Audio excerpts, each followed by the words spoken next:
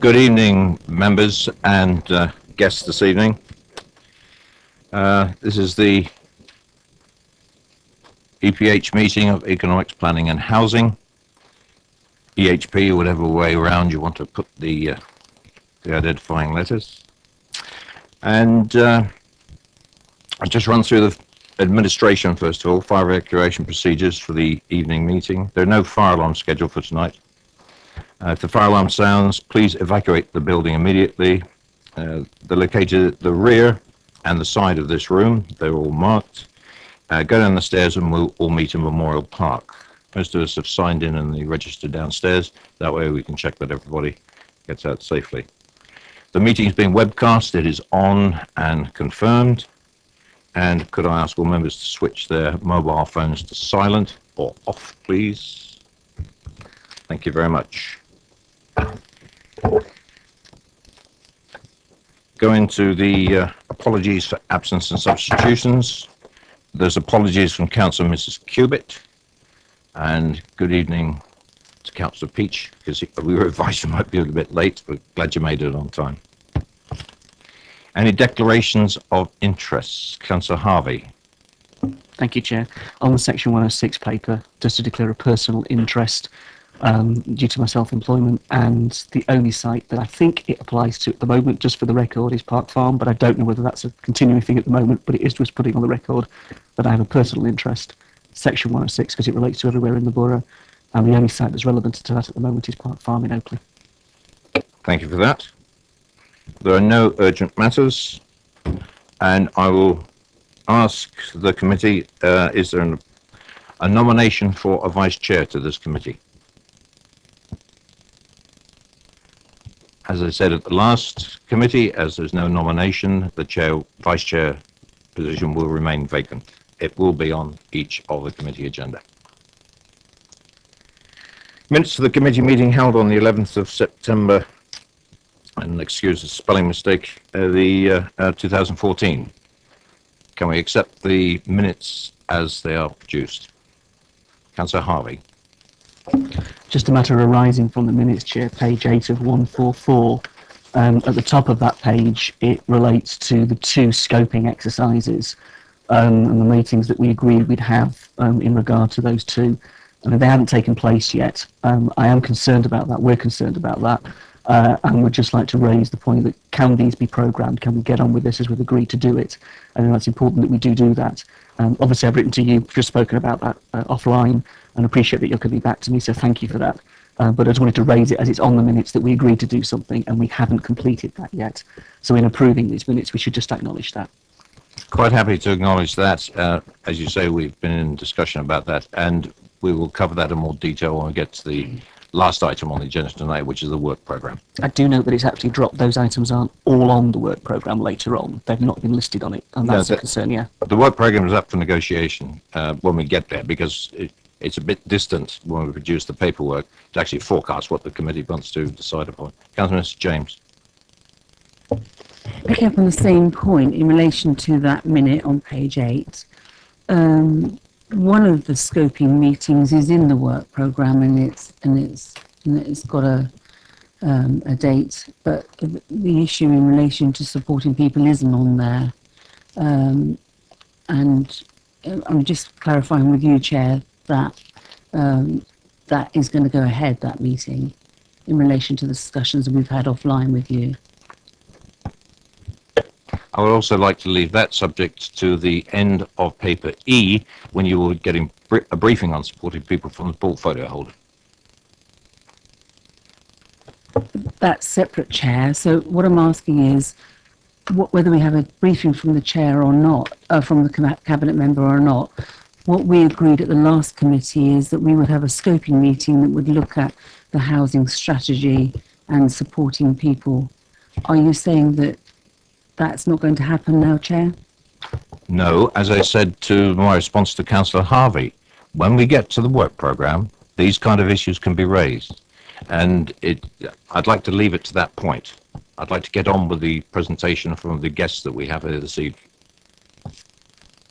I don't think it's relevant now. I've noted your comments, and we will then follow that up when we get to the item after paper E. Thank you.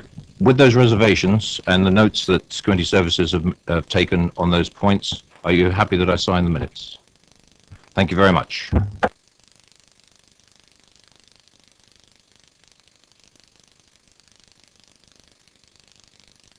Right, we'll move on to paper B.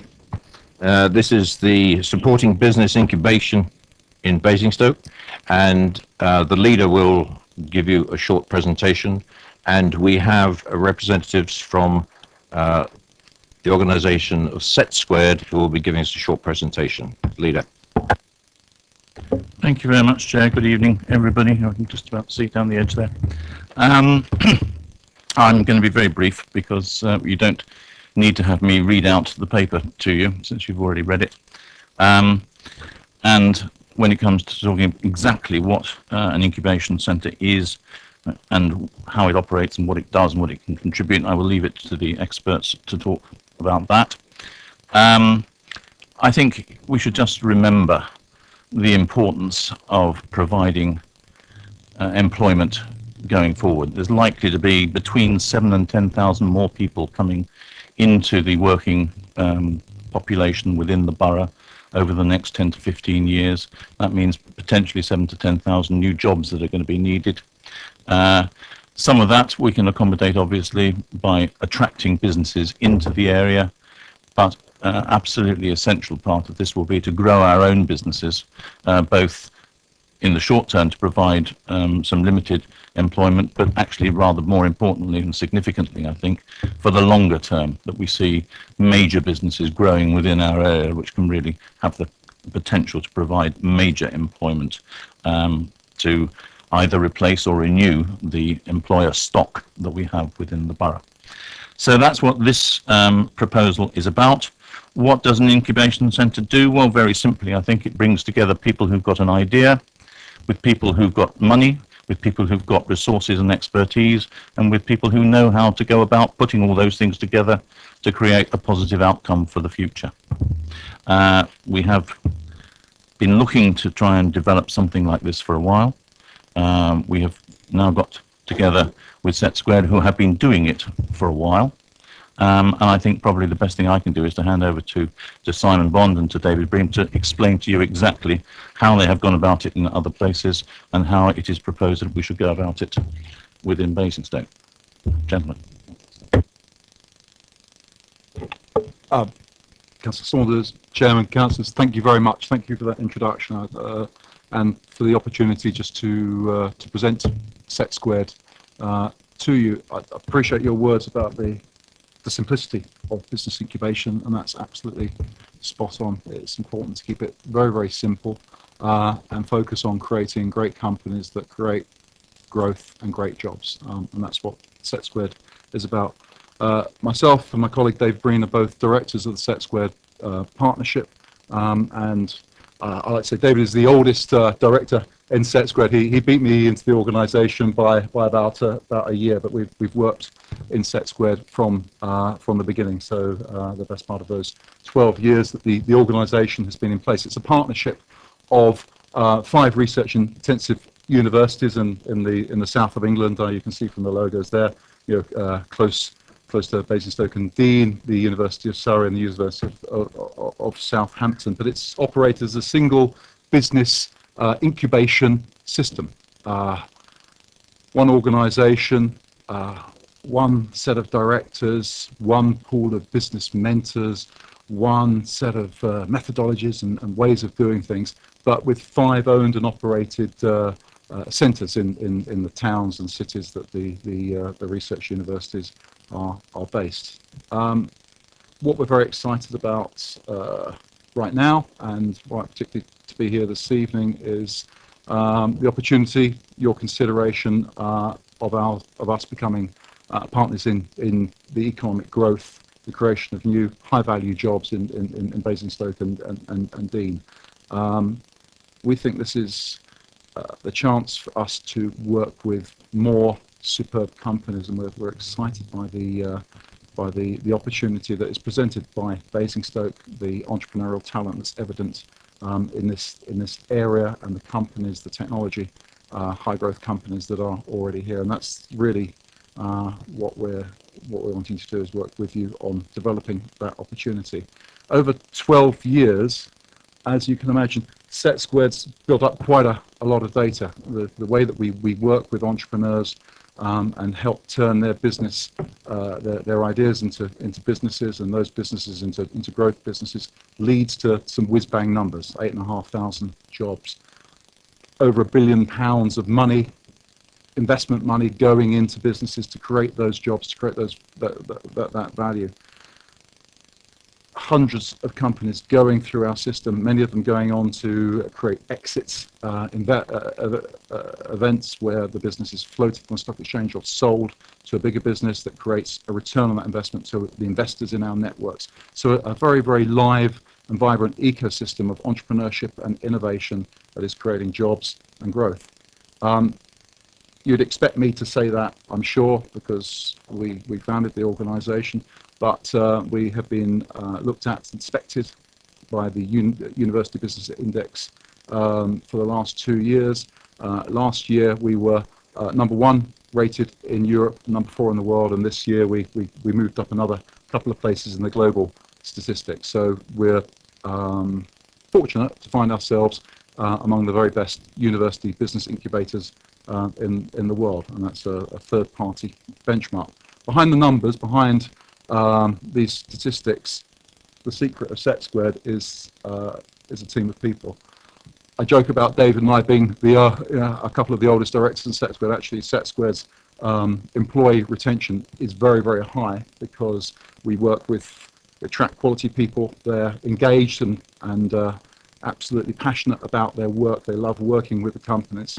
This infectious enthusiasm rubs off on the companies. They do very, very well. And we're really looking forward to growing our team as we hopefully open up an operation in Basingstoke and Dean and work with your entrepreneurs and with your businesses. So if I could just turn to what it is that Set Squared does. Often when people are talking about business incubators, they'll start showing you pictures of buildings, usually the inside, furniture, hot desks and so forth. And that really is quite important. A place that entrepreneurs can meet, network, get together and do their business is important. But David and I know that in the early stages where we work with businesses, actually it's being out there. It's been meeting with customers, meeting with investors, meeting and recruiting members of the team. So actually it's the service that Set Squared offers that is most important in that early stage. The access to talent, the access to money is what drives the creation of new high quality businesses. And so it would be very fortuitous and complementary relationship if we can work with your property strategy. So we help attract the entrepreneurs, we help build the companies, and those companies go off and occupy office space, build businesses, bricks and mortar, if you like, in the area in Basingstoke and Dean.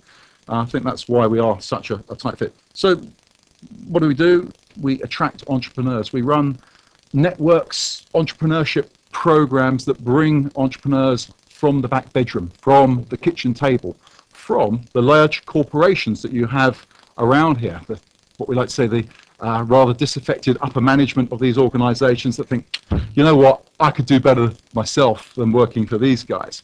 And they come to Set Squared. We've got a 12-year reputation in this business, and they work with us through our entrepreneurship programs, which shows them how to articulate their business idea as an investable idea.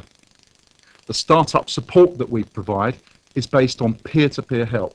Now, it is great that Set Squared is run by a group of universities. It allows us to leverage volunteer support from higher caliber, internationalized entrepreneurs, many of whom have been through the Set Squared system over the last dozen years. And they share their insights and their contacts for free, pro bono, through the Set Squared network with our clients. And that really helps to give new entrepreneurs that kind of leg up, that unfair advantage, if you like, in that hard business of starting up a company.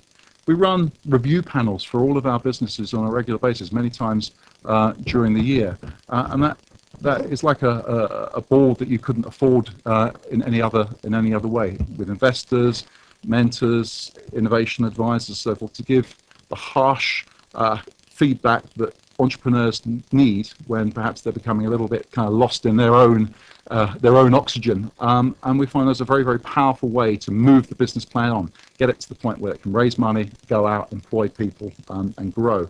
Finally, we, as Set Squared, with a lot of companies in our organization, we can, I say do deals. We do killer deals with the big software companies that want access to the entrepreneurs. So we get expensive startup tools free of charge for our members. We've got rack space, give about $20,000 worth of data storage to our companies free of charge. Autodesk as well. Google are signing up with us, Mentor Graphics. So we go out there and we ruthlessly exploit the fact that we're here to create growth for our economy, for our regions, that we're backed by universities to get free stuff for our companies. Then, of course, critically, it's access to finance. That's the thing that will make a new company fly or not. And we run investor showcases wherever we can find investors. So around here, the Surrey 100 Angel Network, Business Angel Investor Network, run by the University of Surrey, is open to Set Squared members. We run a regular investor showcase in London for all of the venture capitalists and high net worth individuals in the city centre. Because we're Set Squared, because we've been doing this a little while, we've been able to get the folk at the Shard to give us the 22nd floor free of charge there, so we can present our companies to the investors there. We also use government money to send the right companies to the right places in the United States, to Boston and to California as well, if that's the right kind of money for them to grow their business in the UK. So investor showcases are key. The other thing that we do is we provide them access to the innovation section of the major corporates, and this is absolutely critical part of the Set Squared recipe. So instead of preparing companies just for investors, we also prepare them to present and do business with the major corporates. As you can see on the slide there, companies like Barclays, we took half a dozen of our members down to Canary Wharf to present to their senior team. It's just a couple of months ago, I guess just before the summer break. And this was the director and his team, 30 of them, of the global IT infrastructure division of Barclays. They want energy saving technology for their data centers, for their buildings and so forth. And they've got some great contacts from the Set Square companies. Recently, in the last few weeks, to the Open Innovation Program, BP Ventures has signed up. Centrica as well, and Philips Innovation, looking for medical technology. These are major corporations that want access to the startups and the smaller companies that the Set Squared organizations bring forward. We're really looking forward to opening up this platform, these companies on the Open Innovation Program to startups and small businesses in Basingstoke. And equally, there's some very attractive corporations around Basingstoke that we think might want to join our Open Innovation Program. So an important part of the Set Squared repertoire. Now at this point, I'm going to hand over to David. David's built some of the best companies that have been through Set Squared. So do you want to tell us about the methodology that we use? Okay. Shall we swap microphone? Yeah. Okay, good evening, everybody. So this might sound like magic, but actually, I think the whole Set Squared program is built on simplicity. And what we do is we do a few things extremely rigorously. So what we do is we identify promising new technologies and work out how we can take a technology and turn it into a business. So the main focus is around writing business plans and helping entrepreneurs and business people to write a business plan that is going to work. This is simple things about exactly how will the product look, who's going to use it, where are you going to sell it to. Very simple questions, but actually very difficult to answer with robustness. How are we going to sell it? Is this going to be sold over the internet? Are we going to have distributors around the world?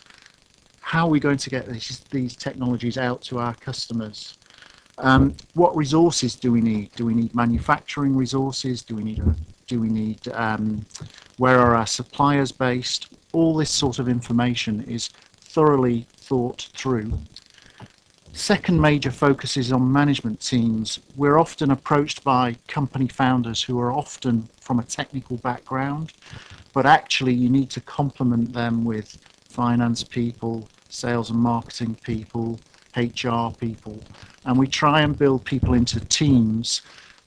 It's all very well bringing the right skill sets together, but you have to then get them to work cohesively as a high performance team to make the business work. And then the third major area is funding for a business. Funding is like the fuel that you put into a car. A business will not run without investment finance.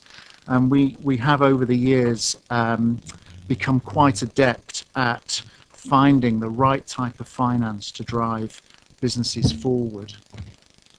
This is probably a little abstract, so it's best explained by an example. And one of the companies I've built in Southampton is explained here. This actually originated from some very high science. It was some technology that was developed in the physics department of Southampton University. And the technology was actually developed for astronomy and was actually flown in a satellite. The technology looks for the world like a coffee flask, a sort of silver coffee flask about this big. And what it is called is a gamma ray spectrometer. And what it is in reality is just a very, very sensitive detector. And how do you turn that into a business? Well, it's a very sensitive detector. So what could we deploy this detector to detect? What could we use it for that would be beneficial? And we went through a very rigorous exercise of looking at the different applications. We looked at using it for very advanced body scanners. We looked at it for characterization of materials, so things like measuring the energy in coal. If you're buying coal as a power station, you want to know how much energy is actually in the coal you're buying, whether it's good quality coal or not. So we could use it for that sort of thing. But in the end, we decided to use it for homeland security. So in fact, for the detection of threats, nuclear threats, for terrorists trying to smuggle nuclear materials into countries and set up dirty bombs. This technology was in fact so much better than the prevailing technology that the US government took this very seriously, and within 2 years of establishment, this company got a $200 million contract from the US government. So, you know, these are companies that are successful in business and financial terms. I'm just going to get Simon to click back one slide if he can, actually. Can you go back? There you go. But also in terms of employment and jobs, you know, this company has gone from being based in a single office, working with me at the beginning, through a suite of offices, through half a floor of a building, through a whole building, and now they've taken over the building you can see in the bottom right, which used to be Draper, the tool manufacturer's building in Southampton. Draper had no longer got use for that building. It was a vacant building. And the point is that, you know, that is now a thriving, very successful company, completely using that space. Another pointer on this is Southampton Science Park, which is an estate full of factories and offices, is 95% full. So it's absolutely thriving. For a science park, 95% full is effectively completely full, because we need space to shuffle companies about in as they grow.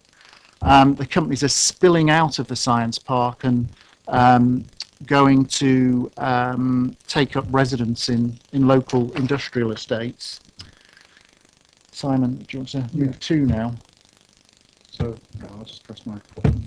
Okay, you're. Okay. So the case study of Symmetrica, if you like, taking a coffee flask and turning it into many hundreds of high-value jobs in Science Park is a good news story, but it's not the only one. At any time, SetSquared has about 250 member companies that we're taking through different stages of investment, and that investment translates straight into the GVA term. into new jobs at a seed level there. Companies like Talkback, Industrial Psychology, raising hundreds of thousands, early millions of pounds to get the business going, to more significant companies there raising tens of millions of pounds to scale the business. And the line along the bottom I just wanted to draw your attention to, because when we start talking this language of high growth companies, the word exit comes up quite often, and that's where the business is sold on to another business, usually a larger business. The investors make money, the founders make money, but in every one of those cases, the Set Squared exits, those companies have stayed, the businesses, the employees have stayed in the area. They're just working through a bigger organization. So Ubiquitous is there, which was sold to Cisco, based in Swindon for nearly $200 million. Was 90 people. It's now into its early hundreds of people under Cisco's stewardship, a US company, and now they're selling their product globally. So the exit is a beneficial effect for a regional economy. The founder got very rich, obviously, doing that, and he was telling me the other day he'd come back to volunteer as a mentor. He said 2 of them bought top-of-the-range Maseratis, but my guy, Pete, he said, I bought a top-of-the-range folding bicycle, and that's what he wanted to do with his money, and he's looking for new opportunities, new businesses that he can invest in and he can mentor. So that's our system. Would you mind if I just comment on a couple of the companies? Sure. So I'd just like to comment on some more of the ones that we've built in Southampton. So Caris Therapeutics is a drug discovery company that's developing cancer therapies and anti-inflammatory drugs. We've got companies that are developing precision engineering for orthopedic implants, so hip joints, particularly knees, spinal implants. All these things need to be engineered extremely accurately for them to operate for a long time in patients. So it's extending the life of these medical implants, but also at the same time it is producing a good business and jobs and employment locally. Sorry, Simon, I'll go back. Yeah, so just to finish up quickly, what would we like to do with you here in Basingstoke-on-Deane? It's to extend the Set Squared network. We would like to set up our services from Basing View, set up a network that attracts entrepreneurs, innovators, investors from the sources that I said, regularly getting them together and using that momentum to attract those that have the wherewithal onto our entrepreneurship programs, where we'd help them to articulate their idea as a business case, as an investment plan, through our startup support. We'd then like to take those companies, present them to our investors at the showcases and one-to-one, attract investment into those companies, GVA for your economic plan, present them also to corporate partners like those that I mentioned, the Freescales and Barclays of this world, so they get an advantage in access to customers or innovation partners, and really to help you to create some really great businesses in Basingstoke, the next generation of high growth, high value businesses that are going to make this a vibrant and strong region. I'm sure that's enough of our presentation. Obviously, would be thrilled to answer any questions and discuss any of these points with you in detail. I must say, the presentation, you're able to share this electronically with you, and our website as well, of course, has got a lot of information about Set Squared over the years. Thank you very much, gentlemen. Before questions, I think it is just worth putting this into a context, because if we'd suddenly arrived from nowhere and decided this would be a jolly good idea and to build up all these wonderful businesses, it would be very exciting, but it might not be actually practical or feasible. I think we have to put this into the context that we sit here right in the middle of the Enterprise M3 area. Enterprise M3 has clearly identified its desire to achieve growth, economic growth, with Basingstoke as being one of its key growth towns. It has specifically identified that it wants to identify growth through science and technology areas, and therefore this sits right within that that economic framework that they are intent on building. We also sit very close to a number of interested parties who could contribute significantly to this, whether it's at Guildford with all the work that's being done on 5G at the moment, or Harwell, the atomic energy people, the Space Agency there, a variety of different people who are actually already available to us, but we're not utilizing those contacts in the way that this will be able to do, and to crystallize it out. So I think it's a potentially a very exciting opportunity. I think it's absolutely where we need to be going forward. But I will be very interested to hear the comments of the committee. Thank you very much, gentlemen, and thank you, Leader. Committee, do we have any questions? I've already got one name down, Councillor Leake, but Councillor Harvey, would you like to kick off? Thank you, Chair. I thought the leader was crossing the floor there. He sounded like he was reading our manifesto. Just to say, in terms of declaration of interest on this, you've got the list of the universities there. I do work for the OU, so I should declare that. I know you're not related there, but it is. And also in terms of King's College and Reading, it's on my register of interests. This is impressive. I think I welcome this. I really do welcome this, and the opportunity that it offers Basingstoke. The questions I've got really reflect the aspiration here. One to the leader, and then a couple of other questions. Please, if the gentleman could help us with this. I think in terms of the linkage to our existing high-tech industrial sector, I'm interested in that, because I think, we've got a tremendous amount of strength already, and it's how you link there, and I'm interested in that, because that would give us the sustainability, and it would also give us the opportunity for those businesses to feel confident in Basingstoke. They already do, but to really feel confident about being serious about the research side and the incubation and entrepreneurial side that you're bringing to the party. The second question relates to intellectual property and how that works with all that you do, and I'd be interested in that. And finally, really, in terms of this, obviously, we're talking about high skills. We're talking about the opportunity for people to really come on stream with ideas leading to very high-quality jobs, which is great. I'm interested in that linking to where the apprenticeships and where we might see the side of high-skilled apprenticeships coming from some of your businesses, and I wonder if you've got experience of that at the moment. I do note the universities you've got involved. One of the things we've always struggled with in Basingstoke is getting the universities themselves to be interested in us in Basingstoke. They've always been fascinated by, possibly plonking a satellite something here in Basingstoke, like Winchester recently did.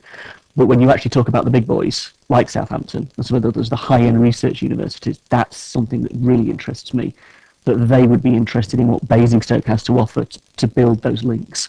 So I think this is really interesting. It is exciting. I think we support it. It's definitely somewhere we would like to see this council support and invest. I also note the point about the LEP in the report. So from the leader's point of view, could he let us into the direction of some of the conversations he may have been having from the LEP and what they're talking about with their investment in 5G and so on? And the final point relates to housing. All of this is great. 7,000 to 8,000 jobs, all the conversation about that. But obviously, and I do know the cabinet member is sat here, economic growth equals housing. So if we're going to have these aspirations, we need the linkage through the whole of our policy agenda, don't we? And I'd appreciate the leader's thoughts on that.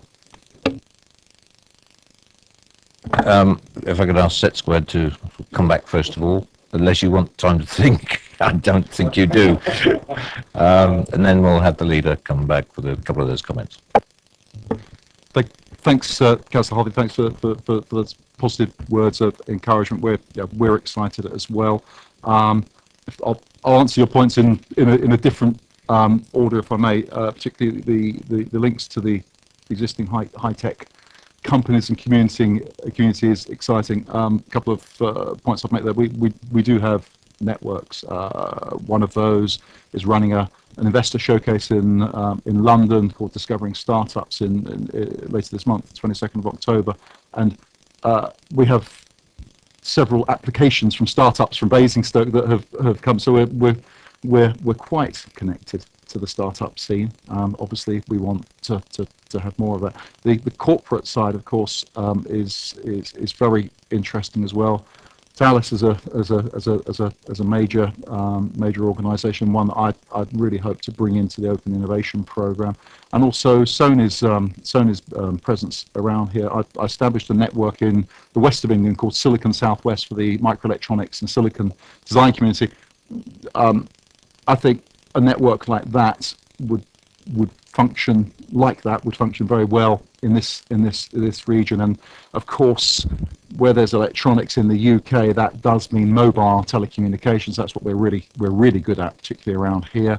And so being hardwired into, that's a bad metaphor actually, isn't it? Wirelessly connected into the 5G investment is important. And as Councillor Sanders said, we've got strong support from the UK Space Agency as well. They're looking to tonight to this room to see what they can do to help with the Basing View incubator within a few short months. So I think we've got the connectivity there, but we're just aching to get on with it. The connection to skills and the universities is interesting. I absolutely, frankly, David and I are not here, and we're not able to say that our universities, etc., are going to set up in Basingstoke. We don't have that kind of authority. But what we can say is that the Set Squared Incubator, which is an organisation of those 5 universities, is very excited about working in Basingstoke. We want to be here. We want to connect with the companies in this neighbourhood. And what that leads to over the years, as all universities, as you know, are being directed just to prove themselves, validate themselves by the impact that they create, particularly with the business community. I think it's going to be an exciting future. I can't really say more than that, but at least we found a way that we can work together. Our focus on skills at the early stage companies, once again, it's a difficult thing, but we do need to say, is we focus at really at the very, very top end. These are high growth companies. They tend to be founded by very well educated engineers, scientists and technologists, and we help them to raise the money that they need to grow. Now, that money does get spent on more people like them, on highly educated scientists, engineers and technologists, but of course where these companies go, they have a radiating effect, and they do employ across the spectrum, and they do need to hire young British people into their organisations to build their base. So that's where Set Square can do its job, but we've got to partner with Basingstoke and Dean, with your superstructure, to make sure that we're feeding them, and we're making them sticky, making them say, my goodness me, we've got the young talent coming through here. Why would we want to relocate to San Francisco or anything? This is the place where we want to grow. On intellectual property that you raised, Councillor Harvey, I'm going to hand over to David, because he knows loads more than me. He sits on the UK Intellectual Property Office's board. So, David, do you want to talk about how we... Okay, so just one of my other roles, I'm actually chairman of governance of the UK Intellectual Property Regulator. So that's the organisation, it's a legal regulator that looks after the patents and trademark professions. So half my life I'm in London looking after that profession. So the truth is, we understand intellectual property inside out, upside down, back to front, utterly. If I may, though, I'd like to have a go at some of the other parts of your question, particularly the skills one. It is true that Set Squared takes very high technology, advanced ideas and turns them into businesses. However, my direct experience is that this has an impact at all levels. So we run student internship programs for postdocs, so people with a PhD, for postgrads, so people that have got a first degree but are still at university, for people that are still students studying for their degrees. And further down the scale, I've worked with an organisation called Solent Skills Quest, which is working with people right down to, not having very many formal qualifications. In fact, there was an industrial site in Southampton called Millbrook. Millbrook was where Philips Semiconductor used to be based. And we ran a regeneration program at Millbrook, which was extremely successful. It won the government award called the Enterprising Britain Award. I found myself in Downing Street getting awards for this. That was in a deprived area of Southampton called Millbrook. it was aiming at people from across the social spectrum. So we had on the same site people refurbishing cars and that sort of thing, right the way up to through to clean rooms with semiconductors and people make.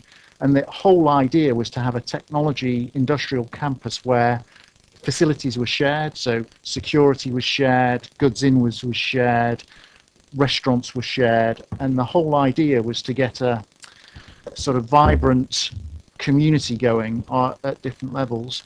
But I'm constantly involved in judging business plan competitions at all levels. So from the very esoteric scientific ones right down to, well, I do young enterprise as well, so in schools, so all levels. And the idea is to be inclusive and pull people up the thing. That's skills. I'll try and touch the university ones as well. Universities are becoming less campus orientated, less with a boundary around them. We do courses that are, mass delivery courses, this sort of thing. We do have serious reach out, open access type programs, and the academics are very interested in working with industry to make sure their research comes to be used. Southampton isn't that far away, so I think and we've got Surrey University not that much further in the opposite direction. So yeah, I think that's not a problem. I haven't measured it, but I believe you. Thank you very much, David. Oh, sorry. Yes. Trying to remember what the questions were now, but it was, I'd take the point about the LEP first. The LEP are extraordinarily supportive of this, and they are very happy to give us their support in a number of ways. First of all, through the link to the 5G program, where they've already allocated money in there. I think perhaps the most interesting area, other than the simple job creation through incubation, is the knock-on impact there's likely to be on the skills agenda and the work that they are doing on the skills agenda. I think it is absolutely vital that we integrate our local colleges into the whole process, because whilst you do need some very advanced minds working on these projects, you also need somebody who can operate a lathe or who can do all the other things that go into creating a small business. And to have people who are sufficiently skilled to be able to do that is going to be an absolute key thing. I think the other way that the LEP are able to support us is by making sure that we do have the necessary infrastructure that we need to keep these things operating, particularly when it comes down to the technological infrastructure, whether it's really high-speed broadband or those kind of bits of investment that we will be looking for the future. But I do agree that the whole process has to be interconnected. There is a great interconnect between building economic growth and having the appropriate housing so that people have got places to live. But there's no point in building lots of housing if you haven't got the jobs and they have to sit there with nothing to do all day. But it's also about making sure that we have the right sort of office and industrial facilities so that people can grow their businesses. We want them to actually grow here in Basingstoke. We don't want them disappearing off down the road because we haven't got the right facilities. We should have enough of everything to offer people, provided that we start planning for it now. But what we need is that initial momentum to start building. And then I think it opens up a tremendously exciting opportunity, which will probably encourage the universities to want to come here. One of the problems that Surrey has, is it can't go anywhere very much. It is rather landlocked and circumscribed by its ability to provide either accommodation or actual business accommodation. They're stuck with that. They can't go anywhere. Southampton, to a certain extent, is exactly the same situation. Why don't they come here? We're only 20 minutes away from either place. So I think we've got a lot going for us. As an opportunity, we've got to grab that opportunity. Thank you. Quick supplementary Just from... very quick to say, It's nice to start of the evening to agree with the leader. I'm not sure it will carry on, but we'll start at least agree on this one. In terms of where this goes, I think the open access bit is interesting, and I do know you make the point about BCOT and QMC. So I would be interested in terms of their relationship for the universities, as you mentioned. Obviously, in terms of OpenU, it is that sort of delivery model. They don't actually have to physically be here. What they have to be is engage with what you're doing, and it's very interesting. Thank you for the presentation, and it's very, very good, and welcome. Yeah, thank you, Paul. I'll certainly endorse that. But we'll move on.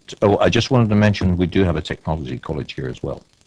And some of the jobs that were mentioned by the leader, they concentrate on that. A first-class technology college. It is very, very good. Councillor Leake. Thank you, Chairman.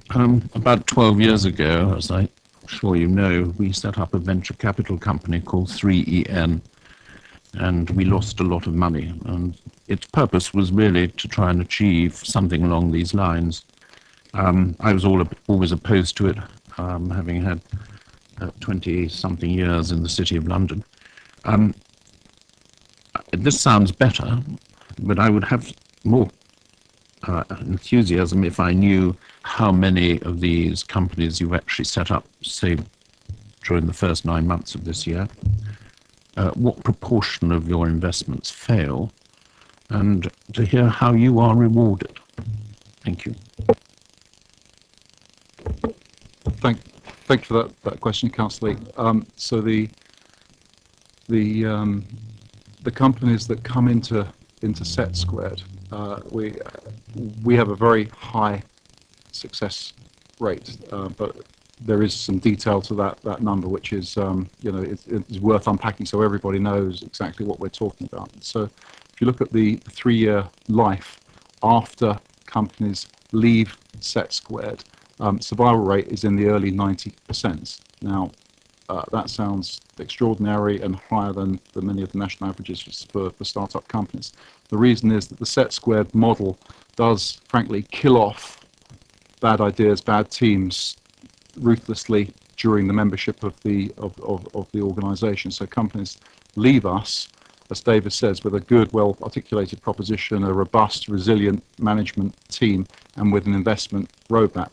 That investment roadmap, candidly, does tend to last longer than the 3 years, which is why we get quite good statistics in that area. But it's also why the venture capital community and the business angel community look very favourably on Set Squared companies. We deal with a lot of the problems that before they become terminal to the company. So you're looking at a very high survival rate, but it is for those very reasons. We're quite ruthless in the early stages, often before the companies are incorporated formally. They're killed. We encourage the founders to kill them off. So we're very selective. How are we rewarded? We are the Set Squared team are employees of the universities, and we are therefore on a salary system, so we don't get bonuses related to the performance of the companies, nor do we invest in the companies ourselves. The caveat to that is some of the companies that are in the Set Squared system are spin-outs of the university, and that's where the company is founded on intellectual property that belongs to the university's body corporate.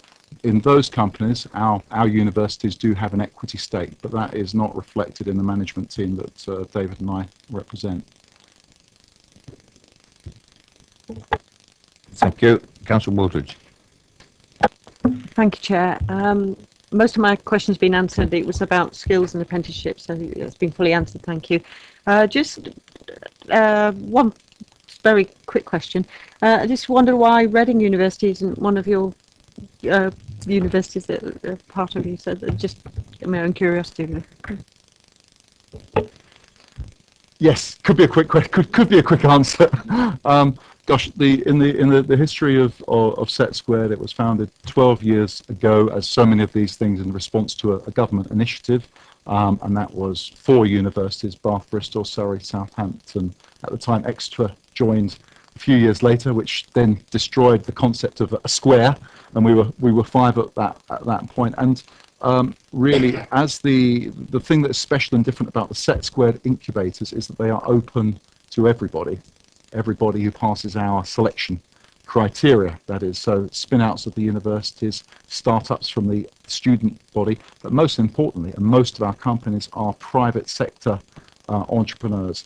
So they could come from the city of the town of Reading. They could come from Reading University. There's no bar, if you like, to access. So that hasn't really driven Set Squared to expand in terms of the number of founder universities, because we've been able to attract businesses in this way. Looking to the future, there is no particular plan for Set. Actually, quite, I say no particular specifically. We've got no plans to increase the number of university partners. What we want to do at Set Squared is work with more companies. So that doesn't really require us to bring on more universities with all the delights that brings. It does mean that we're looking to organisations like Basingstoke Dean Council to work, to be introduced into your communities. Reading's got an incubator, the university, and it's very successful. I know the guy that runs it pretty well, and I think he would agree to say that it does focus substantially on university businesses. What's different about Set Squared is that we're a hybrid, we're a mixed economy, so university businesses alongside private businesses, shoulder to shoulder on equal terms. Thank you very much. Any more questions for Set Squared? Stuart? Thank you, Chair. Certainly, this has got to be given an opportunity to prove itself, in my mind, no doubt about it. What I wanted just to establish, I get the general theme, I believe, of attracting companies to Basingstoke. This is what we're here as a committee looking at, what's in it for us, and also developing local companies. Of the 5 annual memberships that's mentioned in the report, these candidates are to be identified. That seems to be the sort of the inner circle club. What's the likelihood, as you would see, and I think we would hope, that there's going to be local candidates for that particular benefit?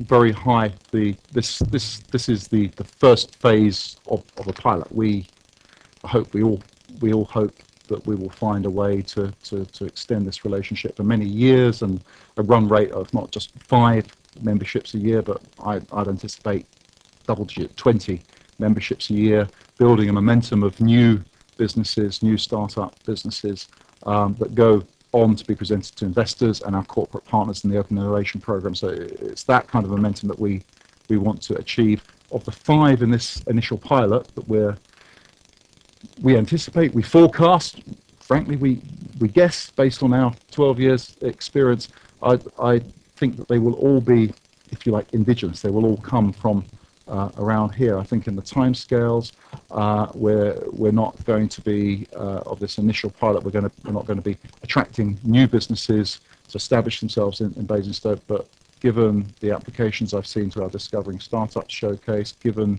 the businesses that we've encountered from Basingstoke Dean through our existing networks, I'm highly confident that we will find 5 startup companies from this area that will be of the quality that we can work with and help turn into great businesses.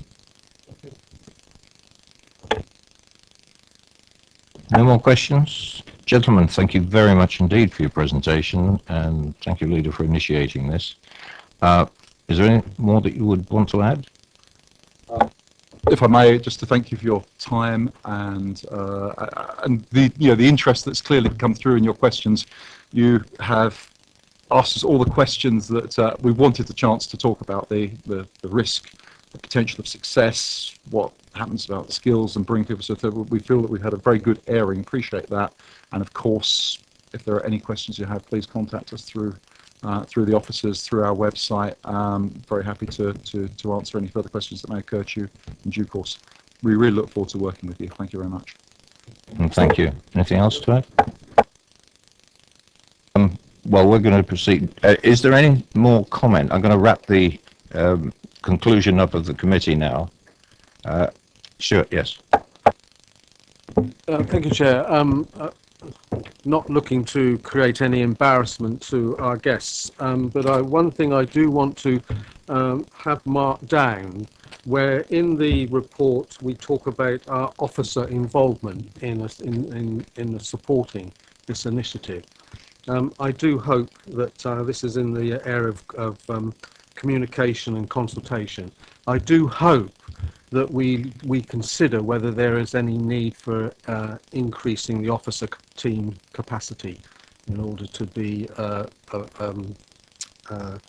good partner.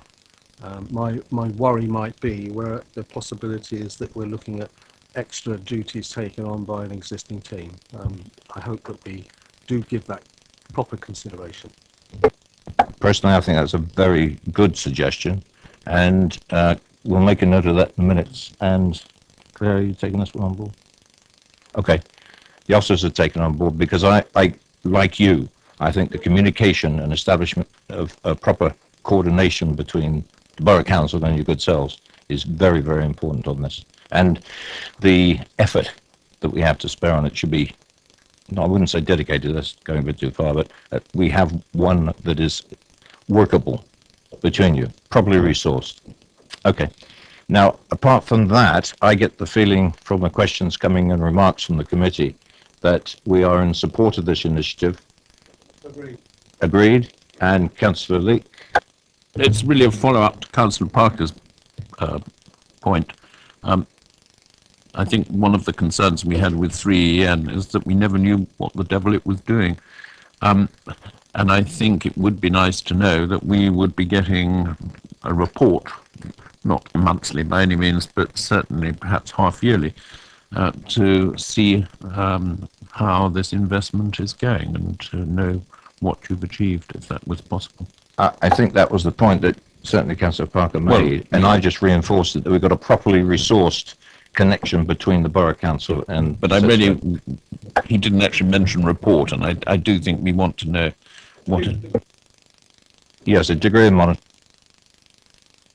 We can't have that report coming back to this committee and use this committee as the funnel, if you like, to update the members of the council on a periodic basis. I would hesitate to mention 4 months, 6 months, say 6 months. I was going to suggest, if I may, Chair, that 6 months, probably from the beginning of next year, so 1.5 years, because there's been a lot of planning to go in, but not an awful lot of action between now. Well, there will be a lot of action, but action under the surface, as it were, between now and then.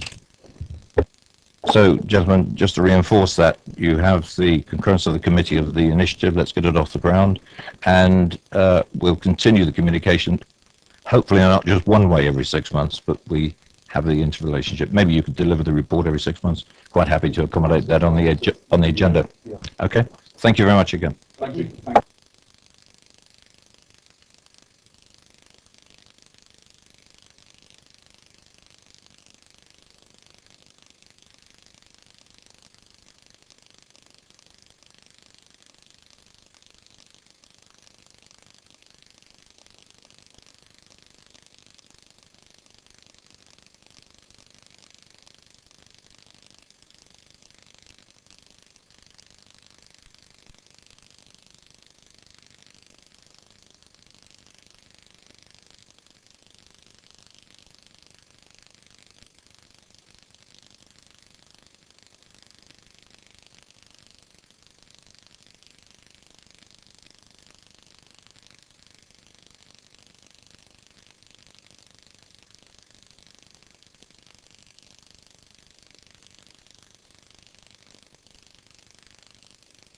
The slide we've got on the screen at the moment is just a reminder for us, me especially, about what the aim is. It's all written down in the reports. We've just lifted the recommendations and popped them onto a slide, just so we can all recall exactly what we're aiming to do this evening.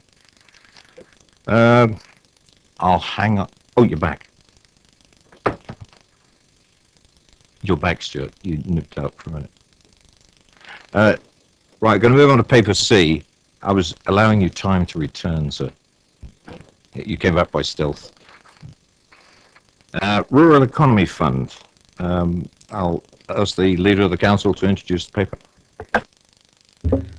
Thank you very much, Chair. Yes, this is an interesting comparison with the paper that we've just had, strangely enough. But I think it nevertheless is focused on the same aspect, which is the job creation.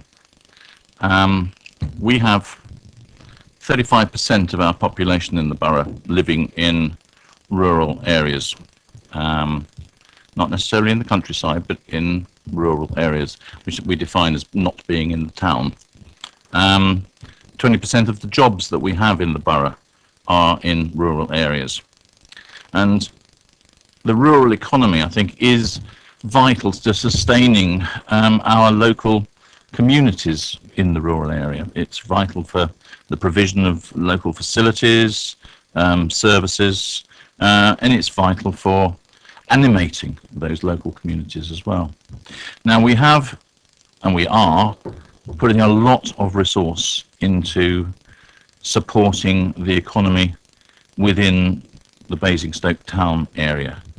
6 million is going into Basing View. Money is going into the regeneration of the top of the town. There's a significant amount of small business support as part of that top of the town area, things like the shopfront scheme. And I think that's being reflected in the awards we've won recently from the Federation of Small Businesses for our support of small business. And it's quite right that the town should always be the main focus of what we do. But we do need to balance that with support for our rural economy as well. This scheme that we're bringing forward now, unfortunately, has taken rather longer than I would like it to have got to where we are, but that is because it will run in conjunction with two other schemes, or rather one other scheme in two parts, which is being run by DEFRA, which is the leader scheme. You may remember that we had a leader scheme a couple of years ago, which is it works on EU money and is there to support the rural economy. But it actually has the leader scheme has a wider remit in that it doesn't just look at the economic activities, but it looks at cultural heritage, it looks at farming, it looks at farm diversity, farm productivity. That is not what this scheme is about, even though the two could be used in tandem with one another. What this scheme proposes is something which is very single-mindedly focused on job creation.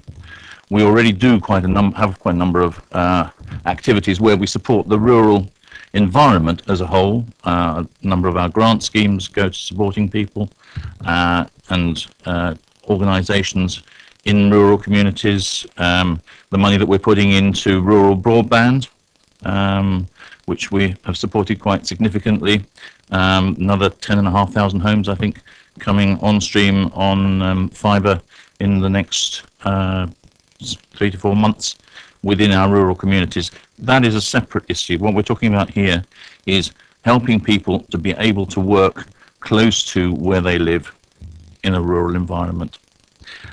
What this scheme proposes, very simply, as you would have read, is a grant fund where a business can apply for up to £25,000, and I emphasise the word up to, because I doubt whether many will want to go to that full amount, provided that they themselves have put up 25% match funding. It enables them to look at a variety of different ways of creating jobs, but they have to demonstrate that job creation will result from doing so. None of this cuts across planning legislation. All the planning rules still apply in terms of any potential change of use or utilisation of existing facilities, and no grant is allowable without that planning permission being in place. But the criteria which for receiving the grant revolve around how many jobs are being created, what is the sustainability of those jobs. In other words, are they jobs for the long term rather than just to solve a short-term problem? What is the wider community impact of creating those jobs? And of course, is it all based upon a sound business plan? It's a limited initiative. I think it's one that is probably long overdue. It's one that does recognise that there is a significant part of our population that perhaps does not get the investment that other parts receive. And it is right that we should be seen to be supporting those areas, particularly when you look at the nature of the towns that will be covered by it, places like Tadley, Kingsclear, Overton, Whitchurch, areas which do need to be supported to ensure that they maintain a healthy local economy. Thank you. Thank you very much, Leader. Questions? We've got Councillor Leake. Now, I'm afraid it's not a question, so I'll withdraw. It's a comment. I'm allowed to make the comment at the Yeah, please make the comment because we'll be recording any comments. That's what we've been asking for Well, in this particular paper. I'm sure I've said it before, but I'll say it again. The one thing my residents complain about are small white vans and big lorries running around in the rural areas through narrow country lanes. And if that's what we get, then I wouldn't be supporting it. But I suspect it's probably not. I hope that this is money which might go to businesses in the small towns that you've mentioned. I have no objection to that, but if it brings more traffic into what I call the rural areas, then I would be opposed to it. I'm particularly concerned about farm diversification. I oppose farm diversification. If you're a farmer, either farm or get out. I just object to farms becoming industrial sites. I mean, they're pretty ugly anyway, farms. And if they become industrial sites with heavy lorries taking packaging for storage, that is the sort of thing that really upsets my residents. I'm not going to say any more at this stage, other than provided generally it's going to businesses in the small towns, I won't object. But if I'd been asked in the first place, I wouldn't have been putting it forward. Thank you. Thank you. Councillor Parker. Thank you, Chair. I have some questions. First, to start with, if I may, I'm uncertain as to why Basing, Old Basing, and Chinham and Lichpit seem to be out of the fund, but it would look as though Oakley's not. Are we extending our town centre map here?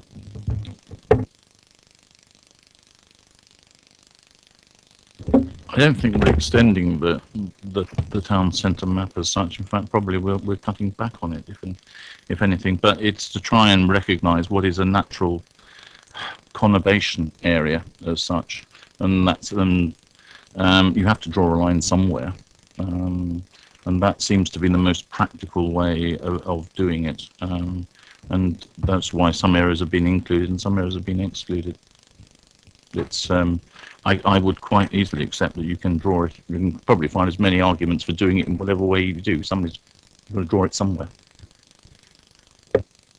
If I may, Councillor Parker, Chinham is within the settlement policy boundary of Basingstoke Town. No matter how we in Chinham want to declare UDI, we are part of Basingstoke Town, the urban area. I'm not quite sure why it was included in here, so I'll put my hand up on that. I'm not sure of the state. I think Lichpit is included because it's part of the conurbation of Chinham. There is a break between Old Basing. I wouldn't want to comment on the status of Old Basing in those terms. We do have Mark Lambert here. He could probably explain it behind us. If I could leave that till the end of the discussion, and Mark is on the next paper anyway. Would that satisfy you? I don't know why Chinham was mentioned or Lichpit. I certainly don't know why Old Basing was mentioned. Sorry, I didn't quite get that. Are officers going to talk to the paper as well? Is that Not intentionally, but they will answer that question. and others then? Yes. Well, not. This is about the rural economy. That was a question Well, of where the the settlement rural policy economy boundary paper, was. It's trying to get an understanding of the leader, interpretation of the leader, and also some of the information that's provided in the report. Because if I've read the paper correctly, one of the major problems that have been raised by people who entered into the consultation was that of transport.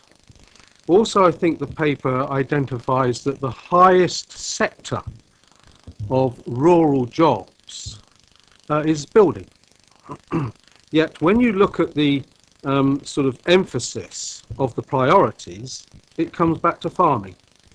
And I would maybe like to be able to understand that logic, where how we have transport as being one of the major problems.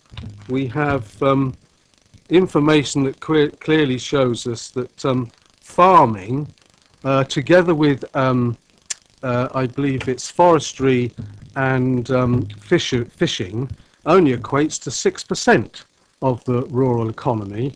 Yet the emphasis seems to be coming from this French interpretation of leader or whatever, or don't quite know why we're letting them influence our budgeting or application of our funds. Seems to be suggesting that it's these poor farmers that need help again. Perhaps I can clarify that the leader programme is nothing to do with Basingstoke and Dean or to do with this rural fund that we are proposing tonight. The leader fund is an EU fund, which is why it's in French, and it is a fund which is administered through DEFRA. It is a fund which is actually, when I say administered through DEFRA, it comes via DEFRA to the AONBs, and therefore we have two AONBs in the area, and each one of them has a slightly different interpretation of how they wish to apply that fund. The problem that we have at the moment is that they still have not announced the exact criteria on which they will be working going forward. They originally said that they were intending to do that by the beginning of September, which is why we delayed getting our rural fund out at that stage, because it seemed sensible to try and bring the two out together. They've now said that that has been put back at least until December 2014, with intention of trying to start in January. Well, I think, I want to get on with this and give the support to local businesses if they want it now, rather than waiting for the EU, DEFRA or the AONB or whoever it may be to get their act together. It is that fund, which is nothing to do with our fund, which has the emphasis on farming, forestry. I think even fishing gets in there somewhere. The idea of trawlers going up and down the A339 or something is an obscure one. But that is a different aspect of it. It is in the paper because one should be aware that there is another fund or parallel source of funding for people which will be coming forward for businesses within the local, in the rural environment, but working on a different set of criteria to the one that we work on. I just wanted then to make certain that our selection criteria isn't going to be influenced by their priorities as they appear in the paper. No, our criteria, I think, are fairly clearly laid out at the end here. It is the part funding of apprenticeships. It can be for economic diversification. It can be for business startup. It can be for investment in premises or where premises would lead to employment in the area. It could be in communications infrastructure, but it has to be capital, not revenue, apart from the funding of apprentices.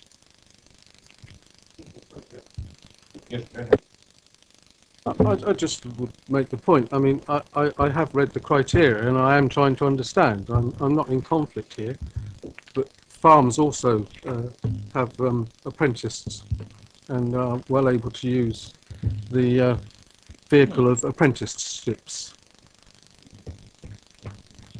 No, if a farmer who is a rural business comes forward with a proposal that meets the criteria, there's no reason why they will be excluded.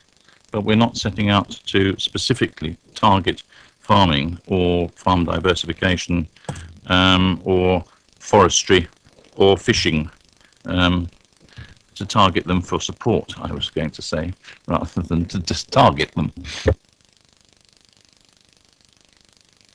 Thank you, Chair. I'm sorry, but another question I'd like to ask the leader, that's our leader, not the French one, is under section 8.12, page 22, I just want to establish, I've read this a couple of times, I think I've got the grasp of it, but I'm just for my own peace of mind need to ask, does this still mean that the total limit of funding that we could be endorsing, supporting even, is for the minute £250,000? Correct. Councillor Watts. Thank you, Chair. Councillor Tate had his hand up way before I did, so It's okay, you caught my eye all right, first. fair enough. Councillor Tate will come straight after. Thank you, Chair. Anyway, just want to explore the some of your thinking behind this, leader. We talk about town, Basingview, and the top of town. Surely they're just unique places in the town. We've got thousands of other businesses in the town which get no grants and supports. So why should we have a rural support scheme without separated from all the thousands of other businesses within Basingstoke and Dean? So it seems we're dividing rural with town, and I'd like to get a bit more explanation behind that, please.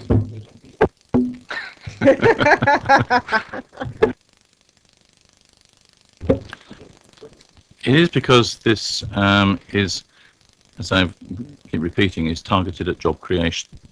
A lot of the work that we are doing in the town is targeted at job creation, particularly on Basingview. It may be a one-off, but it's still creating jobs primarily for people who live within the town area, not exclusively, obviously, but it does live within the town. Equally, some of the work we're doing at the top of the town is helping local businesses within the town because we feel that there's a need to do that. I think the reason why we need to support the rural economy is because the business within the rural economy providing and ensuring that there is employment within the rural economy is much more difficult to do, because people, if they don't get a job there, have a major problem of having to travel elsewhere to get employment.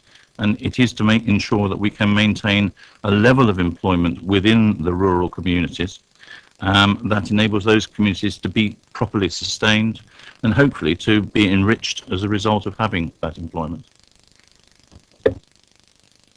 Thank you, but in the report itself, it said 50%, well, 46% didn't have any issues, and 54% said the barriers they had were no different to the ones that the town had. So I thought, well, why don't we just have a town-wide grant, basically?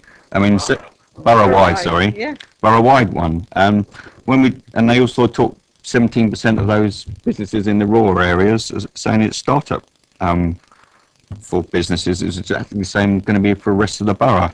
So I think we're just dividing the borough up, and we should have I got very anxious about giving money to farmers. They get more subsidy than the rest of the British industry put together, and they don't need subsidy. So I'm getting very wary about the chat of that. Thank you. Chairman, I should declare an interest. I'm afraid I do receive subsidy.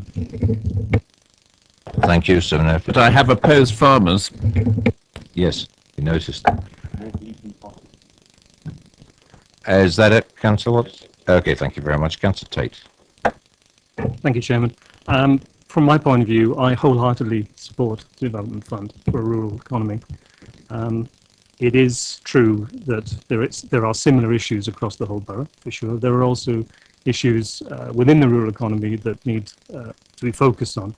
So I absolutely support it. But my question or comment really is, to make it successful, what thought or how is it going to be promoted to those that live in the rural environment, where the history of them being involved with some of the funding, and I'm not talking about farmers, I'm talking about those who run very small one-person business. How are they going to find out about such a proposal, and how is it going to be developed for them? We will, of course, once it's agreed, we will, of course, be promoting it. It'll be promoted through our normal communication network.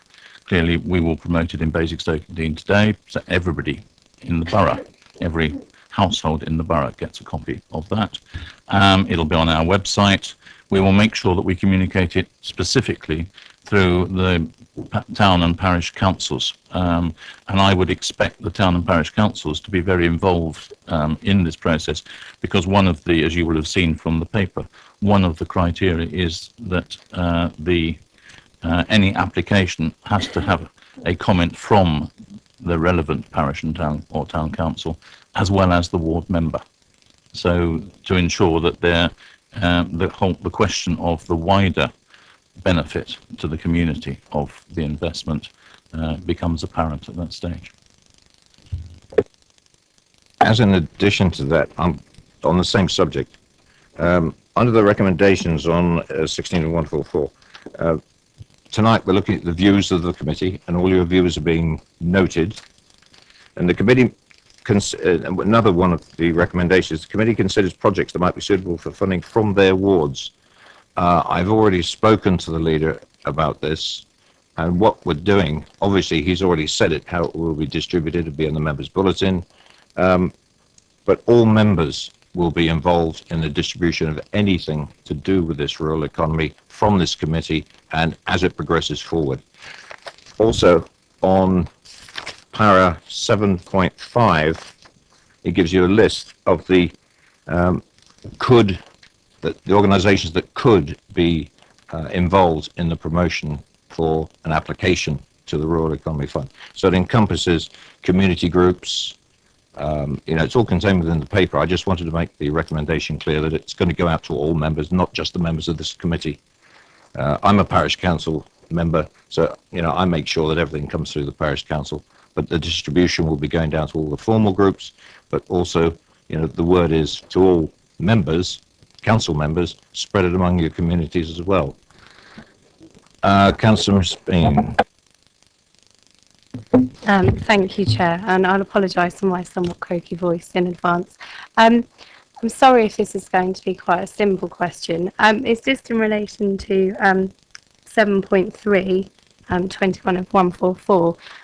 In regards to part funding an apprentice, would we, if someone applied for funding for that, would we be looking for any guarantees that there would be a permanent job for that apprentice at the end of it? We would certainly, as what part of the criteria about the sustainability of that, be looking to ensure that this was, if an apprentice was doing that role, that was a permanent role. In other words, what we would be very careful to ensure did not happen is that people were just taking it on as a short-term summer means of employing somebody, or they have a short-term need that they can then get at apprentice rates, rather than actually doing a proper job creation scheme. So we would have to see that there was a proper chain of development there. Sorry, I've just got another couple of questions. Also, just in relation to what the fund could cover, has any thought gone on to say somebody has a present employee that they wish to gain more qualifications for, which in the long run they see as creating jobs? I can't think of a specific example, but would somebody be excluded to applying for the grant to cover training existing staff so they can diversify what their business might do at its present time? It certainly isn't intended as being a means of supporting training. It's intended to be very single-minded. It's about job creation. It's about somebody having a job that wasn't there previously. I think there are other arguments for saying that one would like to see more training provision being given, but that is not the purpose of this particular scheme. Sorry, my final question. It's actually just comes back to officer time in assessing the applications in the first time and monitoring outcomes, and how much time is that going to take? Without being facetious, it depends how many applications we get. We're assuming that we are not going to be overrun with applications in this. We shall have to wait and see, and then tailor the officer resource according to the demand, I think. Very difficult to know at this stage just what we have to do. But you're quite right. We need to make sure that the thing is properly staffed. So most importantly, what these small businesses want is they want quick response. They don't want to be kept hanging on forever and a day till they find out whether they can or can't do something. So it's more just a final point then, is just, I think for us, just ensuring that we do fully monitor the outcomes to make sure that the money is going to the right people and it has the desired effect. I agree entirely. There has to be a regular review of each investment to make sure it was in accordance with what was said. Councillor Harvey. Thank you, Chair. I'm trying to get my head round what this actually is about. Is this about businesses in the rural area not doing as successfully as the town, and therefore they need this fund in order to catch up? Is this about job creation in the rural area because there is an unemployment problem in the rural area and in the rural economy that we need to fix? And where does that go with the focus of the paper in terms of specific long-term sustainable job creation in the rural area? I appreciate the leader's take on that because he made such a big thing of it in his opening remarks.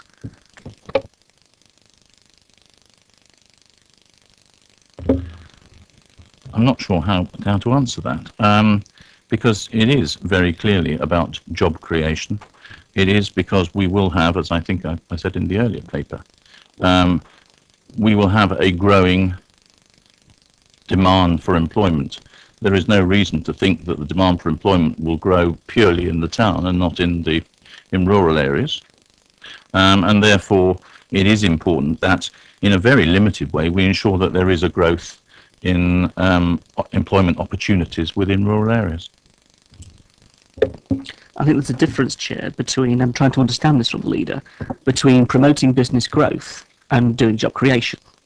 And the report does make the difference, and I'll go to that. If it is about job creation, and you're saying that's the problem we need to work on, then in the 14 rural wards in Basingstoke, as of last month, there are only 218 people claiming job seekers allowance. In just 3 of the urban wards, there are 280, Northern, Popley West and South Ham, 280 people on job seekers allowance. If we're looking at where the employment or job creation focus of this authority should be, that gives you a very clear statistical evidential base. You're talking about using a third of your £750,000 economic development fund on the rural community, which is not to say it's not important, but what's the problem you're trying to fix? And can I draw your attention to 5.6 of the report, where businesses specifically say they have an interest in funding to help expand their business. Not job creation, but expand their business. That doesn't mean job creation. A third of them also expressed an interest in buying machinery and tangible goods. Now, that's the survey. It was interesting, actually, in the report, it doesn't say when the survey was done. If that's the problem that we're trying to fix, I think this report is going about it in the wrong way. You're creating a fund with no focus, because it isn't job creation, is it? Because the job seekers allowance claimants are significantly different in the rural area, significantly different to the town. Again, I don't understand what's the problem you're trying to fix? I don't think it is actually a question of trying to fix a problem, that there is something that is wrong that needs to be fixed. This is about ensuring that there is continuing employment opportunity in rural areas. The best way to ensure continuing employment opportunities is to encourage job creation, because job creation is only going to come from either business expansion or from business creation. And that way is the way that you actually achieve a vibrant, hopefully vibrant, rural economy. as far as the as employment opportunities is concerned. So it isn't trying to address a specific issue that we have a weakness in a particular area. It is trying to ensure that we have an ongoing, sustainable economy capable of employing people over the longer term. Which then begs the question, does it not? If you're not trying to fix a problem, but we obviously have a statistical evidential base that shows us where the significant issue is of job creation needed in the borough, why is it solely rural? Why is it a third of the entire budget? If this is just a punt, a really good attempt to increase growth in the rural economy, and I do quote 7.5 here, businesses that won't just be based locally, this will be businesses you're seeking to bring into the borough that won't just be local. So where does the local job creation come in all of this? And with a maximum of 250 employees, we're talking about big things here. If this is just a slush fund, that's one thing. If it's a targeted, focused piece of funding to do a job to support economic growth, that's something different. And I do note that it was missed out of our 20-year economic strategy, which I did find surprising because that only came through last year and you presented it to the old committee last year. So why in the world did we miss this big issue last year when we came out with our 2033 20-year strategic plan? It's rather a big hole in our economic strategy, don't you think, if you're making such a big thing of it now? I don't think anybody's making a big thing of it. I regard this as being a sensible piece of work to be done to ensure that we do support the rural economy in parallel with the work that is being done for the borough-wide economy and in particular the urban economy with the investment that is going into the town. I think it is, as I say, we have 60,000 of our residents live in rural areas. It is right that they should have similar opportunities, they should have similar employment possibilities within the rural areas where they live.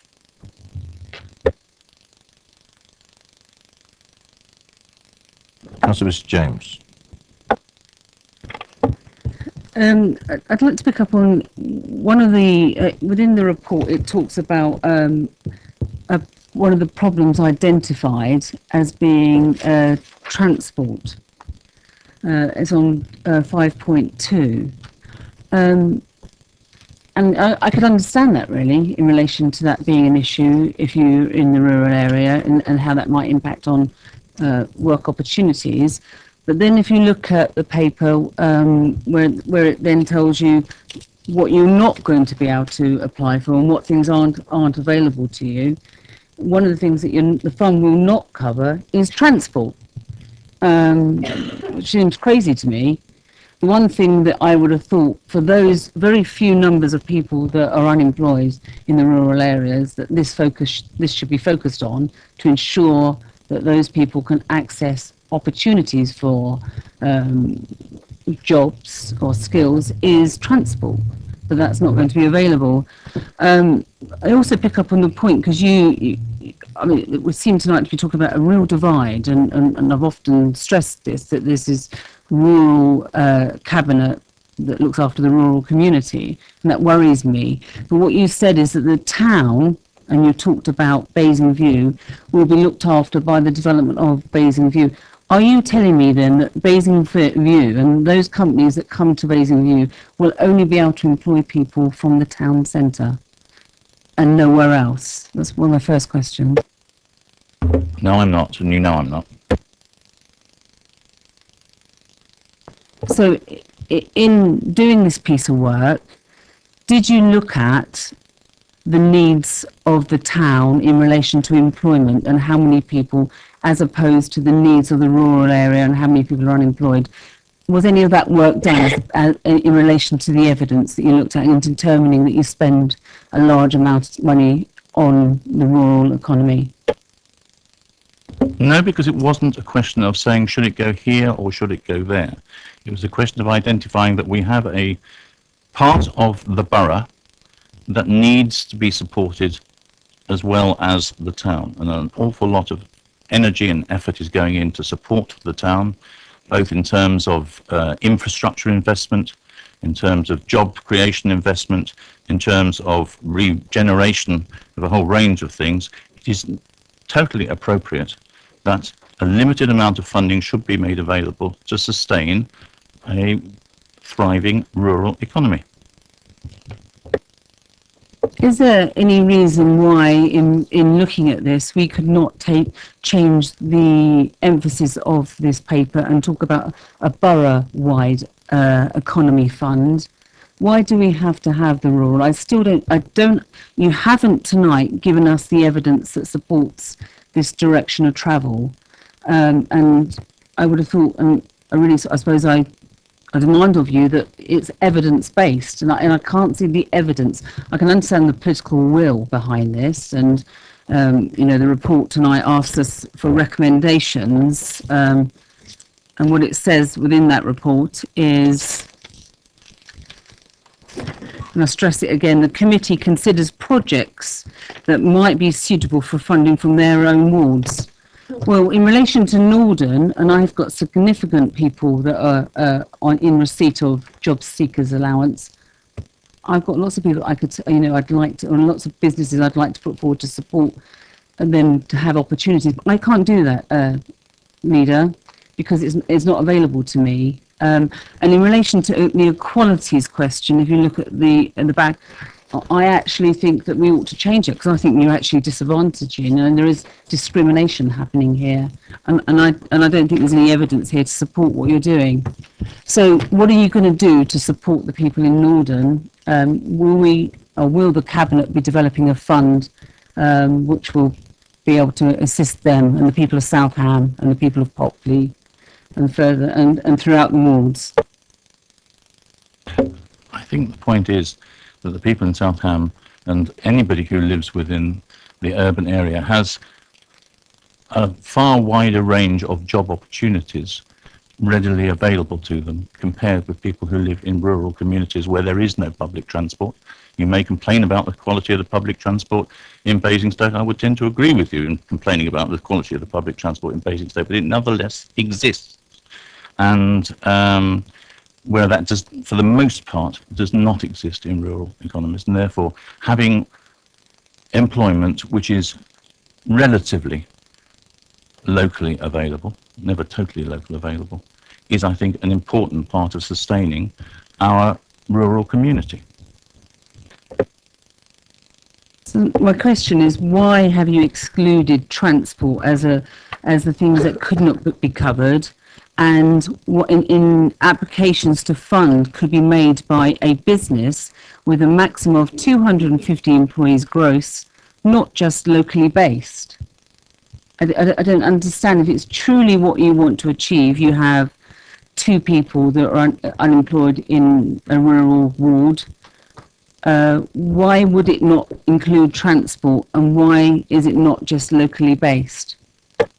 I think there is an argument for including transport. The problem is that what we're trying to do is ensure that this becomes a permanent and sustainable investment in a business to ensure long-term sustainability. And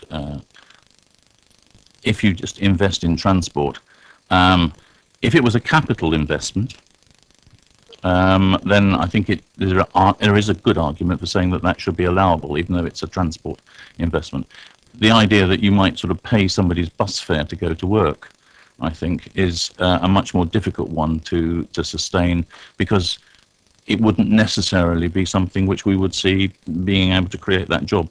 But I think it is an area which it is worth looking at. I would go back and look at that again. We were told earlier Absolutely. that none of these schemes could go ahead unless there was planning approval given. And for most planning approvals for employment in the rural areas, you have to have a transport plan. So transport is actually already provided.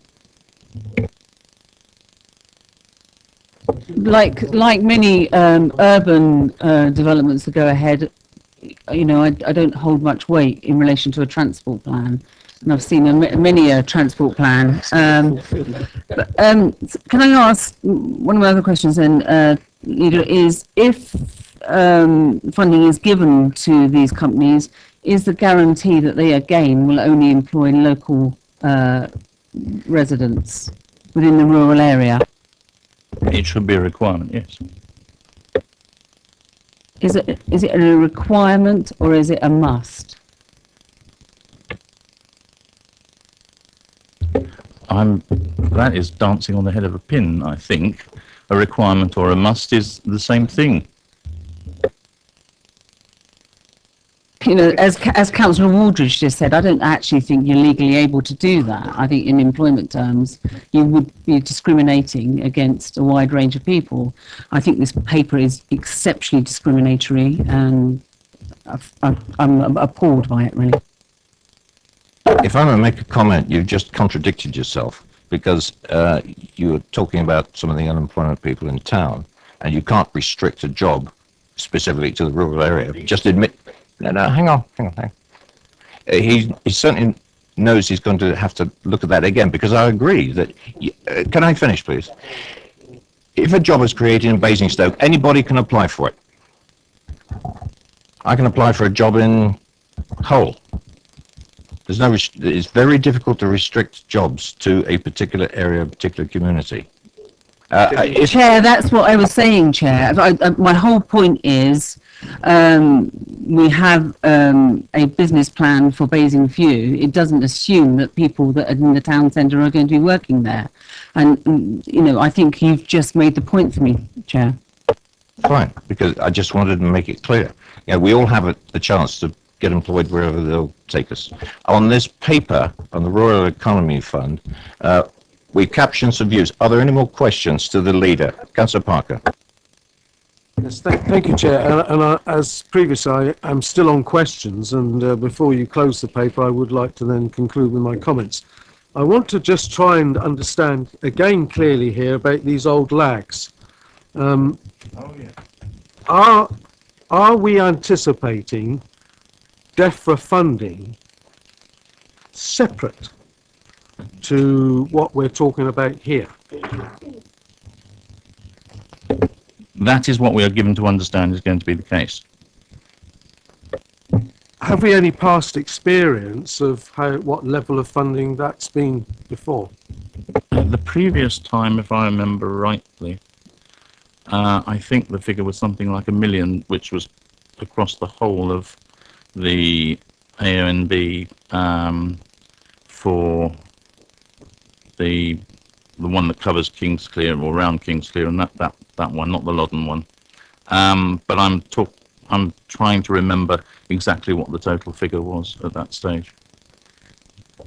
So just to be clear on this, there is already a substantial source of funding that's going to be made available to the rural economies from another source. Well, we don't know yet. We are given to understand that this is coming down, but what the totality of that funding will be, how it will be apportioned, what the criteria for allocating it will be, we don't at this stage know. And referring to the referring to the report, on page 21, 6.7, members are asked to consider potential projects and put them to Daniel Garnier. Is that in relation only specifically to the DEFRA money, and therefore the opening recommendation 2.2 to this report, the committee considers projects for their own wards, which excludes 80% of the members of this committee? No, it was referring to our own grant scheme, not to DEFRA, because we don't know the mechanism by which they're going to request submissions for their grants as and when the scheme comes out. All we know is that they are currently talking about a scheme. So 6.7 is the same sort of 2.2 under the original recommendation? It is, yes. Thank you. Any more questions? Anybody like to submit any comments? Because we're collecting the views of the committee to go forward to Cabinet. Councillor Miss Bean. Thank you, Chair. I just want to put on record that I don't have any qualms about this being a rural fund. I mean, fundamentally, the principles behind it are to create jobs for people. I would I would have thought that if you looked at perhaps businesses that are located within the rural areas, I would have thought or assumed that a lot of the employees anyway would be locally based, and therefore would follow that future job creation would result in local people becoming employed there. I'd also argue the point that Councillor James made earlier about leaving the town out. I think as a council as a whole, we're doing a lot in terms of economic development, creating jobs which will benefit the wider area of Basingstoke, not just limited to the rural areas or the town. It includes everybody. And finally, once this, or subject to this fund becoming available, once the outcomes are measured, I think it's important that if this works and jobs are created, that actually we do make sure as a council that we do take credit for some of that in the long term. Thank you very much. Councillor Harvey. Thank you, Chair. No one begrudges job creation, and certainly nobody begrudges wanting economic growth. But what's the purpose of this paper? If the purpose of this paper is that we have a problem in the rural economy, and we've heard tonight that we don't, if the problem is that we need business growth in the rural economy, and tonight we've heard, well, perhaps we do, then the aims of this are cockeyed, because let's just work this through. In the job seekers allowance lists for Basingstoke and Dean, 80% of those job seekers live in the town, in the areas that have been identified tonight. Only 20% live in the rural areas. In some of those wards, we're talking about, for example, in Upton Gay and Crandover, just 3 people have been identified, just 3, compared to over 96 in Norden. Where do we put the money with the £750,000 budget that you've created? Well, 40% of that funding you're allocating to the rural area alone, to which the urban communities cannot get support. Basing View and the top of town are critically important. The top of town and Basing View are not the employment hubs of everything in the town.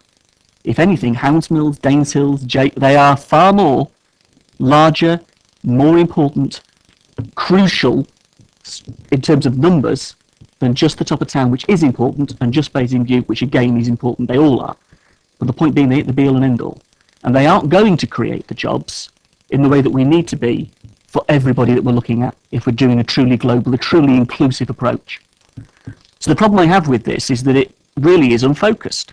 What the leader has said tonight doesn't quite tally with what's in the report, because some of the requirements that he's mentioned aren't in the report. Some of the issues here that are in the report are pretty unfocused. And the equalities point is one that we have to bear in mind. If it's just a fund for the rural area that excludes others, then what are you doing for the others? Where's your mitigation for 80% of the job seekers in the rest of this borough? You've got nothing. And if you're relying on Basing View and the top of town, well, the top of town is a capital investment in its structure, in physically how it looks. It isn't a business fund. It's not a business fund. And Basing View, a significant proportion of the millions that are being spent on Basing View are about how it looks, not job creation. No, but you know it, John, because you've sat on, you've sat, but John, you've sat on the actual, on those forums. You do. Precisely. You've sat there and you've seen where this money is going. If we truly want to have a shared prosperity fund, and that would be what we would propose, that covers the whole of the borough, for job creation in the whole of the borough, that doesn't exclude the rural, but neither does it exclude the urban, that does support job creation and isn't just a business growth fund, which is actually what this is. This is just for businesses who may want to expand but may not create jobs. I don't think it's tight enough in any way in here to force the issue. The must isn't the same as having an absolute requirement. You must, but there may be a get out of jail clause rather than an absolute requirement. I just think it's mixed and it's confused. It isn't doing what the leader is saying it's going to do, despite sharing the aspiration he has for business growth and job creation in all areas of the borough. And it isn't proportional. It is not proportional. So, if you want to go ahead with this, if you want to create a £250,000 fund just for the rural area, I would be looking for a commensurate fund specifically for the urban area to balance out what you're proposing. If we're going to be equal, let's be equal set against the issues that we both face in the rural and urban area. And isn't it sad talking about dividing in this way?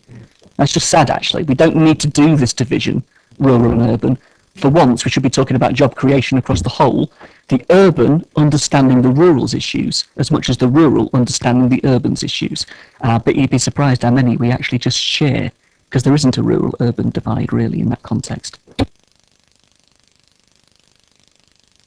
Thank you. Councillor Miss James. Thank you. I want to pick up on the fact that we had a massive presentation from you, Leader, talking about the council's economic master plan for until 2033. What the justification for this fund is that master plan made no reference to the economic needs of the rural area. I think that's absolutely appalling. And if I was a resident in a rural area in your ward and you were the leader of the council and you made no reference to the needs of the rural area, I would be appalled. Absolutely appalled. I'd also like to pick up, Chair, on the fact that Chinham has 49 people on job seekers allowance. And in this funding, you are not a rural area. You will not be able to access this funding. And so potentially there are an enormous amount of people in Chinham with needs for employment. And I don't know if you were aware of that, Chair, but you're going to be discriminated, and the residents of Chinham are going to be discriminated because they're not going to be access this fund. And we can look at that divide, and we can look at that issue as to who's going to get it and who's not. And as Councillor Harvey said, I think it's absolutely appalling that we're here looking at a fund, a significant fund, and where there is going to be additional funding coming from Europe to support the rural economy. And at the moment, we don't know what money is going to go into the rural economy in those areas. We could see significant additional money going their way. But before that is actually decided, this council, this cabinet are going ahead and giving this large slush fund Councillor Mr. James, you're now repeating yourself. We've heard this from you before, and I'd like us just to keep I'm summing up, on Chair. point. That's Like fine. I said to you last but time, don't try and I had an apology from you in relation to the way you treated me. I'm summing up, Chair. What I would like to say is that this isn't going to create jobs in the rural area. And what I want to know is, how are we going to monitor its success? How are we going to actually know whether this is successful? Will we then see that those people that live in Pamba, the 3 people that are unemployed and on job seekers, will we know that they now are not on job seekers? Is that how we're going to measure the success of this? And also, how are we going to audit and then see who actually receives this funding as a committee? Because I think it's important that we actually audit who receives this funding. Thank you for your views. Councillor Musson. Thank you, Chair. I do understand the points made by Councillor Harvey, but I will object to some of the points he said. And I would say that I'll object because I think that he's missing the point. Tadley is often not considered a rural area, but in this instance, it has been. And I welcome that. We've got 20,000 residents in Tadley. We've got very poor transport, and transport has not been discussed tonight. Knowing I live in Tadley, I understand what it's like. There is significant investment in Basingstoke Town Centre, which is providing lots of facilities that's accessible to residents of Norden and lots of other places that are close to that because they can walk to it. We cannot. We don't have a decent bus facilities. We have to use our cars to access all of this, which costs us money. We have to pay to park. We come to Basingstoke. People who live here don't have to do that.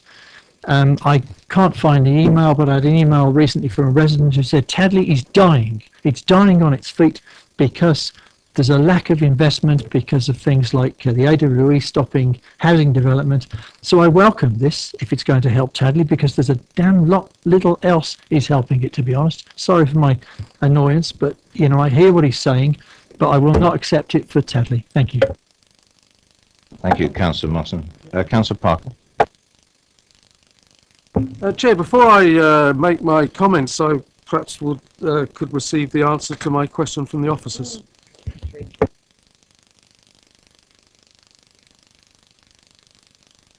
For the officers, could you repeat the question, please? Oh, sorry, I thought it was being noted by the officers. Oh, I beg your pardon. You're talking about the why the Rationale behind who's in and who's Okay, out. that's fine. It's the Chinham Lich Pit Old Basing issue. Well, I just wanted to confirm really that from a local plan point of view, Old Basing has got its own separate settlement policy boundary, and as Councillor Miller suggested, Chinham is included within the Basingstoke settlement policy boundary. But I think the point that the leader was making about Old Basing being technically quite reliant on Basingstoke for its functional need seems to be appropriate in my mind, and that certainly tallies with what the local plan suggests, other than the SPB point.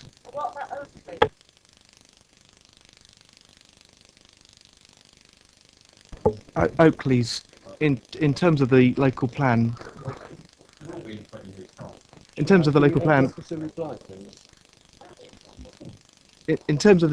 Oakley is distinct from Basingstoke. It's got its own distinct SPB with some significant gap between the two. I think the difference with Old Basing is it's very close to, albeit slightly separate from. Councillor Parker.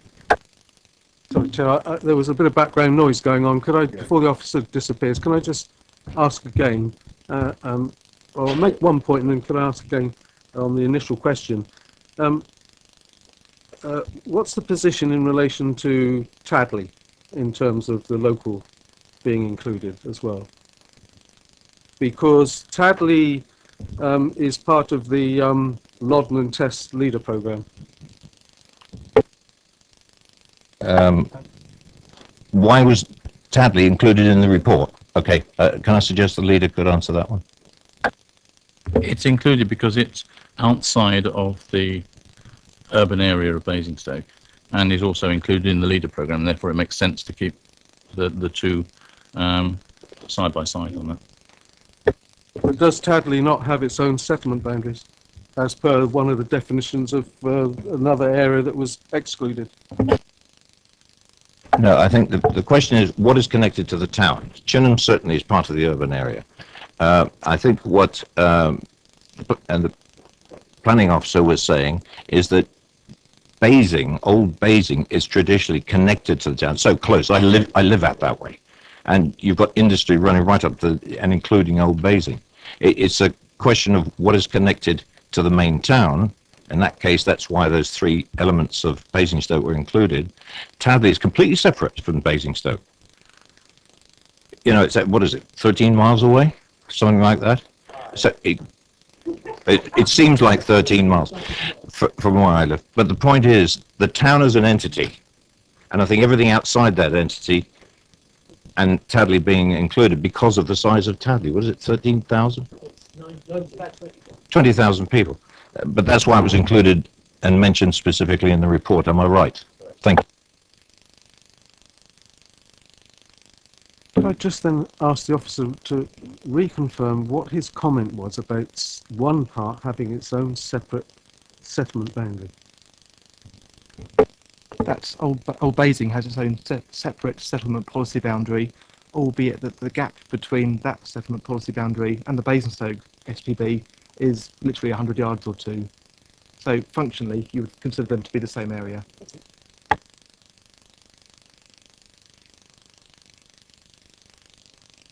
Yeah, please go ahead. Thank you, Chair.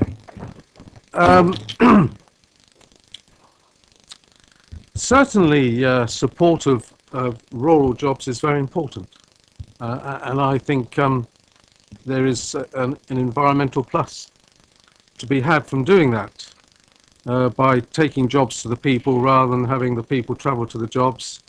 I think is a very good environmental reason to be supporting commercial activity in the rural areas. I am disappointed that we are back talking about Basingstoke Town and the rural, and the report, and the leader through his introduction of the report chooses to differentiate between the money that's being spent on Basingview, the top of the town, as though it's sort of specific for the benefit of the town. Well, of course, we know it's not. Basingview is supporting rural workers that travel into the town. Basingview is even supporting people that don't even live in the borough. And the top of the town, certainly as its shopping proposition, is there for all of the residents of the borough to enjoy. It's not specific. They don't have to provide evidence that they're town dwellers before they can benefit from the money that's being spent on the top of the town. And I think it should not be a town and a rural issue. And it's a big disappointment to me that that's the direction that this report is going in. Equally, I don't think that this is the fund that should be used, because there is established a DEFRA fund through the LAGs. It's worked in the past. If we provide our money, that means effectively businesses may be using our funds instead of making applications into the LAG areas funding from DEFRA. And its point, I think, is being made. There are businesses in the top of the town that are owned and run by people living in the rural areas, and there are businesses in the rural areas that are owned and run by people that live in the borough, in the town centre. Effectively, some of those businesses are hiring cheaper units from the farmers that and are the traffic that John's and his residents are unhappy about.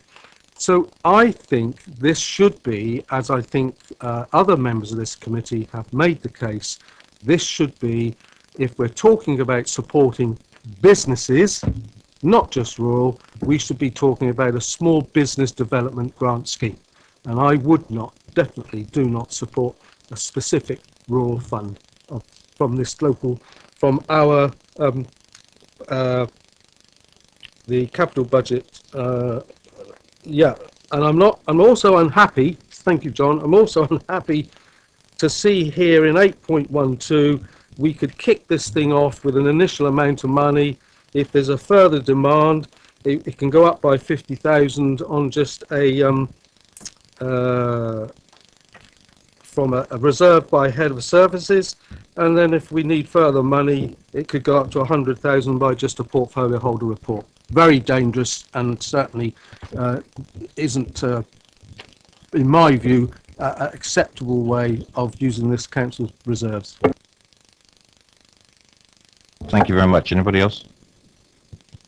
Right. Councillor Lee. I'm not going to say very much other than that if this went to council, I wouldn't be supporting it, and I want the leader to know that. In my village, we now have 4 industrial units, 2 of which have been empty for nearly 10 years, now full, must employ 200 people. I don't know a single person who lives in the village and works there. So it's a complete nonsense. People will travel where they want. Sherburn St John is full of people who work at the hospital or in doctors' practices or whatever. We just move around. You find the job. Personally, I never worked in Basingstoke in my life, or indeed in the rural area. It's a nonsense. And I'm sorry to have to say that, leader, but I wouldn't support this. Right, I'm going to try and sum this up because we've got some pretty diverse views of the committee. Can we go through some of these points?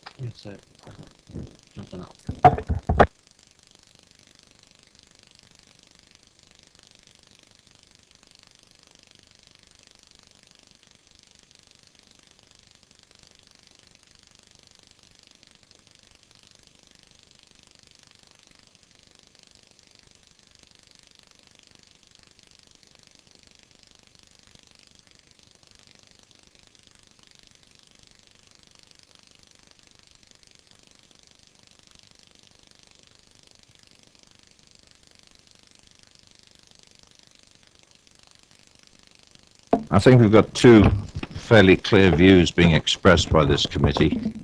Let's keep it general. First of all, it should be a borough-wide scheme, if anything at all. That was one view. And I don't think you're ever going to get away from these sort of contrasting views.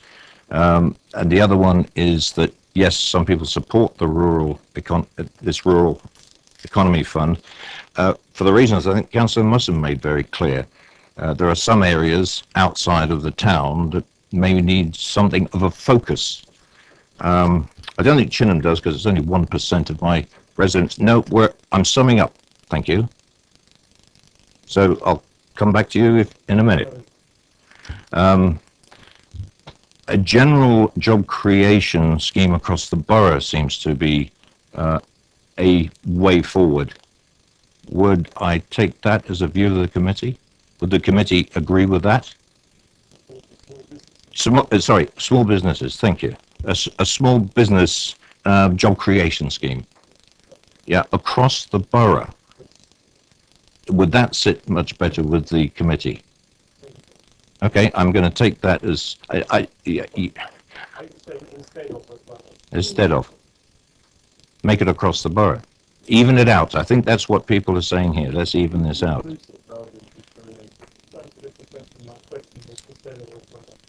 Councillor Harvey. There's two distinct things here. There's what Councillor Musson rightly raised, is it's just the economic issue specific to Whitchurch, Overton and Tadley in their context, because they are the same as you. And then there's job creation. It's the job creation. Yeah, exactly. So if we're talking about, we'd refer to it as we've called the thing in shared prosperity, others have referred it as a job. It's exactly the same thing. That's one thing. And then you capture the point that Councillor Musson and others, for example, Councillor Watts and Councillor Holt will raise the issue regarding Whitchurch, and I'm sure Ian and Paula will raise the same about Overton. I am very disappointed, and we should capture this, that Old Basing as a rural area, separate to Lichfield, Old Basing, Mapledale, Milne, all those areas are excluded. That is disgraceful. No, they're not. No, they're not excluded. Specifically in the report, it's Old Basing, Lichfield and Chinham. Then we need to say that. It is. It's said in the report.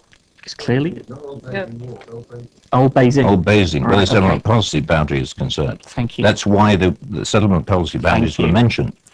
I would throw something into the mix here to try and get a balance if we can agree to a general job creation scheme, but there's certain areas, and this comes out in the mix, you may want to think about certain weighting going on to particular communities, like Tadley. You know, there are specific reasons in Tadley, we all know about them, but maybe that is a way. I'm trying to get some consensus. You know, would that be a way forward? No, the point was that it hasn't got its own opportunities because of the constrictions of AWE. This has always been, ever since I've been a councillor in this borough, that's been said time and time again by everybody and accepted by everybody. So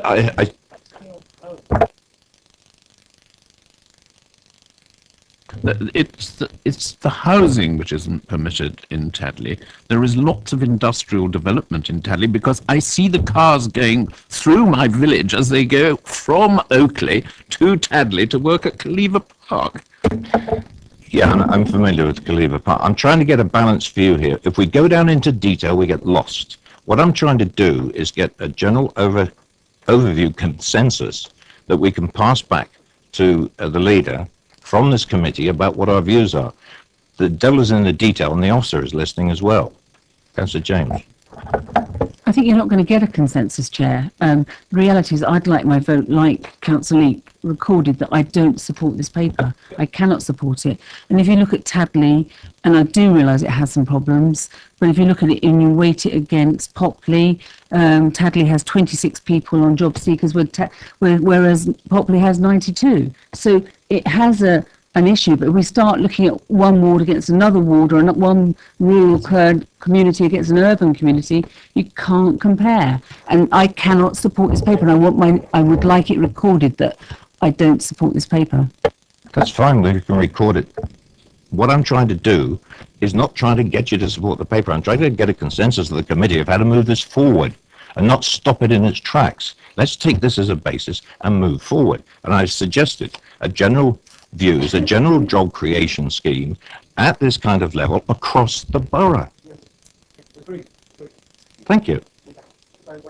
Okay, without waiting. I suggested that. Don't like it? Fine, I'll take it away. And without losing Councillor Musson's point about Tadley, which is it isn't solely job creation. He's talking about an economic issue relating to Tadley. It's a different thing. Yeah. And we need to capture those issues. If I could just, Chair, let's not forget, Tadley was excluded from the Market Towns Initiative by the County Council because it concentrated on Whitchurch and Overton. It wasn't included then. So these issues aren't new. These issues have been around for years, and Councillor Faulkner has sat there before who used to say about Tadley in exactly the same terms. So if we could capture that more than once, but the point being, we shouldn't lose that separately to what you're saying. So is the committee content with that we record that's the view of the committee? Councillor Parker. I really would like it also recorded that there are other funds. Yes, that's included in the paper.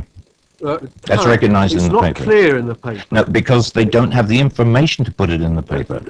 It's premature, exactly. Thank you very much. But it's not in the sense of an amount is, but it's established that there is a fund, and that is a particularly strong reason why I will not support this the paper in its format, is because there are other funds that can be called on.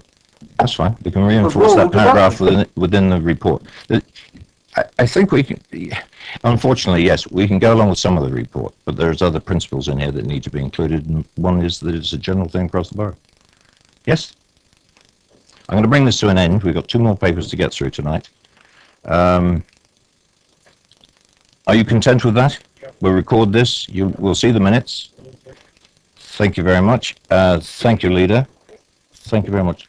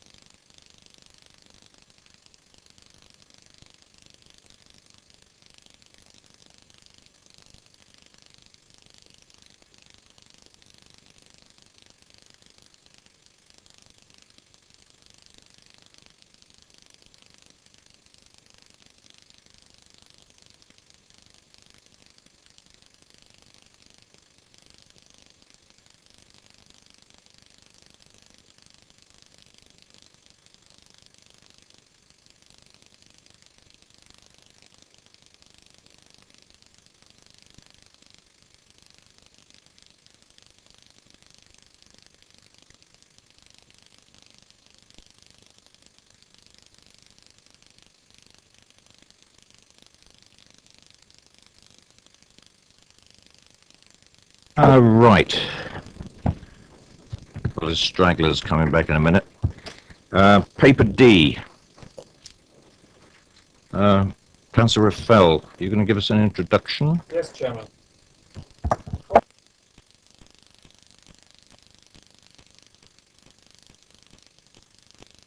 Before I begin, can I introduce the officer team? It gives me great pleasure to introduce to you Adam Dodson, who's taken over as the planning policy manager temporarily after Andrew Hunter has left.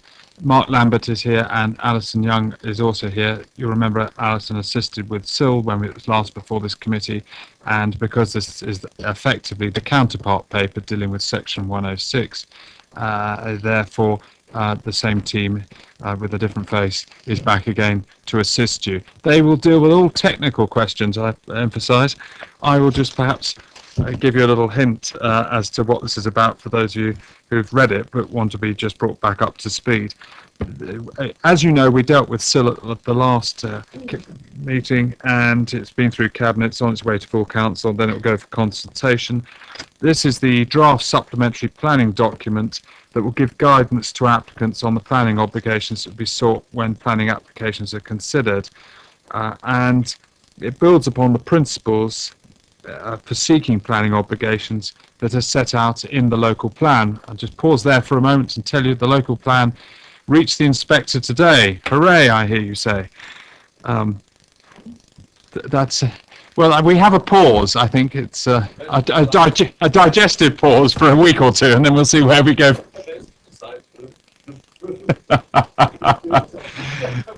So there we are, and that's where we are on the local plan. And when the plan is adopted, I say forthfully and robustly, this supplementary planning document would replace existing guidance on planning obligations. You should look at this document alongside the Regulation 123 list, and it sets out the likely scope and scale of planning obligations that are applicable to different types of development. It identifies topic areas where planning obligations may be applicable and outlines the borough's council's general approach to securing them. In particular, you might find that in the paper on page 49 of 144, there's a very useful table, table 3, that sets out where SIL applies and where section 106 applies. So what I want to do is just hear your comments, and then I'll take them away, and we'll make the necessary adjustments in the light of what you said, if appropriate. We're going to get the officers to present the paper. Well, I'll let Mark have his say first. In fact, Councillor Raffel stolen a fair bit of my thunder, but I've got a few extra bits to add. That's just to say next steps moving on from here. As you recall, the committee looked at SIL last month, and that's now going forward to consultation in November, December, subject to Cabinet agreement. After the committee have looked at the SPD this evening, the draft SPD, that will also be going forward for consultation in November, December, alongside the draft SIL work that we've already looked at. The recommendations there on the screen behind the chair. Really, it's to provide comments to Councillor Raffel, and it's probably important to note at this stage that it is only a draft document, and there is the opportunity to provide comments through the consultation process during November, December. So, really welcome your views. And Councillor Leake will kick off the questions to officers. Thank you, Chairman. My question is really based on ignorance, and what I'm wishing to do is to seek clarification on what I would probably regard as a parochial issue, and therefore people on that side can probably just switch off for a bit. But in my ward, and I suspect some of the other more rural wards, like the portfolio holders, we do see a vast number of small properties being acquired, knocked down and made into more substantial properties, very much more substantial properties.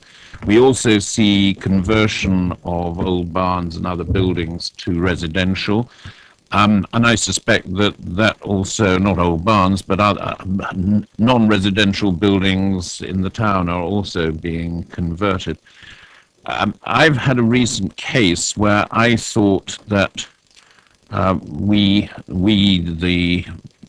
parish might be able to receive some contribution to local community facilities, which are not in great shape. We have a World War I Nissen hut as our village hall. We have a play area where, frankly, most of it is about to be condemned. But so I was a little surprised when I was advised by an officer recently that no contribution would be payable when a small farmhouse was to be knocked down and replaced with an 8-bedroomed house with courtyard, stables, underground swimming pool, and various other things. And I was a little surprised. So what I'm really trying to do is to find clarification as to where we draw the line as to what is new and what is not. And frankly, if those sort of properties or those conversions are not subject to some either Section 106 payment or SIL, or call it what we want, I would like the portfolio holder to investigate whether that would be possible on the basis of some tariff, so that some contributions were going to local community facilities. I mean, if a 3 or 4 bedroom house becomes an 8-bedroom house, whatever we all think, there is likely to be a much greater demand on the usage of the village hall, of the cricket field, or of the play area, or whatever, because even those who can afford 8-bedroomed houses still tend to like to use local facilities. So I want to seek clarification.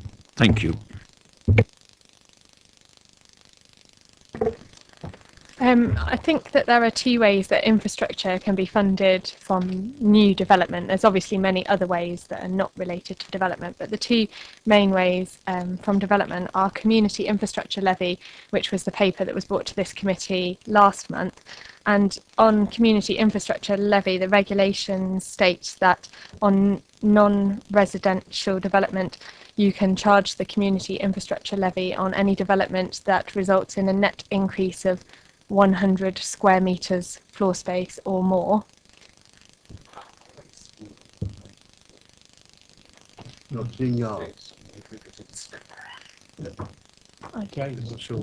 I'm afraid I don't know. It's 100 square metres. I'd have to.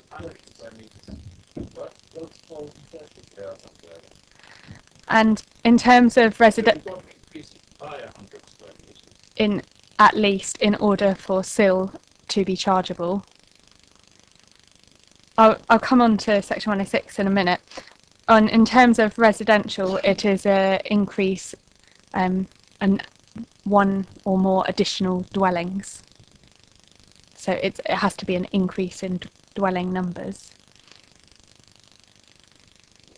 And so that's for SIL, and SIL is a flat rate tariff, or well, we are proposing a number of slightly different rates, as was put to the committee last month, but it's just a tariff on those developments according to the amount of floor space in them. Section 106 is different and is the mechanism that is currently being used in the borough for securing infrastructure.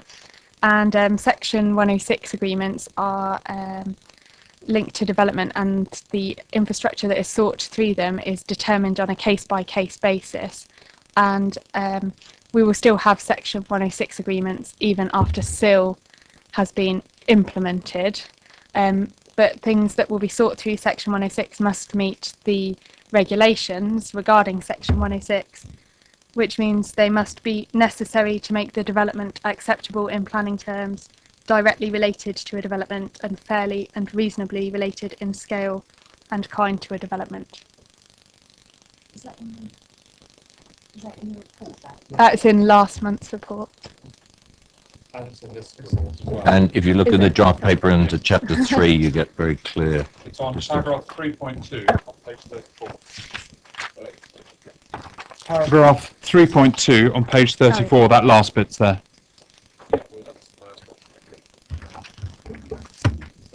Can I ask you for, oh, it's very helpful. So you're really saying that if a house is knocked down and one twice as large, possibly larger, plus all the extra facilities, in this particular case, a courtyard, stables, underground swimming pool, all those things wouldn't necessarily mean we could, or we could ask for that Section 106 contribution. Is that what you're saying? A Section 106 contribution could be asked for if it met those 3 criteria that I just said. So if you could demonstrate that the impact of that development required the infrastructure to make it acceptable in planning terms, and what you were asking for was directly related to the development. With regards to sill, the only way that you could ask for sill is if that development was greater than 100 square metres above the original dwelling size that is being replaced. I've asked the question. I hope the portfolio holder has heard me, because I'm sure it's an issue in his ward and some other of the rural wards. And I hope somebody could advise, because not at this meeting. Oh, sorry, you're going to. It's just really to say that the way that we're applying SIL and 106 locally is governed by national regulations, so we can't really vary from those, despite members' wishes to do so, perhaps.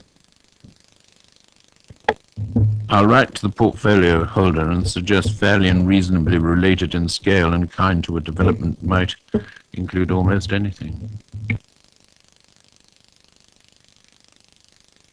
That's the type of requirement you might seek for a 106, be it a financial contribution or a physical contribution. It's the point Alison made, it's to make that development acceptable. To us or to the developer?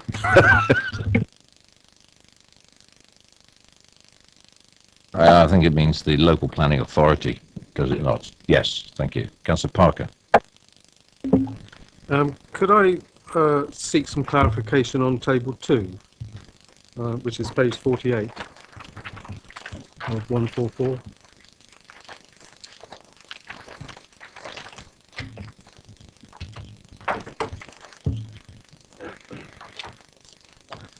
I know I asked this question at the last meeting, and I know we've now got the clarification of definition of a budget hotel. What I can't understand is that this is a contribution to some of the sort of provision of infrastructure and the disruption to a community. Why we aren't applying a levy to larger hotels? It comes back each time when we're talking about SIL to the viability of the scheme involved, and the viability assessment that we've had undertaken indicates that there isn't sufficient viability in order for us to extract SIL from that development.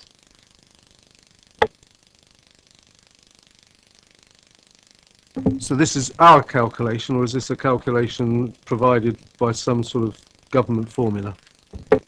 This is the advice of our consultants to us.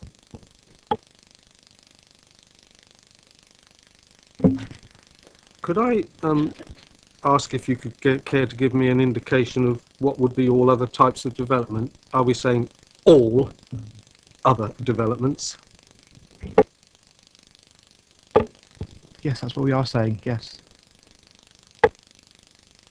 So we wouldn't consider then a cinema or a leisure facility or a sports stadium as being qualifying for a application contribution? That's correct. That's interesting. For my own interest, if you can't apply SIL, could you then approach it from the S106 end?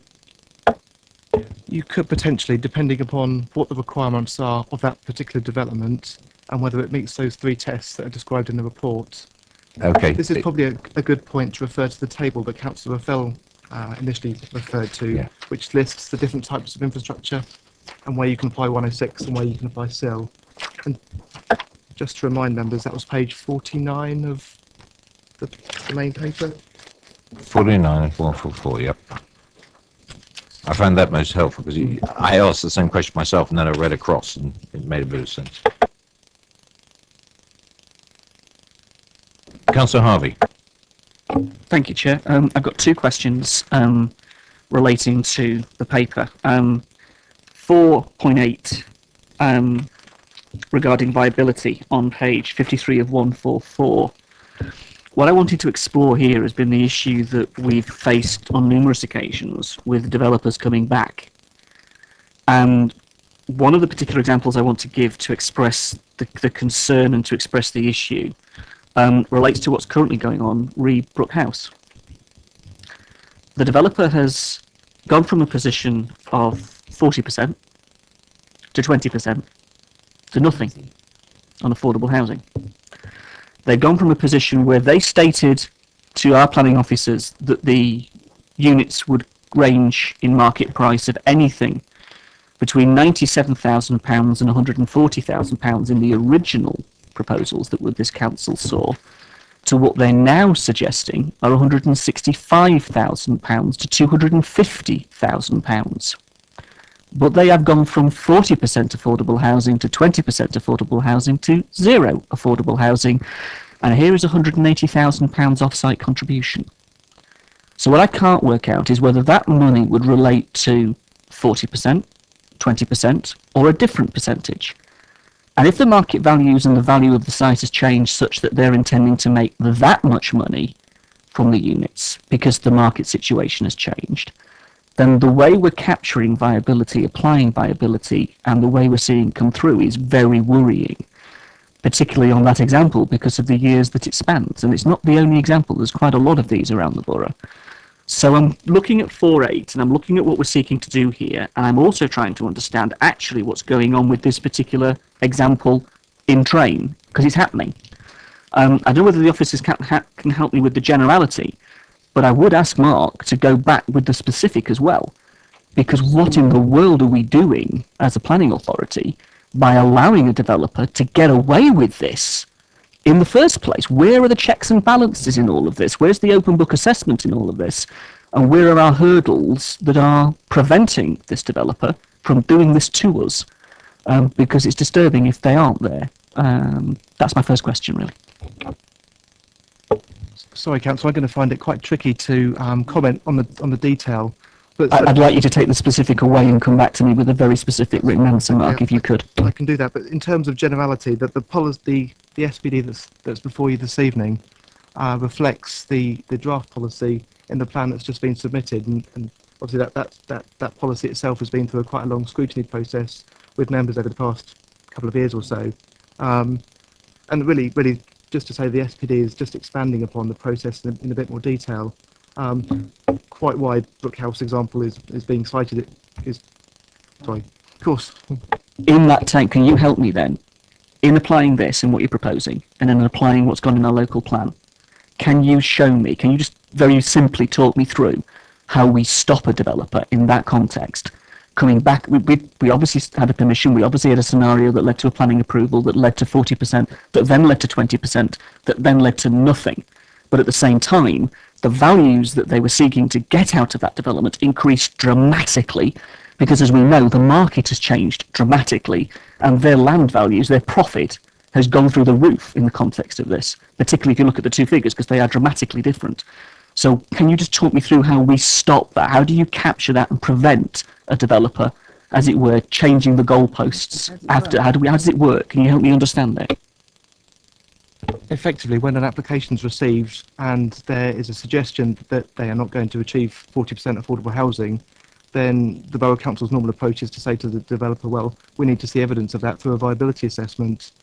They will generally submit that to us, and at which point we will generally seek advice from an outside party to confirm whether that viability assessment is sound or not. Or they're trying to escape from their requirement. So obviously it was right because they were talking about those values in the planning application to begin with, the £97,000 to £140,000 range. But now, years after, when they're actually seeking to deliver, we're talking about a radically different level of that. That's obviously utterly inaccurate. So where have we captured it? Where have we dealt with that change over the years if they've not come back to us in any way, shape or form to seek approval for changing what they got permission for? I'm struggling to comment on that because I assume that the application hasn't been fully granted because it's always subject to 106. And I assume because they haven't wrapped up the 106 agreement yet, then that is the way they've managed to take that approach. So maybe one of the things we could put in here, which would be relevant, I think, which would be very useful, is that it should be referred back to DC. That where these are sought, it would be very healthy for us to have them referred to DC so that members get an oversight of them. Thank you, Matt. That helps. That does actually help a lot, actually. I do appreciate what you're saying in terms of the 106. I do understand. But then we need a capture mechanism, don't we? And I think that should be DC because that helps the portfolio holder on the policy side, but it helps us on the the quasi-legal side, the regulatory side. Yeah, I've made a note of that. Thank you.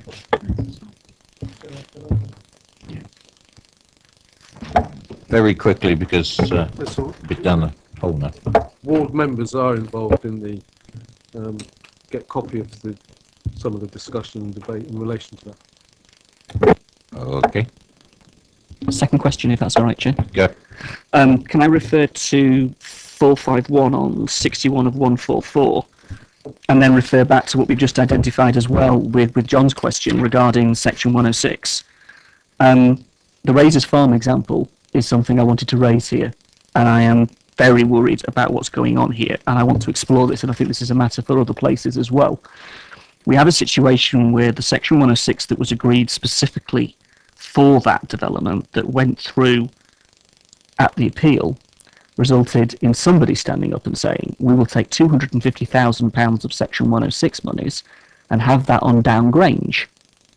Not related at all to Razors Farm. But if it had to be related to the development, how can we have a section 106 that relates to a development of something that has nothing to do with Razors Farm, but is a 14-mile round trip from the development? It's really trying to understand here, why did that happen? Where's the policy permission for that officer to stand in the middle of the appeal and give that? If what you're saying is the rules are the rules are the rules, where would we see this applied here? I'm trying to understand it, particularly in the context of what you're proposing here as the supplementary planning document. And that relates to 3.2, obviously, in terms of the conversation you had earlier, whether section 106 has to directly relate to the development. Again, I'm going to struggle on the detail of a particular case, but it would be my view, without having spoken to the officer, that that's probably linked to the facilities that can be provided at Down Grange, where they tend to be more strategic in nature than local facilities you might find in the Chinham area. Obviously, that's off the top of my head without having spoken to the sports officer. Bearing in mind John's question and bearing in mind other points, then that raises a direct contradictory issue. Because if that is the case, then it isn't related, as the NPPF says and the NPPG give us, that it has to be directly related to a development. Therefore, that leaves us legally open to challenge by the developer. But we have negotiated a Section 106 agreement in that example, for £250,000 of that to go halfway across the town to a facility that isn't. And the point to raise is this paragraph 3.2. An otherwise unacceptable development is made acceptable.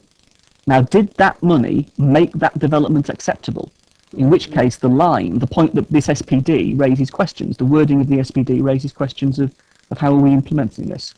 I would like a specific answer, Mark. I think that's important regarding Razors Farm, because that example, who did it? Why was it done? And in the context of what you're saying, I don't believe it can be justified. That raises a real scrutiny question. My only comment from that was Razors Farm was taken away from us. It went to the Secretary of State. And as far as I'm aware, the S106 was decided at that level. I'm speaking very slowly now. But asked at inspection, Chair, it was asked, and it was us as an authority that said we would spend the 250 grand, I understand, on that particular option. So that's us setting this. Now that to me that's the point of the SPD, that's why I'm asking the question. Because obviously if it is making an unacceptable development, which it was to us, acceptable in the eyes of the inspector because we then agreed that we could spend 250 grand on Down Grange, that raises a serious issue. Because it doesn't benefit the residents of Razors Farm, and it doesn't benefit your residents in Chinham either. It's a total disbenefit to them because they'd have to go 14-mile round trip to use the facilities. I think we're getting into a particular case, into a lot of detail, and Mark has said that he will go away, find out what happened. But it raises interesting points about the Yes, implementation I know of with this. the content of the SPD, and that has been taken on board, certainly by Mark and the portfolio holder, and we made a note of it here, okay? Absolutely. They can start with me. Councillor Harvey, is that it? Councillor Watts. Chair, page 53 of 144, 4.6, it says, in some cases, 5 or more dwellings, exceptional circumstances, cash may be given, and it says to look at 5.10 of the local plan. I haven't got the local plan. Could you just tell me what exceptional circumstances is?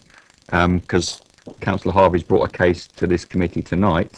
I'm aware of a couple more cases within the borough where developers have actually given cash sums not to have affordable homes on that particular site. What is coming the exceptional? Is it now coming the norm of this policy of this council to take cash instead of fulfilling its duty on affordable homes? Really, some of the examples of exceptional circumstances are set out in 4.6 of the report of the document, page 53. So there are some examples there. It's not the norm to accept off-site contributions. We would generally seek to have on-site provision. Going to specifics, I mean, Councillor Harvey's mentioned one tonight. There's another one not so far away, just down the road here, where the council got a substantial amount of money, £700,000 for granting planning permission for not having affordable homes, and there's numerous other ones across the borough. What is this exception coming now? I mean, we have a commitment for 40% affordable homes on our land, and it seems to be developers are getting out of it by giving us cash, and I don't think it's acceptable. Chair, the last development mentioned was also inspectorate decision. Yes, in my ward, and also was an inspectorate decision due to a lack of a local plan, of course, we all realise, and whose fault that was. We're not approaching blames anybody here tonight. I am interested in the subject being brought up. I don't know if you've watched the news on what's been happening in South today across West Sussex, Surrey, South Hampshire. It's happening but for the developers onto councils all along the southern part of this country. So we're not alone in this at all. But developers are imposing this on councils left and right at the moment. There was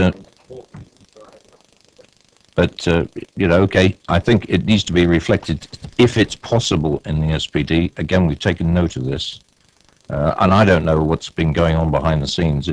We're a policy committee, we're not the DC. And we've got the wrong officers here. I'm not saying that the wrong officers, but there's outside of their remit to have intimate knowledge of it. But we've asked them to investigate it, and it will be circulated to members of this committee. To all members.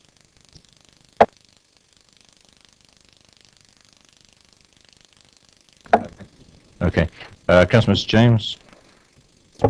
Just on page 54, 4.11, the council will seek a 10-year split of 70% rented housing. Should that not make reference to the split between social and affordable, or how that is going to be made up? That merely reflects what's in the local plan and the approach taken there. It's been kept flexible so that we can take advantage of social rented opportunities as and when they arise.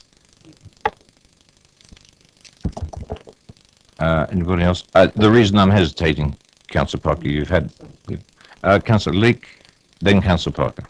I just wanted to comment on para 4.59 under cultural infrastructure, which says that the NPPF and the Borough Council both recognise the role that cultural infrastructure in the public realm, such as public art, can play in improving the quality of the environment. I have to say, most of the public art that I have seen is probably as useful and attractive as a solar panel farm.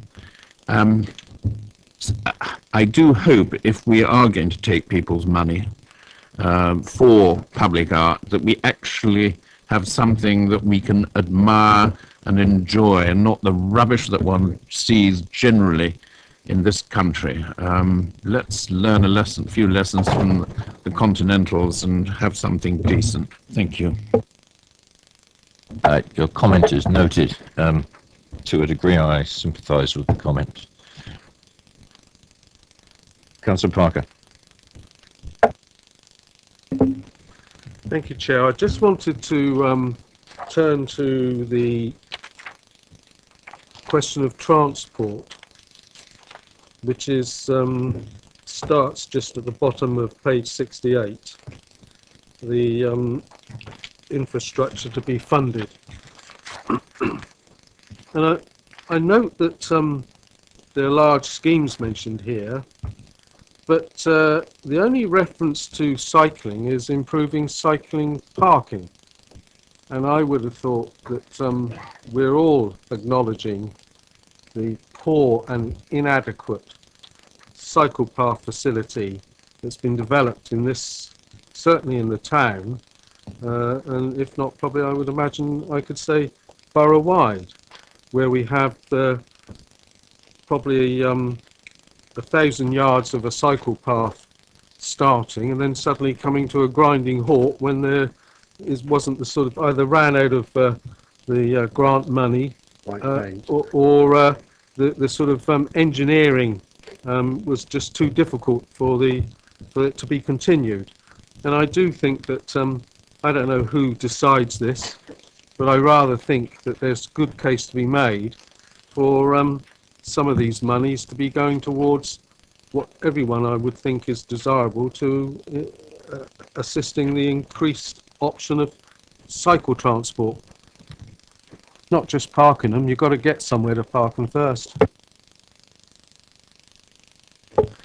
Thank you, Chair. Just to say that there are opportunities to secure cycling facilities through 106 agreements where it's linked to a particular development. Cycling doesn't appear on the Regulation 123 list, and that's something that's already been through the committee and has been endorsed by Cabinet. So at this stage, it's difficult to add additional things to that. I was going to help you, Councillor Parker, because I still want it recorded as maybe an omission in the comments that we're going to send to the portfolio holder. Thank you for that, Chair. Can I then just also refer to Appendix 2, which is the Affordable Housing Commuted Sum methodology. I'm sure that officers are happy with the comment to be prepared post-consultation.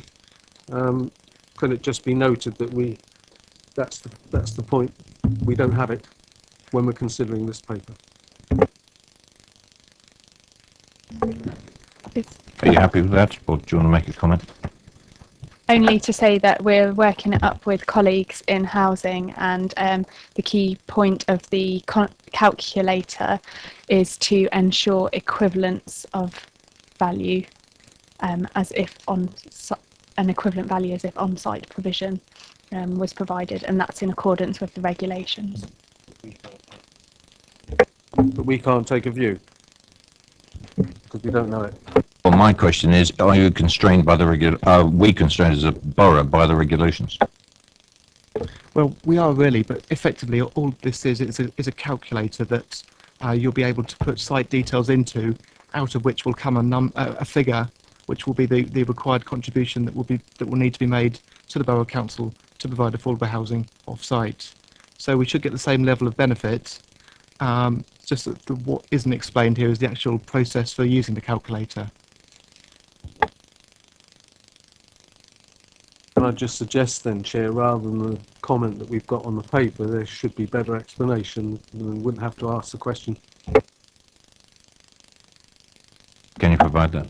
Okay. That will be provided and again circulated. Councillor Harvey. Thank you, Chair. On 53 of 144, you've got paragraph 46. I'm trying to understand this in the context of the rural housing study and the rural housing need, just as an example. Because, again, I'm trying to marry up the implementation of this if we adopt this and how it would only be interpreted. You've got the third bullet point there that talks about, closer to local facilities. You've got the first bullet point about it being impracticable, and then the off-site contribution point. What we've identified, I think, in our rural housing study is a significant rural need. And what I'm trying to understand is how we take what would be a very significant need identified in a piece of evidence that supports the local plan. For example, 289 units over 5 years, which is in the study, set against the exclusion or the exceptions policy set against this, and how you would defend the position, because I don't, again, I'm trying to understand how it would be implemented. Because if we're saying that financial contributions for off-site are okay, in some rural areas, just as colleagues have said, if you take a site, that rural affordable housing in some of those villages is absolutely critical. And it shouldn't be off-site. It should be provided as part of what is brought forward. So what I wouldn't want to see would be a developer getting out of, through these clauses, in a rural area, when we've identified in our housing needs, which is part of our evidential base that's going to go to the front of the EIP, that we have got a significant rural need. If you see what I'm trying to understand. I think the point to remember is that this relates to the emerging local plan that's just been submitted. So it's a policy that members have already had the opportunity to scrutinise and add to.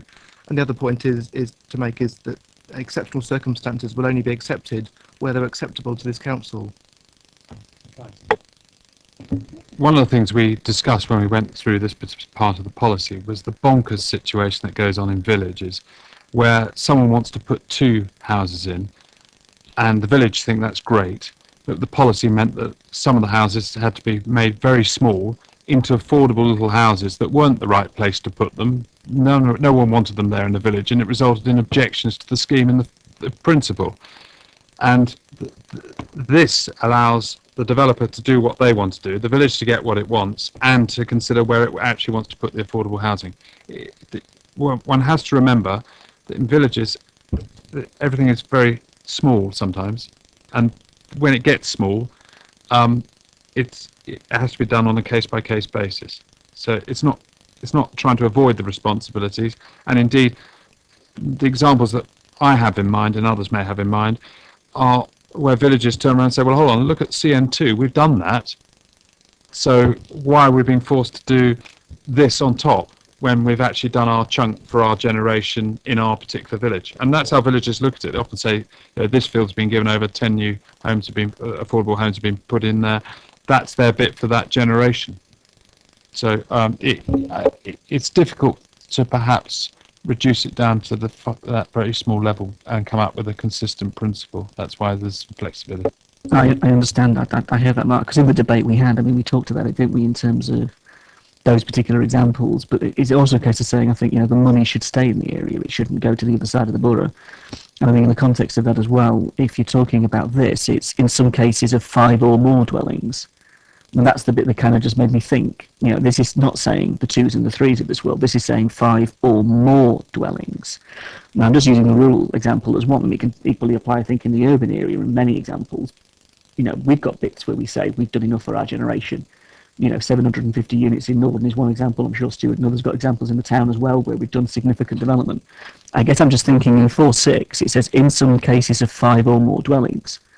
So if we get a reasonably sized development in a rural area that comes forward and uses this as the get out of jail card, then we're not delivering against our rural housing need that we've identified that is as equal to the rest, but nonetheless quite acute. That's the second question. Can I go to 69 of 144? It's the tables at the back relating to the 1, 2, 3 list. What I picked up on here was the school, again, into schools, which would be interesting. And seeing that come forward from DC, I think is going to be important for considering, because I know the chair's talking about that. We raised this with Lily in terms of catchments and where 106 monies get spent. Here, obviously, we've got a list of sites that are, I'm guessing, going to be reliant on Section 106 to determine where the schooling or what the schooling is. And that's quite a lot of units. I'm looking at the golf course, east of Basingstoke, Upper Cufford Farm, as required. Have I read that right, that we're talking about all of those sites would be subject to 106 on their education contributions? Yes, education would be provided through 106, and the intention as set out in the policies in the local plan is that those schools would be provided on those sites. So when we had the Kiln Farm development, which I've declared my interest in earlier on in the meeting, the point I come across was, here's a school that's a piece of land given over to having the school, but there's no requirement to provide the school. Here's the land. It might get provided 10 or 20 years down the line, but in the Section 106 agreement, we're capturing it for the land, yes, for the money, yes, that goes to the Education Authority, but there's no provision through 106, is there, to actually secure the delivery of the school. It's only a provision if the county choose and want it. So whereas SIL, we're talking about strategic planning and all the rest of it, with the 106, some of these major sites could come forward. Yes, we secure it under a heads of legal terms, but it doesn't mean we are actually going to see a primary school built on those sites, does it? We may see the land, but as other developers do, they could come back in a few years and say, you don't need it, I'm going to build another 100 houses. Generally, you'd find in a Section 106 agreement there would be triggers to say when things need to be provided. Obviously, we do need to work in partnership with the Education Authority, Hampshire County Council, to make sure that those facilities are provided at the appropriate time. Clearly, the Education Authority will want to make sure that the school is provided when it's required, and they will be taken into account when they do that. Catchment areas, how many children are in the local area, and so on. So that they need to take all these factors into consideration when they actually make provision for the school. So we wind up with the madness that we have a 500 unit development on the Eli Lilly site, which catchment is Winkleberry. It's over £2 million of Section 106 monies that will be accumulated by that development, but our ward, which is bearing the actual development, which most of the kids are going to go up the road to Oak Ridge if they can get in, won't see the benefit of. That's why I'm just raising it, because if we're going to do these exclusions, they've got to work. And if, as primary school, as far as the county is concerned, can be extended, for example, in Popley, let's extend the school. Let's not build a new one. We'll have the developer come back for another 100 units later on, because obviously it's being delivered in a different way. It isn't captured good enough, I think, in an SPD, those issues, simply to say we will just exclude those major sites, particularly when you're saying over 1,000 units, for example, on the golf course site.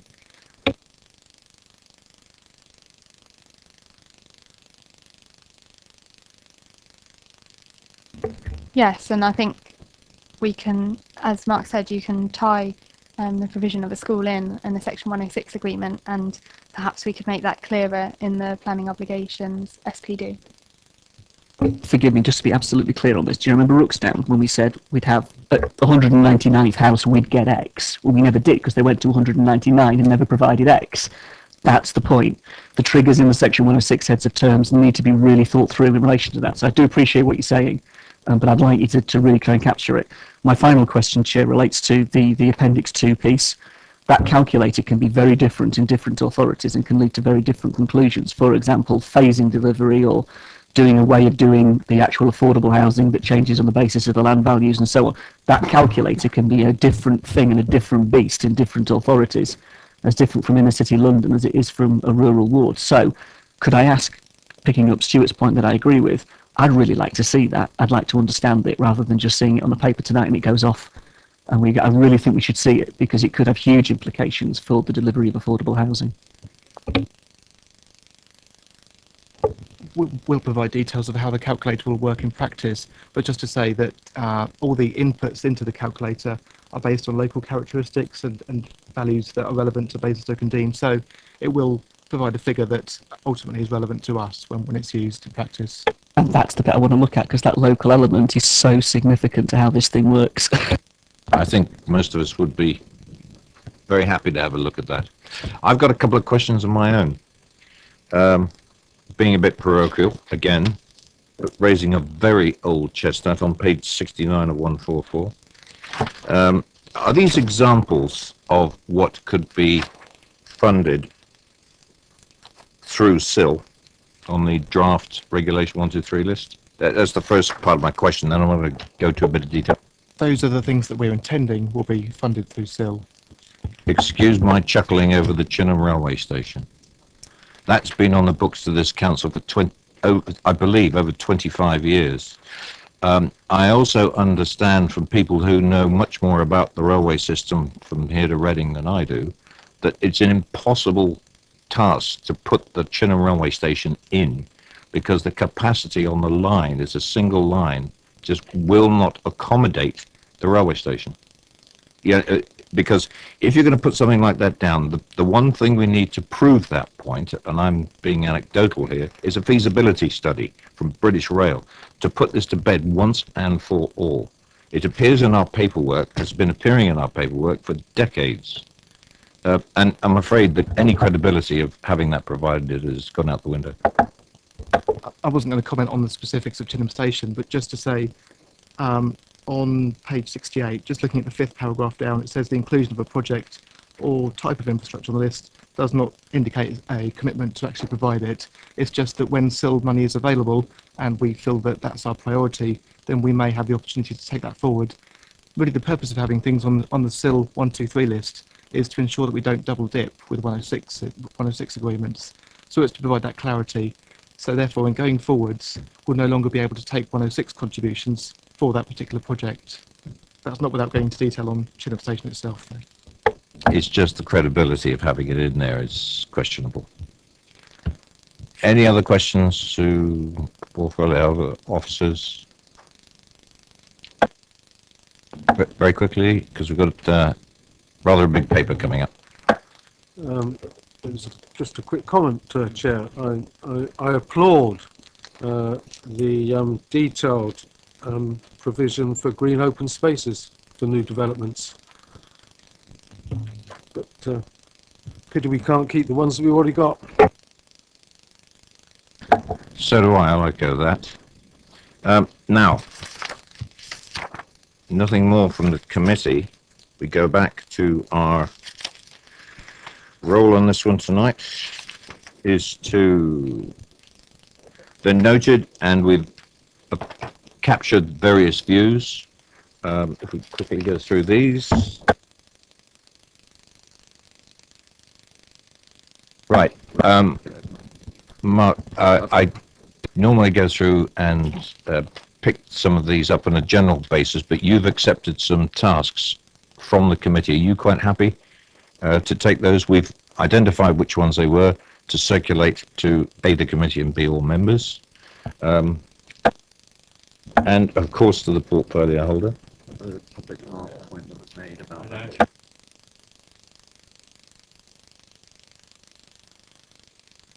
Oh, I'm talking about things like the calculator that's been provided by the officers. And you got something else, Councillor Harvey? I was going to say, will it be coming? Can we get sight of it again before it goes through cabinet?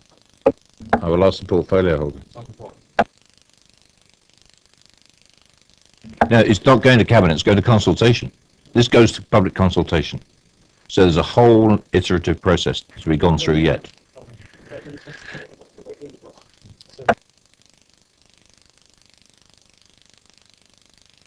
Yeah, we've captured the cycling comment, and I think, would most people go along with the cycling comment? Yes, I would. You know, I like to get out there. You're going to cycle in from Tadley?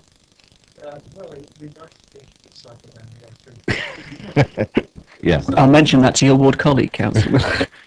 Please do. Right, I think we've captured everything there. Thank you very much for that, officers. Baptism of fire for you. Not really. This is a good one. And sorry to delay the housing paper, but we'll get through it as fast as we can.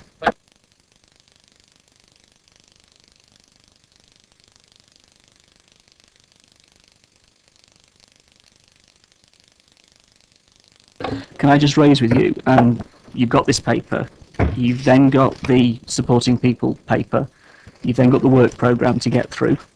Sorry, I haven't got a supporting people paper. I've got a briefing from the portfolio. Yeah, that's going to be another item to go through. Plus, you've got the work agenda as well. That's on the back right. of that. And we're going to have to get through it. Doing this agenda justice this evening at 9:30, 3 hours at it. This is such a huge paper. Well, you think it's huge. It is huge. We'll have to get through it. If we've got work to do on it, we can do it offline. But what I'm going to suggest... Well, I'm sorry, Councillor Woolridge.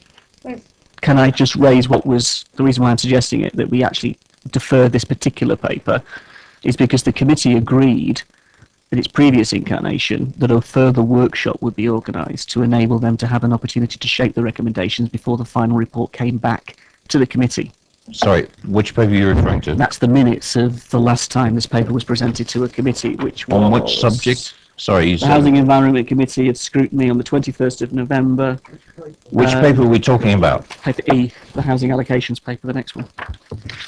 So I'm saying that in the minutes of the last meeting where this paper was presented, there would be agreed a workshop. That's never taken place. Can we get the officers and the portfolio holder to come to the table? And yeah, I know what the time is.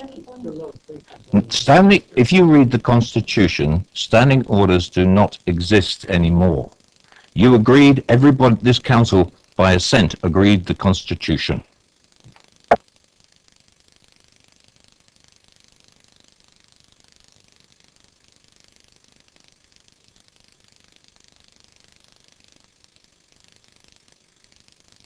Chairs of committees endeavour to finish by 9:30, but if we've got work to do, we have to crack on.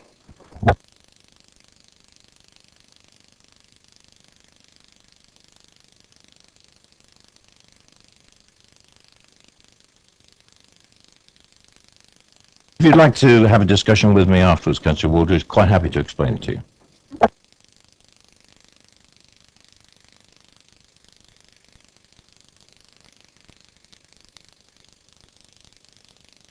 Right, paper E, review the allocations policy and a quick introduction and then to the officers by the portfolio holder.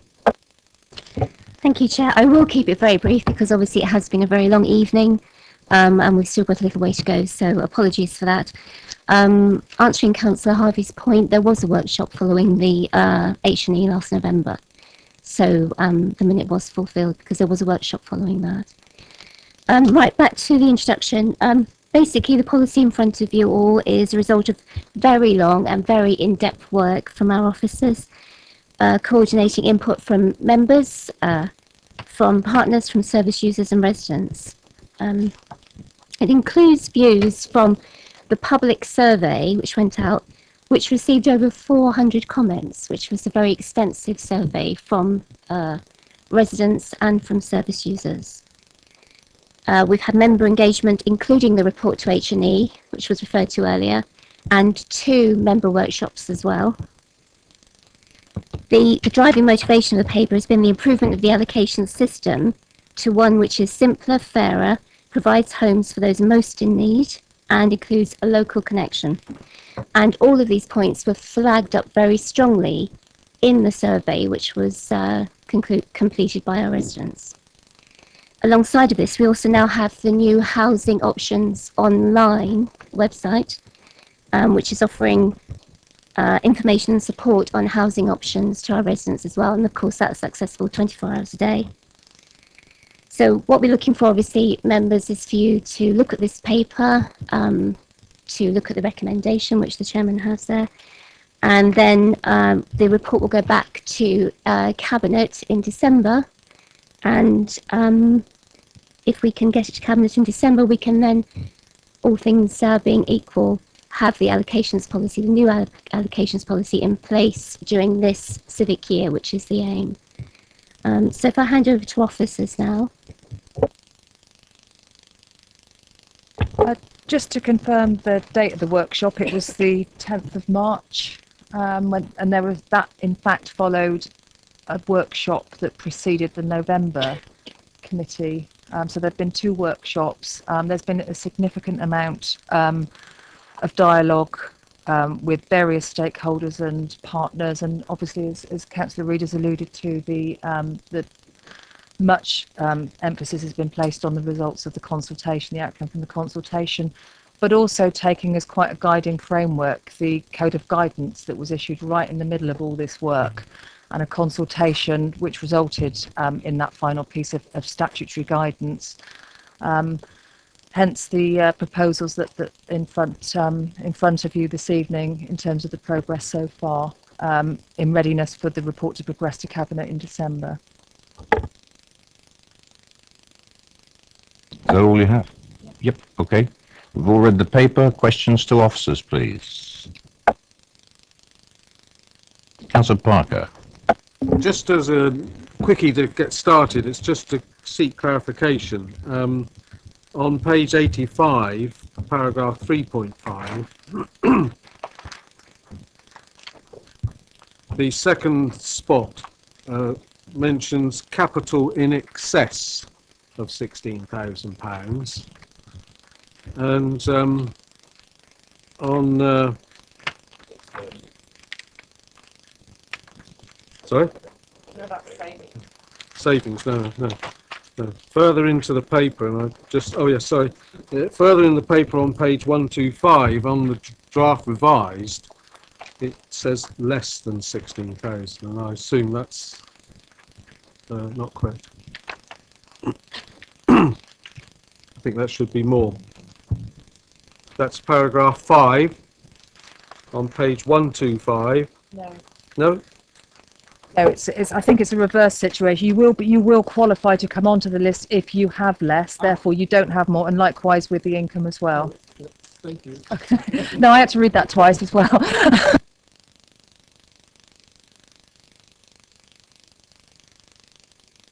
Councillor Ward. Oh, absolutely, Councillor Woodridge.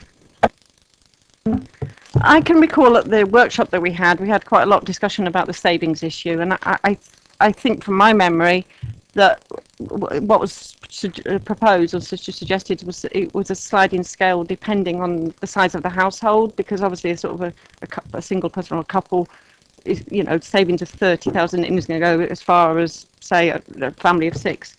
I just wondered why that wasn't incorporated into this final paper.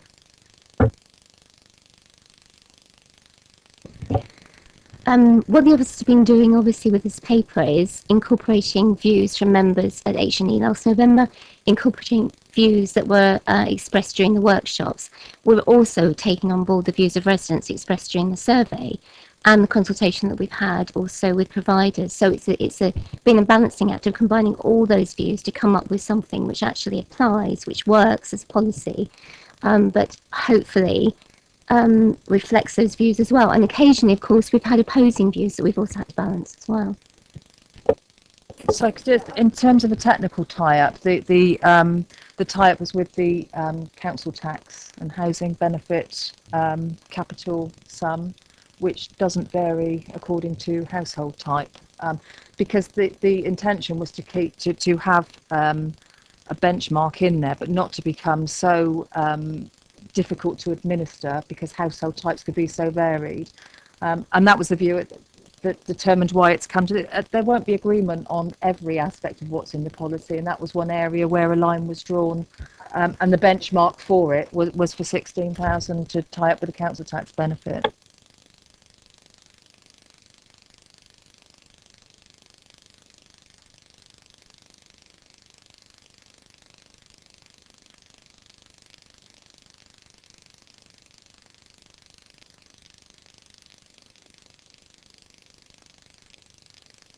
Councillor Watts.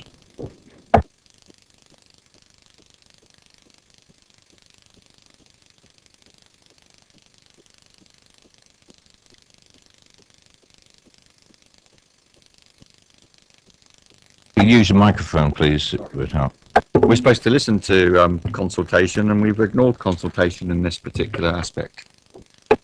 Well, there were a whole range, given the sequence of how the review panned out, there was consultation, review, back to committee and what have you. And when the sequence has been followed through, there may have been a suggestion that went out in the consultation for a certain amount, that when views of other members, because as Councillor Reader said, views were polarised across the spectrum.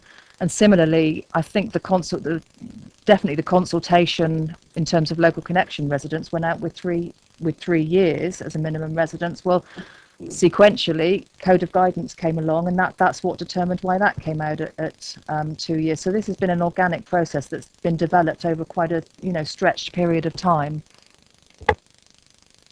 Yeah, we're going to have 5 people answering questions. We're going to be here all night.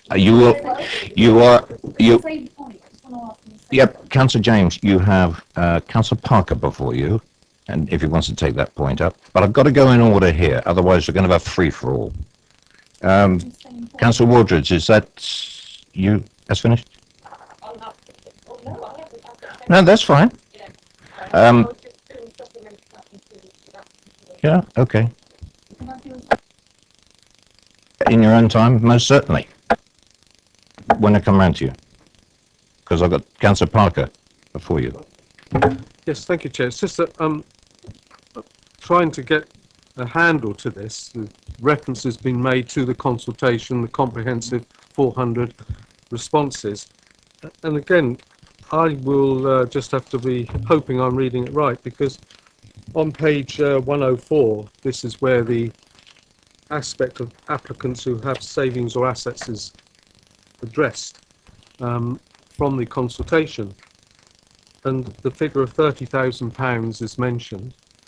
And the response was, this is for household register of savings, and agree with the idea was 76%. And for the figure of 30,000 is about right, 62%. So I think the figures are suggesting that there was support for a higher figure, not the 16,000 that appears in the draft. The figures are there on the paper. I'll throw that one back at officers. I can't answer. I don't think there's anything else I can say, that this has been a sequential process where, views have been sought through consultation and views also taken on board at workshops, which have been quite polarised. So there may well be differences, and we can note the dissatisfaction from some parts in relation to that comment and go back to look at that. Yes, I'd like that, Chair. Thank you. Councillor Mr. James. I was going to make the same point there that Councillor Parker did, but I also would like to know how many people will be removed from the register as a result of that savings change. And I also want to make the point that if we do go out to consultation and we ask the residents on the register, what it says is we are considering excluding these people from the housing register. We asked respondents if they agreed with the idea, if they thought 30k was about right. And Stuart's given you the figures. And so they was responding to that. How many of those people will be coming off of the register as a result of that change? 28 out of almost 8,000 on the register at the moment. But I think it's important to note that those 28 people... This is a question, Councillor? Yes, Councillor? and I think it's important to note that those 28 people could have responded to this questionnaire. We asked them one question and we therefore changed the goalpost. I'm just concerned that you're asking them something, and when we get a response, we do something different. Shouldn't we go back out for consultation again to say, are you happy with that change? Officers wouldn't recommend a further exercise of consultation on this. You can consultation these kind of things to death. You've got to reach a point where you draw the line, you put it in the policy, and we move forward. Councillor Leake. Thank you, Chairman. I have to say this is not one of my specialist subjects, but and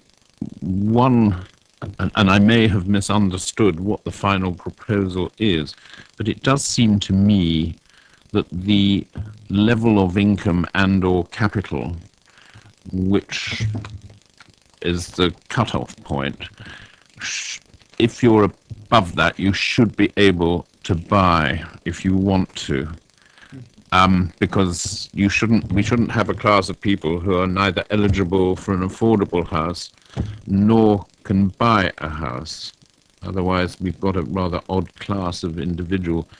And it's probably my misunderstanding, but I would like to see something that made sure that you were eligible one way or the other, so that the number should be the sort of figure that a building society stroke bank would be looking for to provide a mortgage, assuming mortgages were available. And I don't know what the answer to that is, but I just feel that to take the general public's view through a survey isn't actually a very scientific way of doing it. We really need to consult banks and building societies to say what is the level for a particular sized house. Sorry. The figures in relation to the income threshold, and we can give a detailed written response to all committee members, correlates directly back to the work that was done on affordability by Di Bromley, and that's where the 50,000 has come from in terms of being able to buy a suitable 1 or 2 bed property in the borough. So there is a rationale link back to that.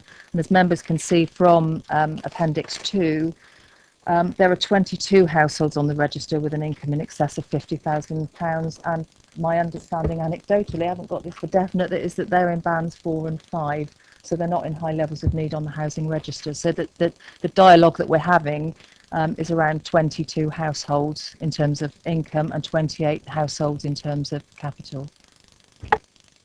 Because I suspect that at 50,000 you could actually rent something in the private sector anyway, but I'm afraid I don't know what the numbers are, but it just seems to be just asking the general public isn't a very scientific way of doing it. We need to consult people who really understand the issues.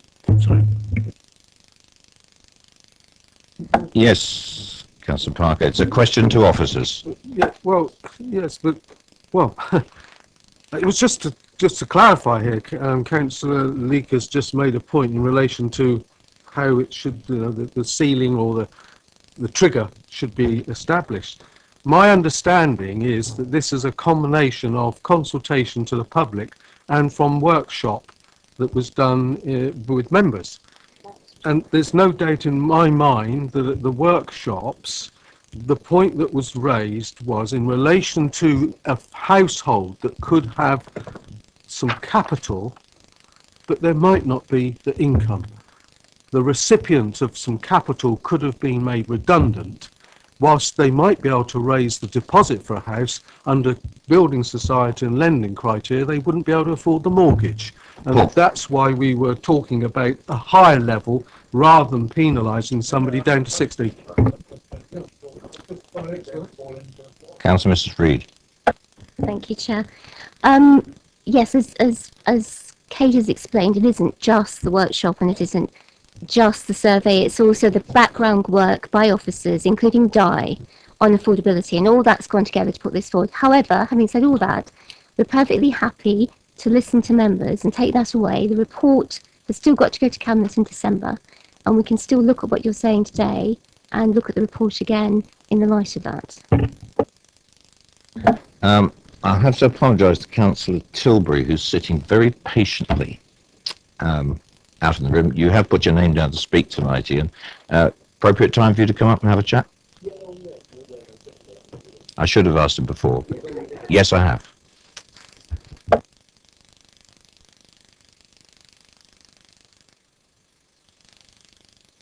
As they say in Mastermind, you have 4 minutes.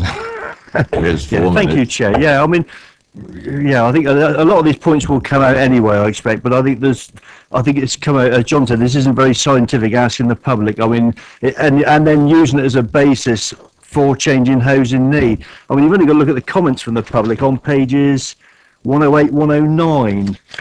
I mean, it gives you an idea of how informed some of them are, you know. I mean, on page 109, it says, if they are working, why do they need social housing? Surely they can pay their own rent. Well, clearly, if you make a comment like that, you really haven't got the slightest grasp of the situation.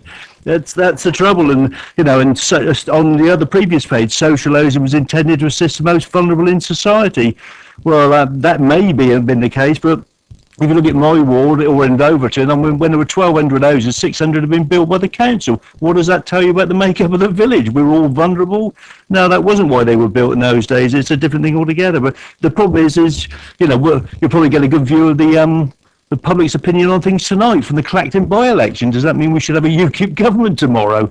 Well, thankfully, I hope not. But the one that concerns me most, though, because I think you'll raise the other ones, is the rural issue on local connection, which is on, I lost the page now, isn't it? So many pages here. It refers to, right at the bottom of page 126, it actually states in there, the current local plan suggests that some rural developments of a significant size that are planned over the next few years should meet the wider housing needs of Basingstoke and Dean, not solely those households in the immediate locality of the new development. This means that even when these new developments lie within the rural parish, social housing allocations will not be restricted to those households within that particular parish. Well, that's news to me, because if you look in the local plan, it actually, on Overton and most of the other big villages which are a target for housing, Bramley, Whitchurch, Kingsclere, it actually uses the fact that there are 115 households in housing need in Overton as an excuse. That's the reason we're going to build so many blooming houses in Overton. So then you can't then turn around and say, but they won't go to local people, because we're having enough problem trying to find sites for housing through the neighbourhood plan. If you actually tell people that they're not going to go to local people, you're not going to get any support for this housing. Not there's a lot anyway. So I think that's something that needs to be addressed, because that's certainly never been my understanding. We know there's a few will go that way. If a lot come through at once, there may not be someone that wants that particular property, because the developers tend to dump them on us in one big large lump when we have large developments. But I think that needs seriously looking at there, because that was, that is like, a red rag to a bull in the rural areas, the idea that you can build hundreds of houses in a village and then say that they're for the greater needs of everybody. It's so that really needs looking at, please. Thank you very much. I won't keep on any longer, because there's just not enough time to look at all this, is there? Thanks very much. Thank you very much, Councillor Tilbury. Councillor Mrs. Reid. Thank you, Chair.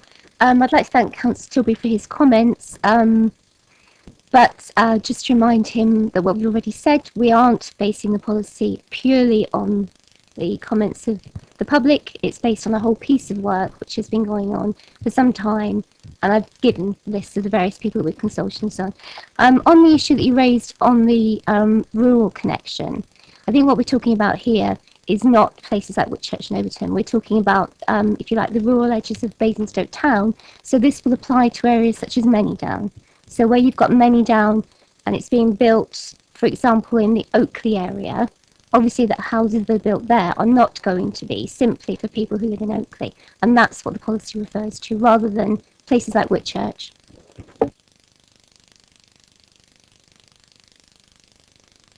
Okay, officers have taken that point and they will go back to re-examine. It's obviously a question of wording, and to make it clarity is what we're bringing to that.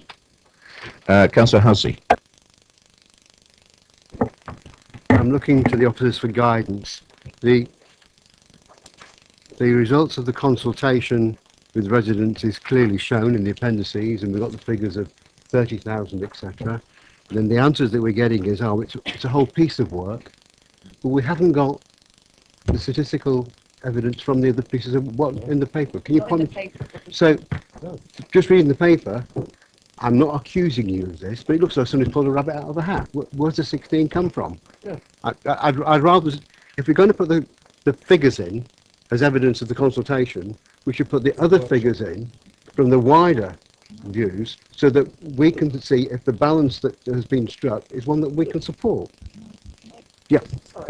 Just if it clarifies why the presentation of the report is as it is, the actual repeating again what came out of the consultation is merely in this report because it replicates what came to committee in November. For the actual purposes of this committee paper, it's actually a very short report, but it's referring to all the previous work that happened, which is therefore, particularly if members hadn't been involved at that particular committee. Indeed. It's just like a rabbit coming out of the hat. Sure. I'm not suggesting that it is.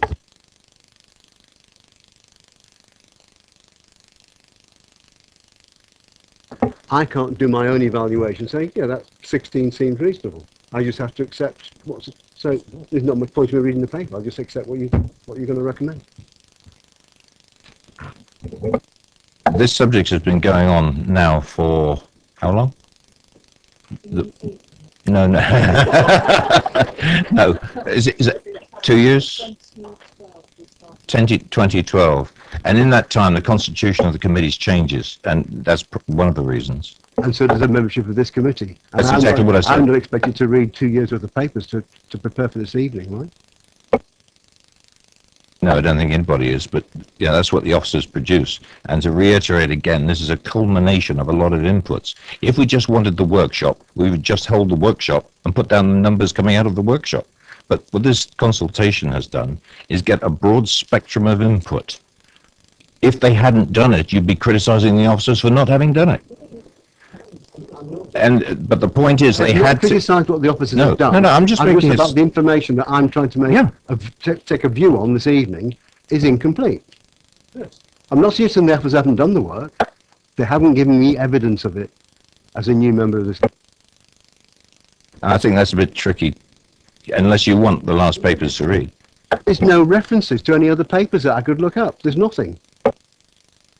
Not quite sure how we overcome that, because what about I'll quote Councillor Tate sitting over there, is a brand new councillor in the borough. We all have to cope with this. I did it when I was a new councillor, and so did the rest of us. To go back on history and say I haven't got it, well, I'm sorry, that's not how borough's councillors work, the elected members work. Yes, go ahead. We can provide a written response with all of the statistical analysis and rationale for where we are, if that would be helpful. Yeah, well, we can do that for you. It's obviously it's a sensitive issue, and yes, you will be provided with the evidence. Yes, yeah, indeed. Well, I think some of us have read slightly different things into that. Okay, Councillor Hussey, thank you. Councillor Harvey. Thank you, Chair. I've got a number of questions, but just to start with, it is interesting, I think, to note, having dipped into this at various points as a substitute member and attending the workshop, how at various stages we've changed the goalposts, in my opinion. Officers, of course, will have a different opinion, and I'm sure the Cabinet member will as well. But in my opinion, the goalposts have changed, and the figures have changed, and the thing has gone in a particular direction without consistency, without any sense of actually arriving at the paper in front of us this evening, and I have a problem with that. So just to agree with Councillor Hussey from a different point of view, but nonetheless from somebody who's dipped in and out of it as a substitute member and others, I agree, we can't see the whole picture to actually draw some pretty important conclusions. And I would hope in the future with a different complexion council to look forward to completely unpicking this and going back to the drawing board. In terms of the questions, I'd like to look at 43% register being removed. If we go to 119 of 144, this for me is the crux of it. And then I've got a series of questions specifically. In the equality statement, it says clearly that the impact of this will be significant, that the impact of this on particularly vulnerable groups would be significant, and it cites there in particular disabled people as one example. What I'd like to understand is what are the mitigation strategies that are being proposed as appropriate to this decision for the 43% of the register that you're going to remove, for the 3,296 applicants that may no longer and will probably no longer qualify. So what are the mitigation strategies that would satisfy the equality statement in regard to those 3,000 odd people? Inevitably, any policy change will have an impact. This is significant given the numerical impact of that, 46%, I forget the exact percentage. The issue is that of those households being removed, they have no housing need and currently have little, if any, prospect of ever being housed anyway. In terms of mitigations, as Councillor Reid mentioned, this is a service development issue. We've introduced and launched enhanced housing options, and we've always had various sort of open days to advise and assist people on their various housing options. The key is we're not taking away something from somebody who was about to get something. Eligibility to join the housing register does not confer an entitlement to be housed. So in terms of mitigation, it's what you're mitigating against, because those applicants stood very little chance of being housed in the first place. Fascinated by the justification for that. I really am. Councillor Harvey, excuse me, portfolio member. Sorry, just a quick addition to what Kate said. 49% of those who will be removed from the register under this, who are categorised as not being in housing need, have never logged on to the website or made any bids whatsoever on the home bid site. In reply to that, before I move on to my next question, the supplementary to that is we aren't talking about statistics, and we're not talking about percentages doing this and that and the other. We're talking about human beings and households. That's the first point I want to make. The second point, in terms of casework, in terms of the reality of this, in terms of the situation that we actually have in Basingstoke, when you say somebody is not in housing need, that to me presents a series of issues around mitigation and around expectation, as you say. But, and this is the big but, when you then say that the 16,000 limit is what it is for the savings, and you talk to somebody about how the hell they can pull a mortgage together to actually afford to buy somewhere, you're straight into Councillor Leake's issue. And I've got resident after resident after resident that won't qualify for social housing, but can't get a mortgage and probably can't afford a rent actually in the sector.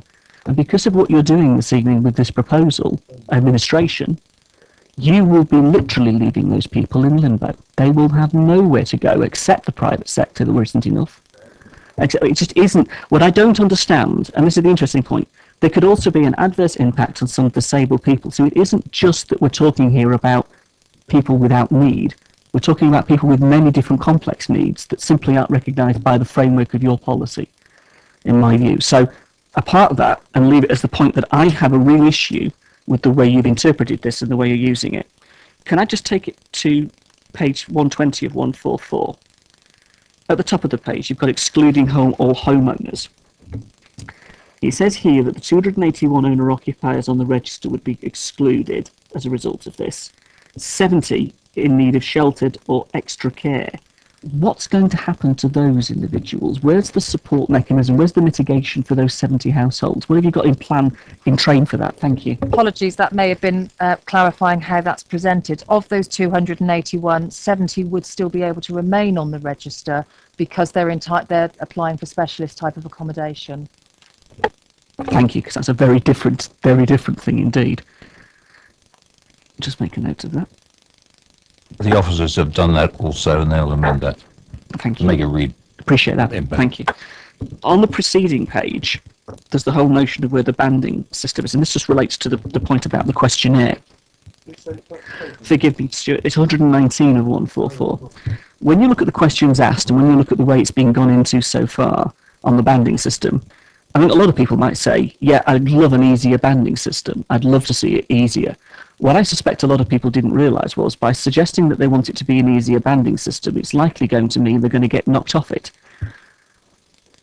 Now, in no way do I see a question, a theme of argument, a theme of presentation during the consultation that actually informs people of that. So when you get to statistics and you get the information, yes, I want an easier banding system. Well, yes, perhaps you do. But the result of that and the way you've interpreted it and the conclusion you've drawn from it is to lose 43% of the register through changing the banding system. So I've got a real issue here with the way that this evidence is being interpreted. Okay, I want to carry on. Ask my next question. If that's the point, then I would like you to take away, please. Thank you. Can I ask you about the final point, 121? And I would like a response on this in terms of how we can understand this, how I can appreciate it.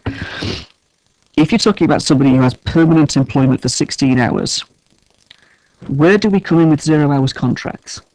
How do we deal with the part-time work, the other aspects of the job world, which aren't 16 hours in the specific way you describe here?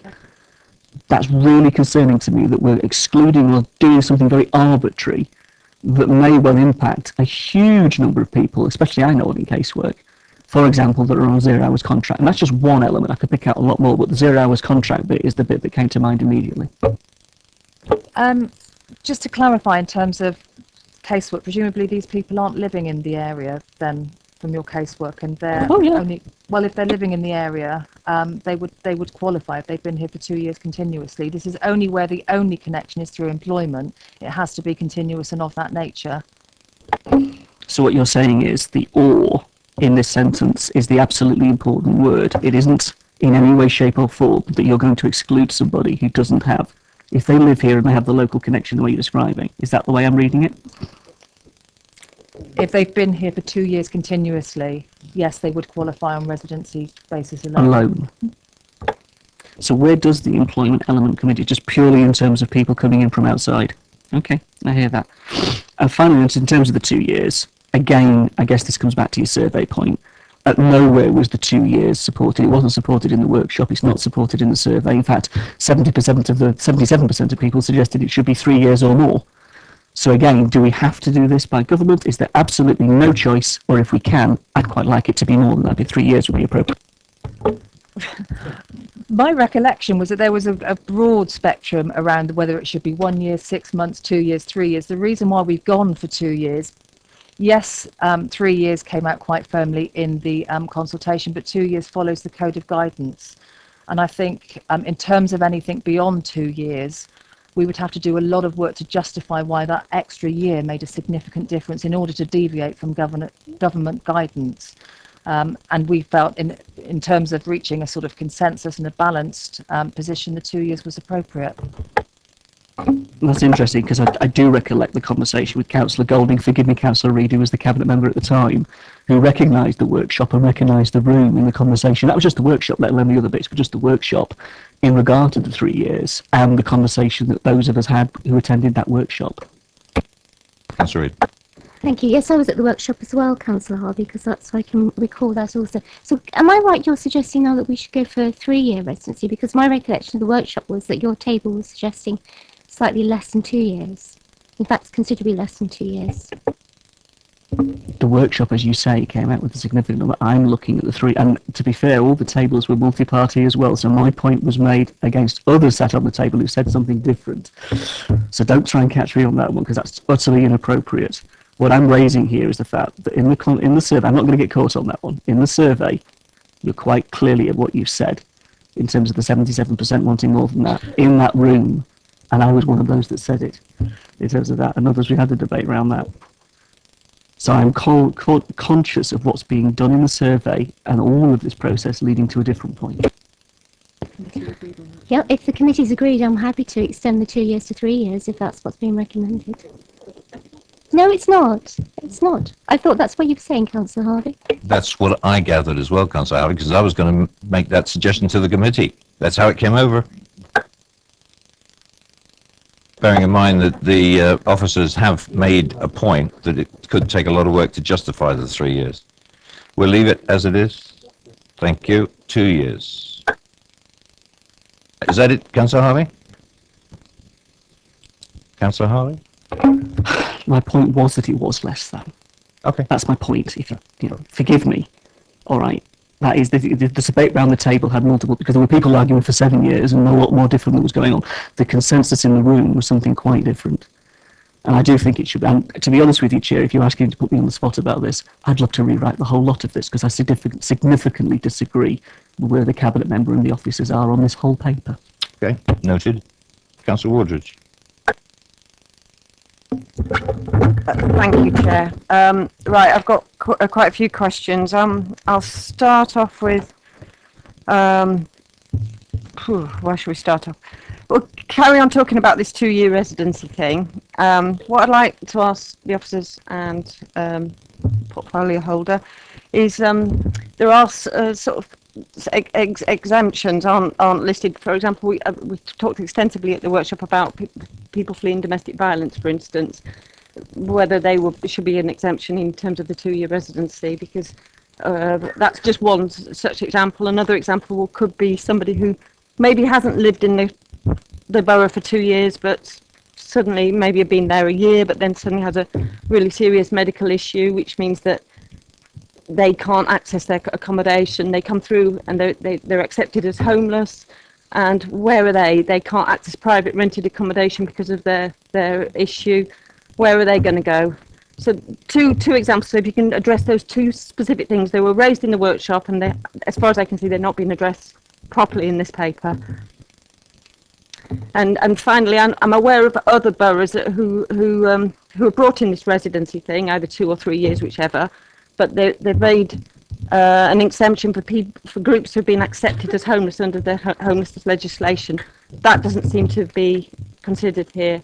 And there are going to be accepted homeless applicants, because the criteria for an accepted homeless, the local connection criteria, isn't going to change. That's based on 6 out of the last 12 months or 3 out of the last 5 years. Those applicants, are we saying that they're not going to be allowed to go into on the waiting list for 2 years? Because that seems to me a very strange outcome. So those 3 Yes, points. because it correlates with the fact that you can discharge duty, the full housing duty into the private rented sector. If it's somebody with a serious medical issue who might need adaptations, Kate, that might not be appropriate for that particular household. So that's why it relates to my earlier question. So those 3 to start with, and then I've got about 4 or 5 other questions. So we could well be here a long time. Yep, happy to note those, Carolyn. Thank you. Next.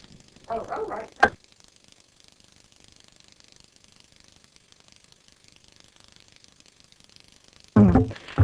The next one is about the critical banding, no, band 1. How many applicants would you consider at any one time to be in the band 1? And can you define a little bit more? You defined what the critical banding is, which is quite, if you read it, it is quite narrow. How, in terms of director's discretion, I think it would be important to have a definition of the sort of cases that would go to director's discretion and how many we're sort of talking about going there. So just how many you expect in band 1, and then I've got a follow-up question relating to that. I can tell you that on the register at the moment, there are 26 applicants in band 1, only 6 in band 2. So in fact, the critical element, more people are in the critical band than there are in the cumulative priority band at the moment. My recollection over the last 15 years is that there have been 2 directors' discretion cases, and the basis of director's discretion is that there is absolutely no provision within the policy for a particular case. And obviously, I'm quite happy to discuss offline what the details of those particular cases were, but they were very exceptional circumstances pertaining to significant and exceptionally unusual needs. But I'm happy to sort of explain offline.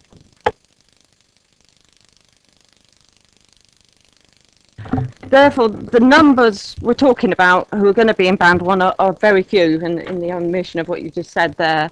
Therefore, I think this is what committee members need to understand is most applicants, apart from those who have been penalised for whatever reason, are going to be in band 2.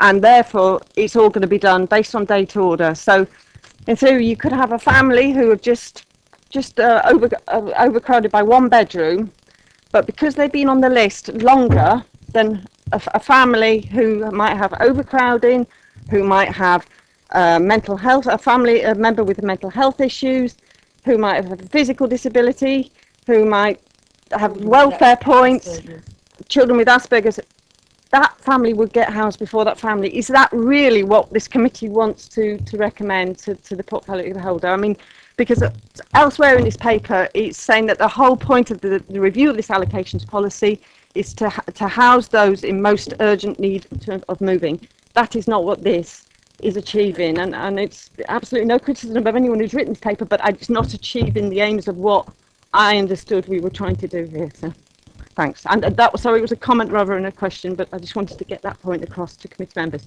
So, and then I've got some more questions. Thanks.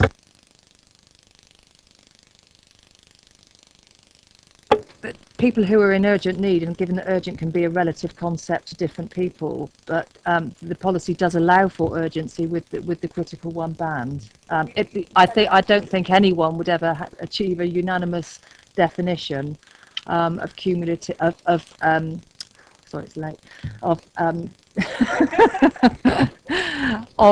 urgency, because one person's case is different to another, and that's always been the difficulty, is trying to trip through and see who should get what priority over another case. And what we've constantly been told is that the system that we plumped for was too complex, people didn't understand it, and you know, it's a question of whether or not you want a simpler system that the applicants want because they know where they are, they know what they're queuing for, or you have something that's more intricate, complex, and unwieldy to administer, arguably. But it's just a case of where your views are, and as we know, views on all of this are completely polarised.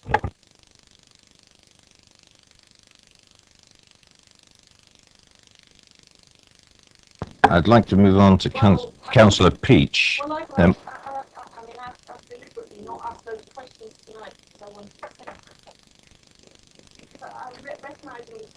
And I feel passionately about, and I have got a lot of questions, and I have got expertise in this area, and I want to support the Okay, hypothetical questions, by the way. I could ask 16 hypothetical questions tonight on the same subject, but I don't, because when you're talking about a policy, you've got to draw the line somewhere. The officers have explained exceptional.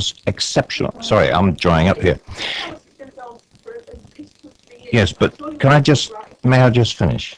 That you cited a situation there that, to my mind, and again, we can all have different views, is highly exceptional, and that would be treated on a case-to-case basis. Well, officers are agreeing with you, and they formulated a policy where that would actually be addressed.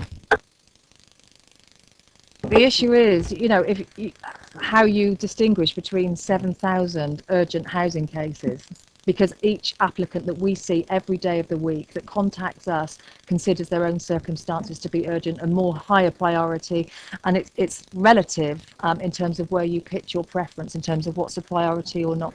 And we've used the reasonable preference criteria that have been set out in the legislation, and that's what we've applied. Sorry, a supplementary question to that question, and then I will ask my final question if that's okay. You didn't mention about the accepted homeless applicants, where they fit in the DV case and the medical case. How would those two particular cases be addressed into this policy? Because you will come across those cases. That's a supplementary question, and I'll ask my final question, and then you can come on to that. Sorry, do you want me to? Okay, if you'd like to, yeah. In terms of, obviously, there are cases of domestic violence that we come across, and there's cases of accepted homelessness, and it's around whether or not the only option for those people is to be rehoused through the housing register into social housing, or to do, which the legislation allows, is to have some local flexibility and to assist in a variety of ways, which could include access in the private rented sector. Currently, those groups are not exceptions for the residency criteria. What has been followed is the recommendations set out in the Code of Guidance. Well, I could carry on, but I'm mindful of other committee members having views there. So, right, my final question is: can you explain about how it's about the bedroom tax question? To be honest, referring to Appendix 3 here. You mentioned here. Can we have a page number, please? Yeah. Actually, I'll try and find one. It's towards the end of this. Sorry about this.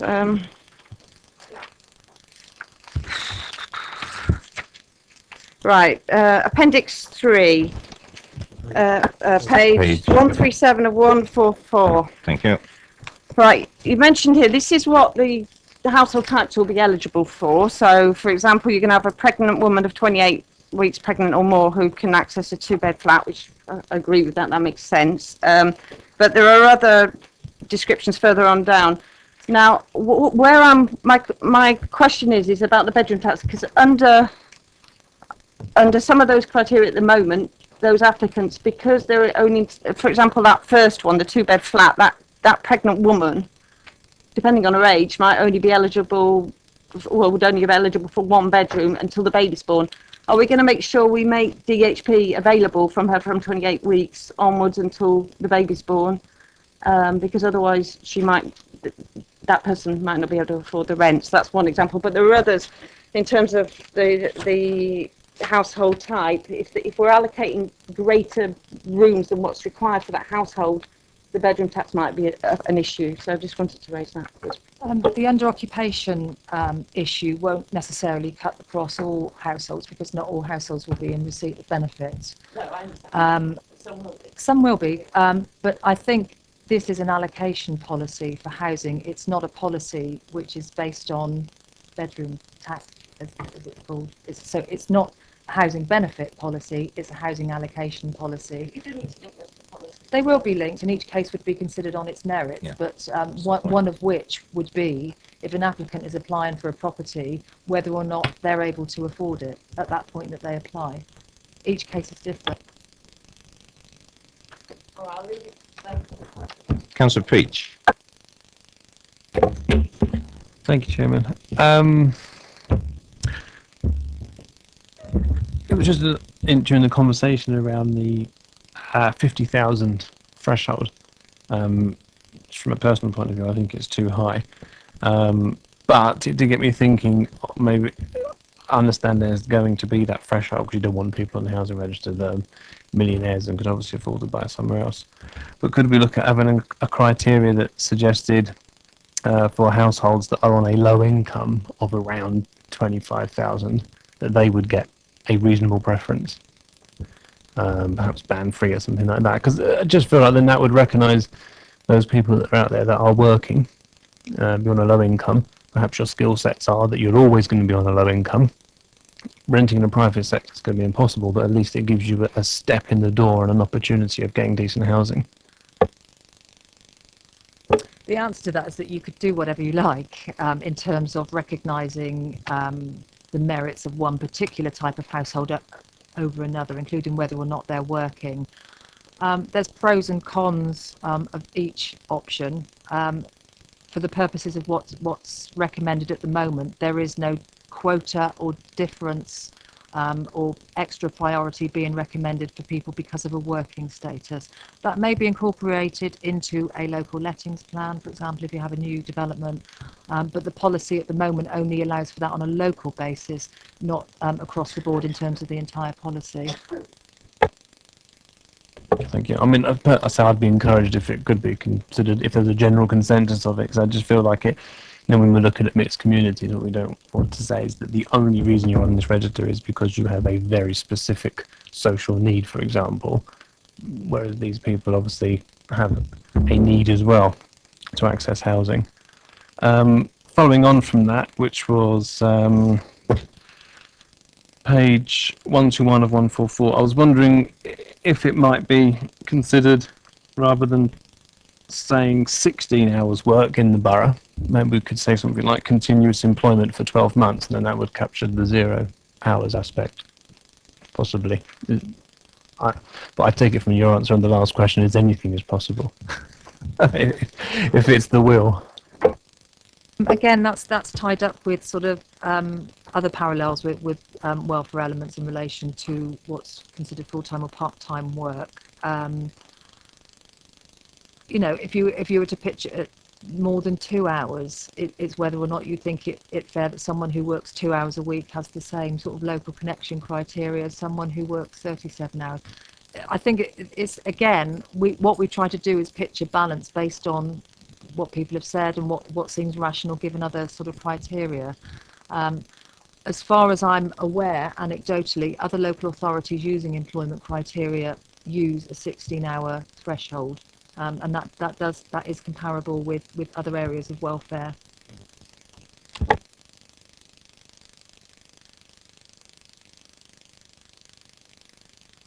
When it mentioned in the, I can't remember the page actually, but it mentions that obviously when this goes live, customers will have to re-verify. I just want to clarify my mind that when they do re-verify, will they retain their old priority date, or will they be started again from scratch? We're assuming that they fall out of eligibility. So if they're not eligible to stay on, so if they don't qualify to remain on the register and come off, should their circumstances change and they come back into qualification, they would start afresh. If they remain on, they keep their old date.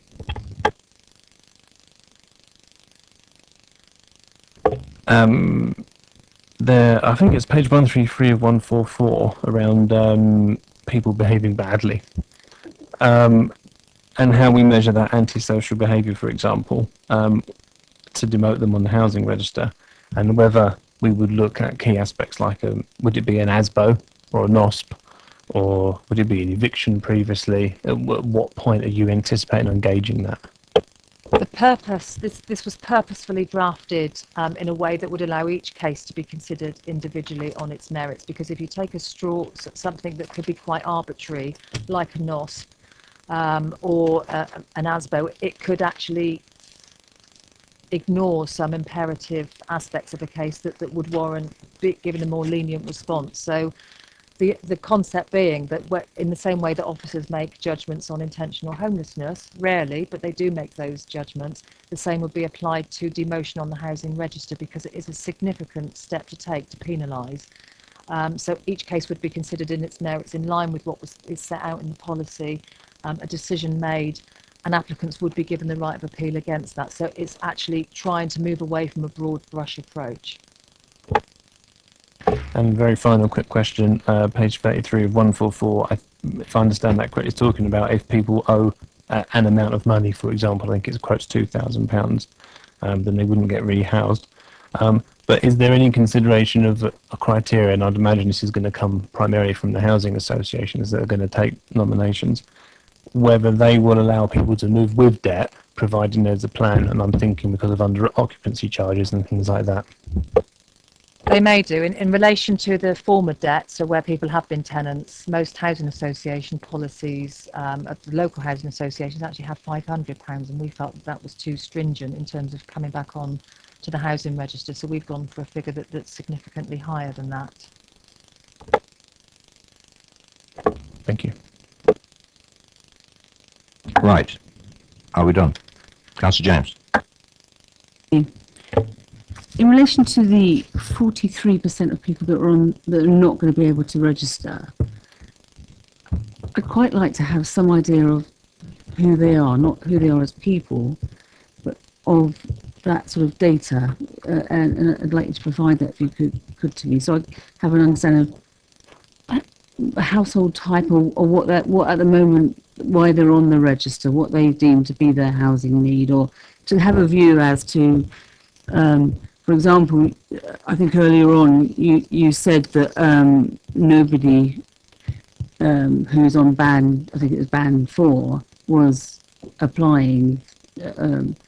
But I know people who are applying for housing, and so what I want to understand is someone who's in ban 4 at the moment, who was born in Basingstoke, has been on the register since they were 17, is now living with their parents, and can't afford to rent in the private sector, and the parents don't want them to live with them. They're married, they've had children.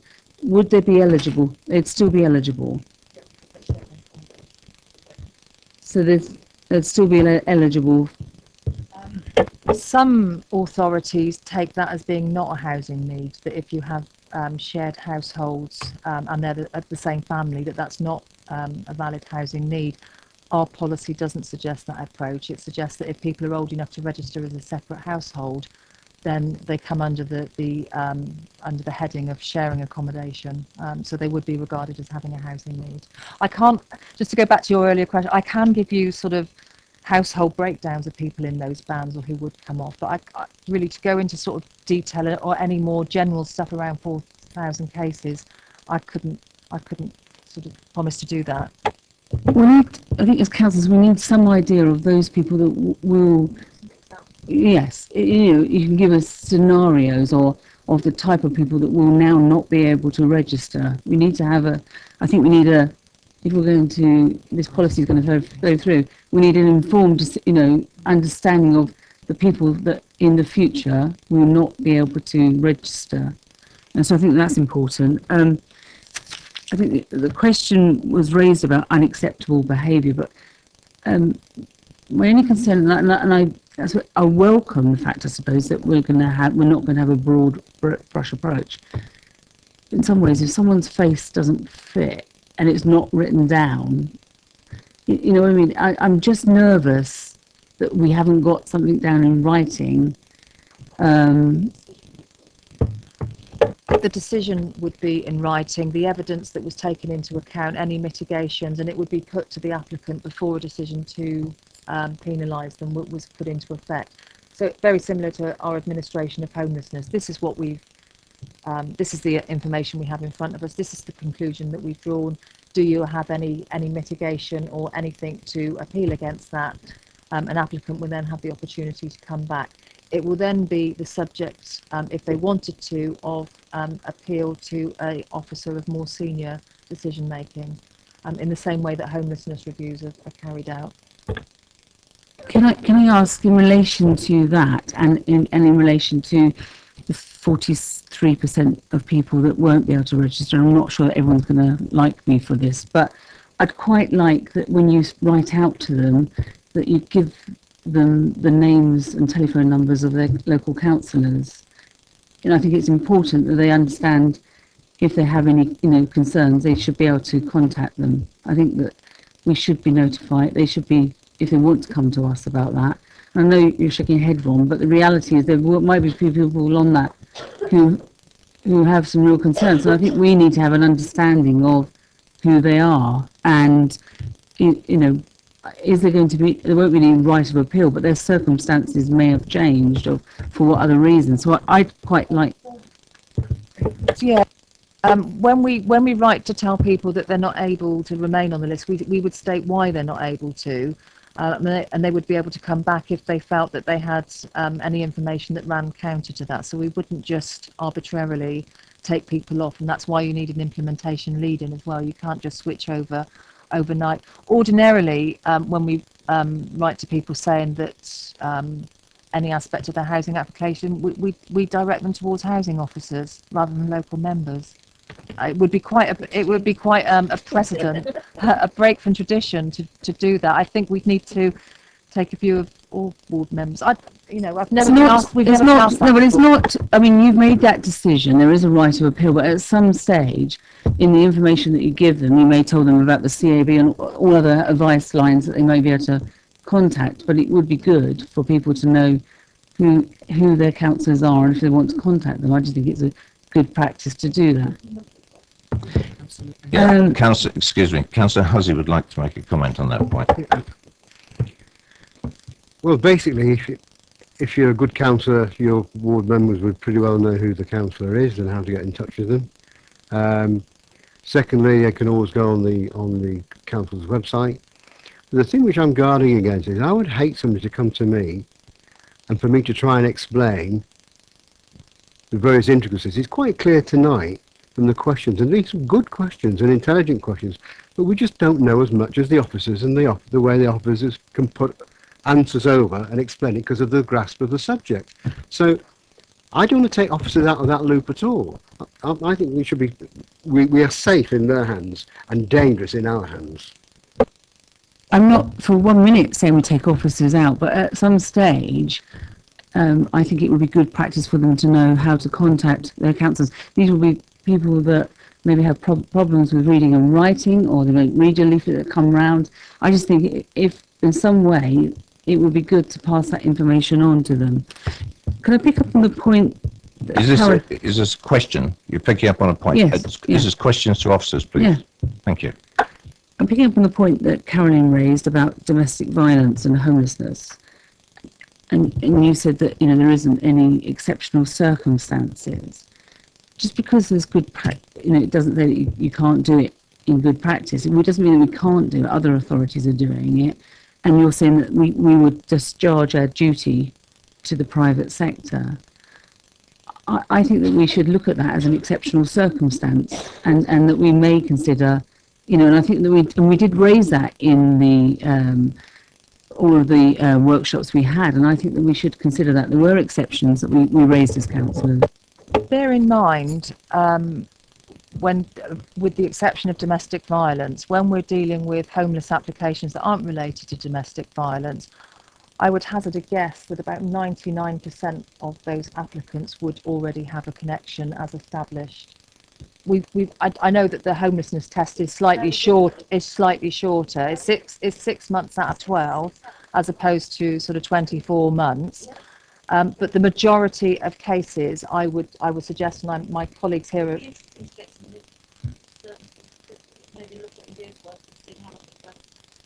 well, as I say, the majority of people that are pursuing a homeless application would have a local connection for the purposes of the social housing register by virtue of 2 years residence.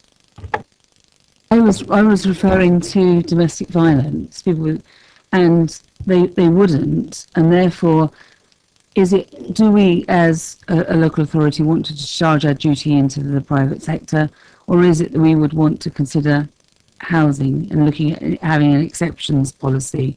And I think that we need to consider that, and I would ask that we do that. Councillor Mrs. Reid. I did say earlier that I'm happy to note that and to look into that, so I'm going to repeat that. So I'm very happy to look at that.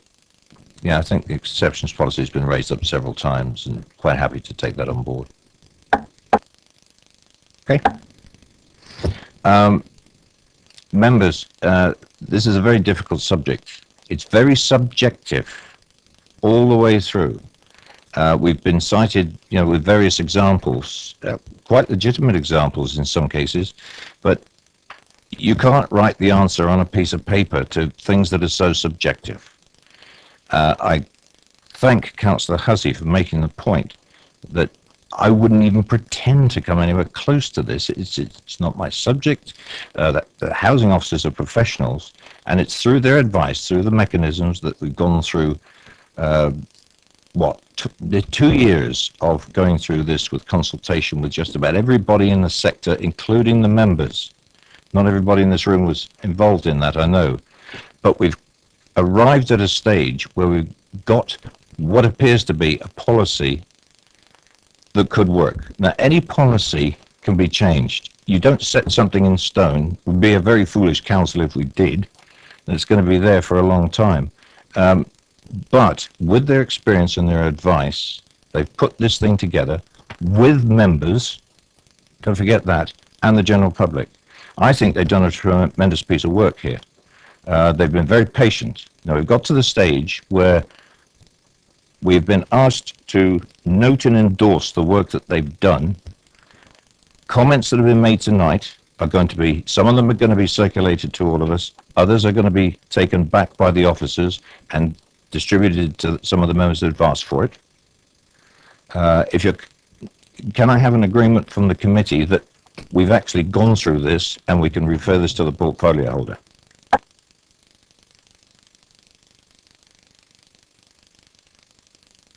Well, I've heard agreed around the table. I've heard no no's. So I will note and endorse that to the portfolio holder and the officers. And the comments you've all raised, and this is the main point, that they were directed to the officers have responded, and they're going to be coming back to you. All right. All I would ask is, how much longer does this have to go on before it becomes a policy of this council? And so we can address the issues of people who want to get on the housing list. That would be my only comment. You can't keep doing this forever. Councillor Harvey. Thank you, Chair. Look, it's quite clear that the officers and the cabinet member have drawn this paper up in the way they think it is appropriate. All right, that's quite clear. They've taken on board a number of comments this evening from members, and that respect that and thank you, and we would look for those to be put into it. But there are some hugely fundamental elements to this that we totally disagree with. Who's the we? The Labour Group Because in particular. okay, if you want to make that as a dissenting view, no problem. I'm looking for a committee view. I appreciate that. I'm just giving you my view. All right. And when I say we, I'll refer to my colleagues, and other groups and other members, of course, can count for themselves and speak for themselves. My point being that if you look, for me, at what the Equalities Impact Assessment says, and the actual assessment is quite well written, it's very informative, and the issues it raises, for me, I cannot support the direction of travel you're going in with this, but I recognise that you're going to make the decision anyway. So from that point of view, and politically, you are going to do this. The impact that you're going to have, I'm going to be picking up as a ward councillor in my ward, and others are as well. I can see that, I do understand that, and I understand that the issues are going to be raised. In some ways, this totally reminds me of George Osborne's speech, just to make a political point. The whole direction of this and who this is targeting and the way this is leading people, but that's my opinion. Other people can take a different view. All I would say is that I've yet to see where the equalities impact issues that are raised are truly satisfied, particularly around the adverse impacts on disabled people, particularly the way that it just describes, for example, currently a pregnant woman are only eligible for one bedroom, and so on. The actual language here that addresses the report and addresses what's being done is, I think, quite powerful. So for me, yes, I would like to register my opposition to it, but I totally appreciate that politically the administration, or rather the cabinet, are going to do this, and we'll have to live with the consequences, won't we? But I would look forward to an opportunity in the future where, as a member, I may have the chance to completely rewrite this in the way I think it should be rewritten, as many other people do outside this chamber, outside this room. Thank you. Councillor Parker. Yes, thank you, Chair. I want to certainly say a thank you to the officers for the detailed work. I quietly had a word with Kate, and we do now agree on the on the less or the more, and that will be sorted. But I do want to more or less. Well, less or more, yeah. But I, on a more serious note, I also just do want to have noted my reservations that it's accepted this scheme has to be changed. I agree criteria considerations have to be modified, but if there's going to be a number of households who currently enjoy the security of housing under housing needs, that when they qualify, validate, the potential is that they're going to have to be directed to private housing sector for their accommodation. I do question whether we have to be sufficiently harsh in terms of support to our residents that for them this effectively becomes retrospective. We're talking about the need to change our scheme, and I think it is right that we are doing that, and we are changing criteria in some of the areas. But I do have concern as to the upset to families that will be caused, and I don't think in terms of when we looked at the total housing register of 7,000, we might be talking about possibly only 1,500 households, but that's too many to have such an upset, and I don't believe that the private housing sector will cater for their needs satisfactorily, and I don't think they will be sufficient to satisfy the demand that will be created. So I would like my concerns in that regard noted. Kate, do you want to respond to that at all? We've noted the comment. Yeah, fine. Thank you. Just finally and very, very quickly, I'd like to thank the officers as well for their tremendous hard work on this, which has gone on a very, very long time. And it is a very important piece of work that we do need to have in place, and we need a revised allocations policy. Thank you, members, for your points and comments. They have been noted, and we will be looking at them. Specifically, Councillor Parker, I do understand your concerns, obviously. I would just like to remind the committee that the people we're talking about in terms of being removed from the register are people who had no reasonable preference, and whilst they may have found it to be a security to be on the list, they weren't likely to be housed from that list. So whilst I accept that we're removing that sort of security blanket, we're not actually changing their prospects of being housed, because they weren't going to be housed under that system at all. But anyway, thank you, members, and I'll wind up now. Okay. Right, that's the end of paper E. Now, if members like to remain, we've got a short briefing from, and thank you very much, officers, for that. Sorry we're a bit late. We're all feeling the same.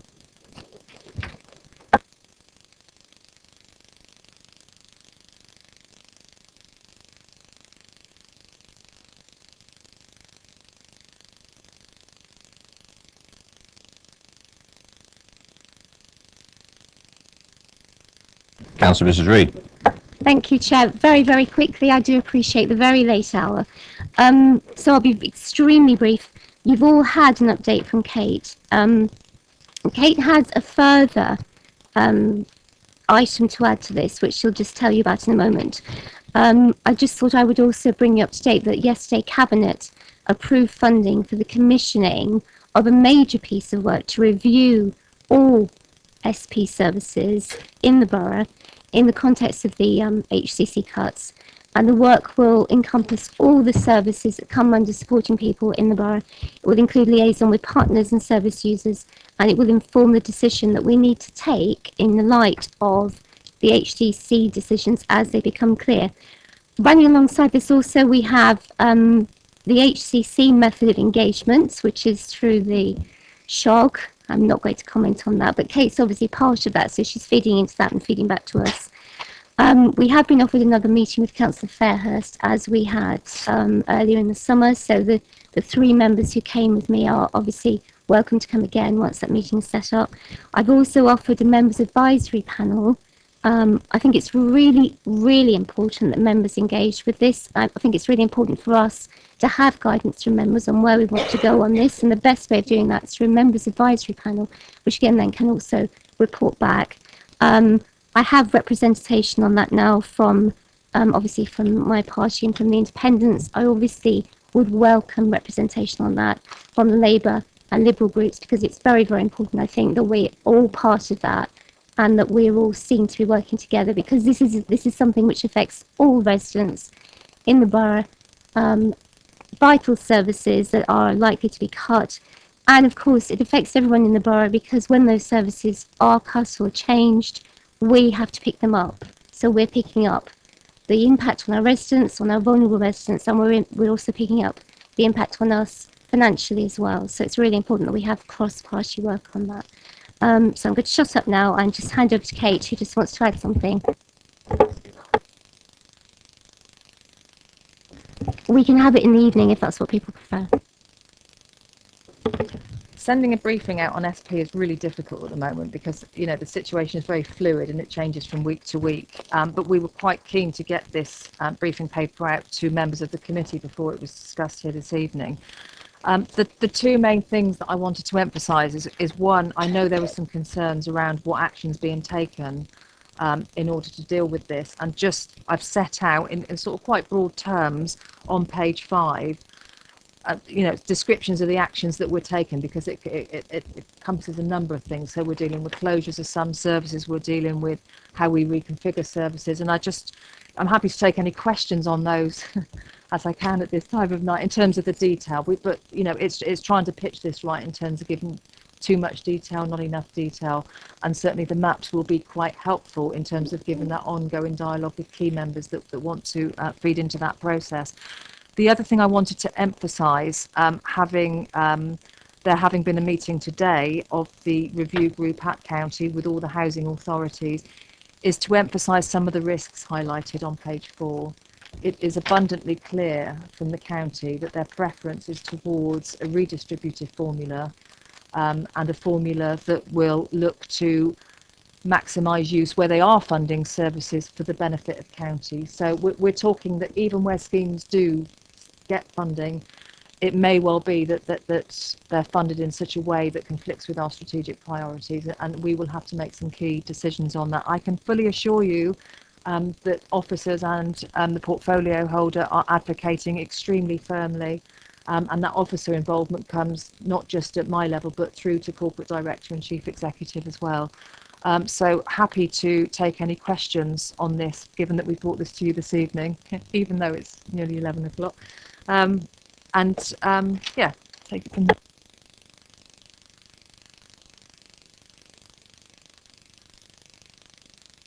Yeah. Could I ask a question on the services for young people? I didn't quite understand how we've actually gained on that. Can you explain a little bit more in terms of how our money's going further? Because that seems a strange outcome. We're really good if you've achieved that, but how have you managed to do that? I think it's that we've achieved the best outcome in the circumstances. At the moment, our commissioning power, if you like, extends to the purchase of 15 supported lodgings bed spaces. We have that money as an ongoing resource within the budget. The negotiated offer on the table from children's services, so it's still HCC but a different element of HCC, is that if we maintain that level of investment, we can have 2 accommodation-based services and a proportionate element of supported lodgings, which overall, in terms of our ability then to meet a whole range of needs, as well as the volume, sort of looks like an enhanced level of service. If we don't put that in, then it's down to us to commission something separately ourselves. And the officer recommendation for this, for earmarking the money towards this joint commission, was that it was actually it appeared to be a better deal for the borough. Of course, it's a 3-year contract that will be reviewed on an annual and ongoing basis, and at the end of that 3 years, we could do something different. But as things stand at this point in time, we had an opportunity to jump onto that opportunity, and we've taken it. So penthouse plus one other accommodation-based service. Sorry, is that what you're referring to? Undefined building. They're undefined because at the moment it's subject to a tender process, and obviously the county has no direct relationship with the landlords or owners of those properties. So there are various fallback options being scoped if some of those buildings don't go forward into the new scheme. So there are a number of options. So the tender will look something like, X number of accommodation-based services across this type of scheme. There are some buildings identified as a possibility, but we're not being specific or prescriptive at this stage. Councillor Mr. James. Can I say that we received this paper yesterday at 5 o'clock. So we couldn't read this. I was at a meeting last night, so I couldn't read this. It's now 11 o'clock, and it was a very limited presentation. What we asked for as members is, because if you look at the report on page 4, it says the borough's services therefore still face significant funding reductions, potentially higher than previously proposed and disproportionate for Basingstoke compared to other districts. What we ask for as members is that we look at this against the housing strategy in a scoping meeting and then come back. You're asking us to take in this, it's just not possible to look at this against what we're expected to do at this time of night. And I feel that we wanted a scoping meeting to look at this. This is what we wanted as a group. We should do that. I mean, if the cabinet member wants a map, that's great and that's really good. But what we need to understand as a committee is how this impacts on our housing strategy. And I think that's what we need to do as a piece of work. And it's almost impossible for us to take this on tonight at this late hour. We haven't read the report. The presentation was exceptionally limited. It hasn't gone through each section of this. But we need to, if this is going to be instead of, I'm not sure if that's the intention of this. Is this instead of the scoping meeting? Thank you.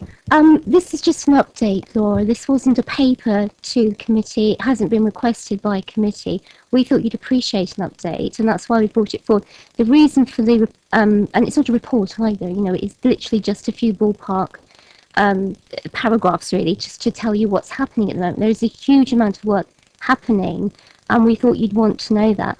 The reason you got it late yesterday was because it followed cabinet, which finished at, I think Kate came out of it at about 5 o'clock, which agreed the release of funds for commissioning this work that we're talking about doing. So we couldn't do it any earlier, but we thought as it's relevant to the committee, you'd like to see it, you'd like to look at it. We're not asking you to make any decisions on it.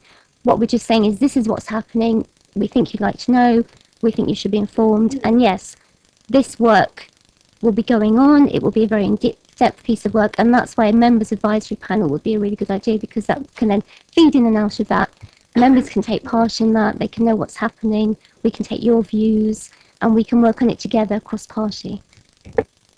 I welcome that, and that's wonderful. But and I understand now why it's so late in coming to us. But we need an opportunity as a committee to digest this piece of work that you've sent us. It may be not a report, but it's information, and I think it's really important that we then have an opportunity to come back. But and as a map, that's outside of this remit, and I think that the scoping piece of work that we was going to do is still relevant, and we should still do that piece of work in light of what you've given us tonight. That's obviously a decision. That's a decision for committee anyway. But the map could bring something back to this committee. So apart from the people who are taking part in the map, it can also come back here, and you can all have a chance to talk about it. Councillor Harvey. Thank you, Chair. Well, without wanting to overcomplicate this at all, trying to simplify this. When the Constitutional Working Party went through all of this, one of the issues we had was, what do you do with the maps? Because the maps don't fit neatly into the Constitution. They don't fit neatly into to what effectively we adopted back in July. No disrespect to the cabinet member, I'm agreeing with you. I know where you're coming from on this in terms of wanting it to be cross-party. So what a suggestion could be, if the cabinet member is comfortable with putting her map to one side for a moment, because you want the cross-party involvement, and we want to be involved. We want to help and support and shape this with you. So I don't think we're arguing over that. I think we're agreeing on that. And the issues to do with the commissioning bit that you've raised this evening is interesting. I'd like to understand that. That's all of those elements that you've unpicked at this time of night, we need to take offline, don't we, to understand. This committee could set up a task and finish panel. That's what was thought of as being, one, it has a parent home, so it's this committee. It gives the cabinet member of Vox Pops that members group that you want, and it gives it a home constitutionally. It gives it somewhere that owns it. And also, in terms of that, there was the point that the maps don't have a paper trail. They are just literally to advise the member, cabinet member, which is fine. But in terms of the audit and governance and the peer review and all the rest of it that happened, there was the point that the task and finish panels of the committees would be a more democratic and more inclusive way of doing it. Now, it's in your hands as to whether or not the cabinet member wants to put a map to one side, but from a committee point of view, I think a task and finish panel would be of better involvement and inclusivity going forward. Very specific, very focused, and does the job you want it to do. Sorry, I thought you'd finished. Sorry, Paul. Again, that's a decision for you as committee. The map stands apart from that, and the map, as I've said, can feed back to committee and whatever you choose to do here in committee.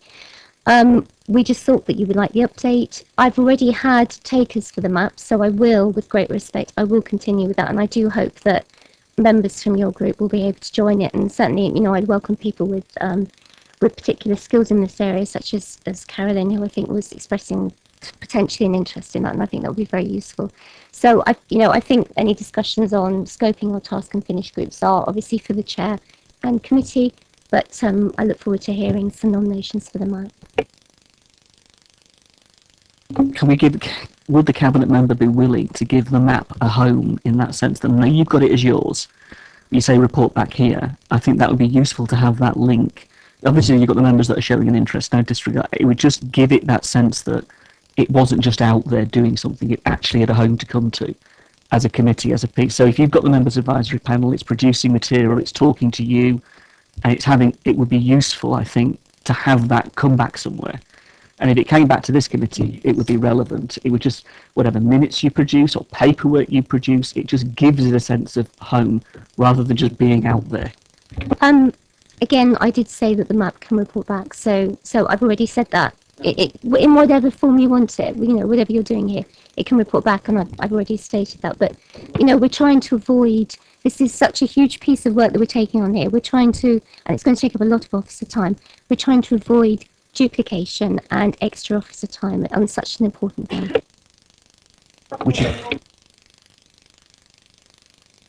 Which is why I'm happy to back off the task and finish panel in that respect, with the basis of what the cabinet member said. Thank you. That's all it needed, just to talk it through. Just a comment there. At the moment, it's really difficult to know where the finishing point's going to be. Because, well, quite. And that's half of the difficulty here, and what process. And you know, a cross-party group of members accompanied the portfolio holder in the summer, and that was really helpful, because in terms of a borough steer for officers and for members, that sort of consensus was really helpful. And I think because the dialogue is so dynamic with the county and with other districts, that's what we need to try and keep our resources sort of focused on. Totally, and respect the fact that you've been in it so deeply. I do understand that, but it's that information gap that's been a bit of a... Councillor Parker.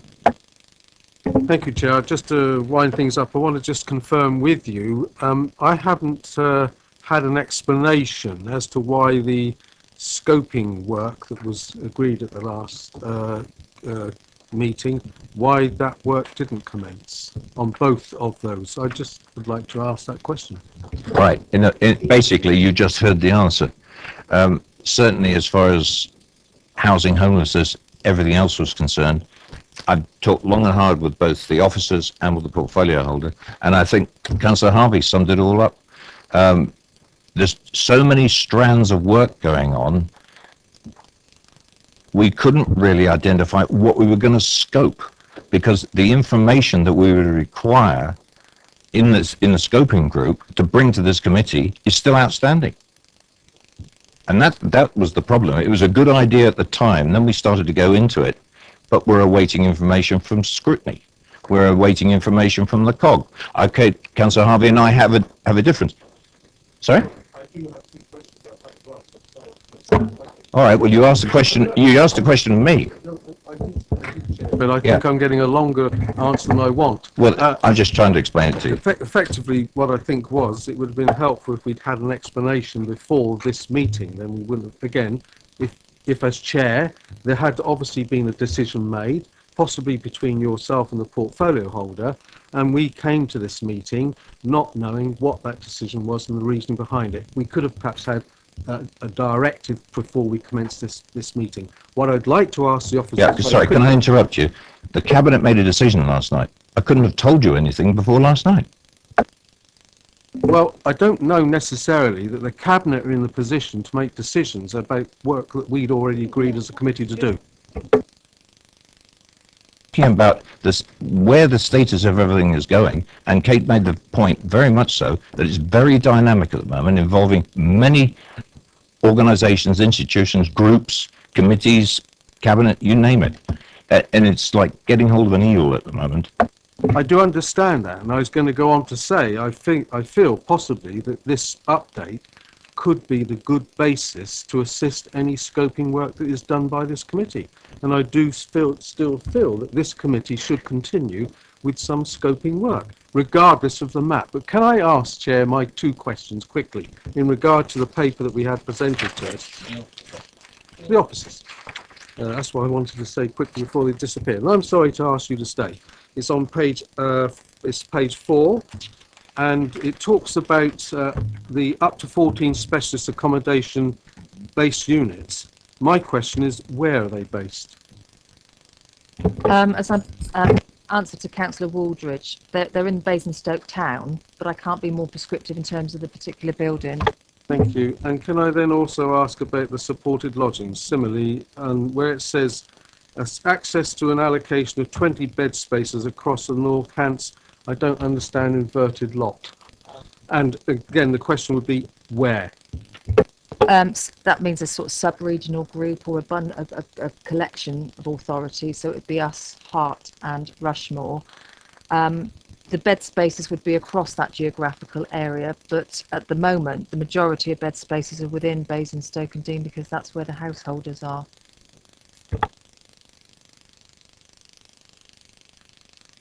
Right. Finally, let's see if we can put this scoping issue to bed. Given the circumstances at the moment, we've heard about the map, we've got the update paper. Can I ask the committee, are you in favour of initiating the scoping now or at a more appropriate time when we have more information? We know we're going to have more information to be able to identify what on earth we're scoping. More appropriate time. Let's just understand what happened here, because I think just for going forward, for anything else we do, if this committee decides it wants to scope something, the difficulty here was there's been obviously an exchange of emails, there's been communication going on that most members of this committee have been on the outside of. So we make a decision at the last committee meeting. This wasn't the only thing that we want to scope something.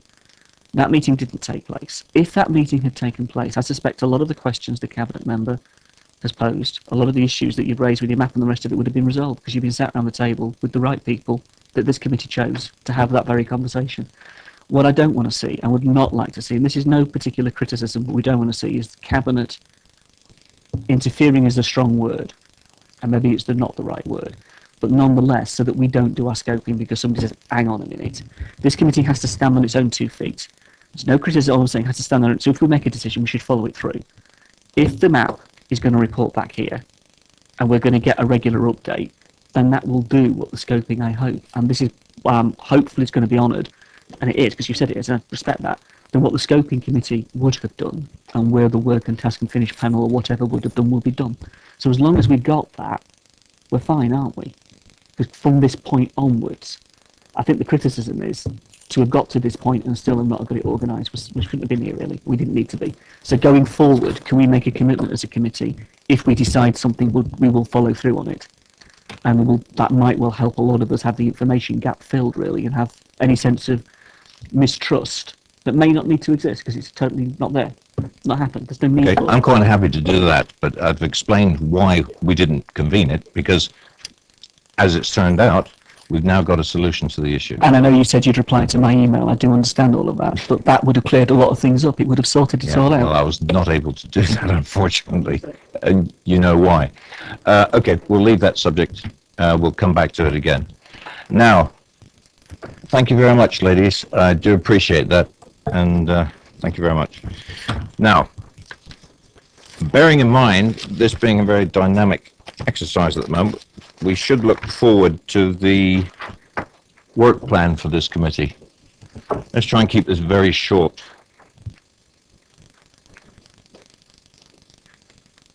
Now, the November meeting is, I'm going on paper F.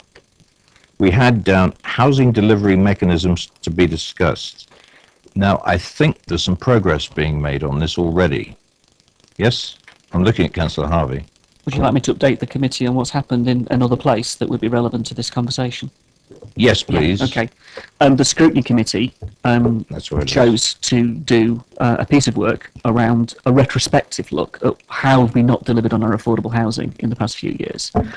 It isn't the scrutiny committee job to do the policy piece, which is what are the mechanisms.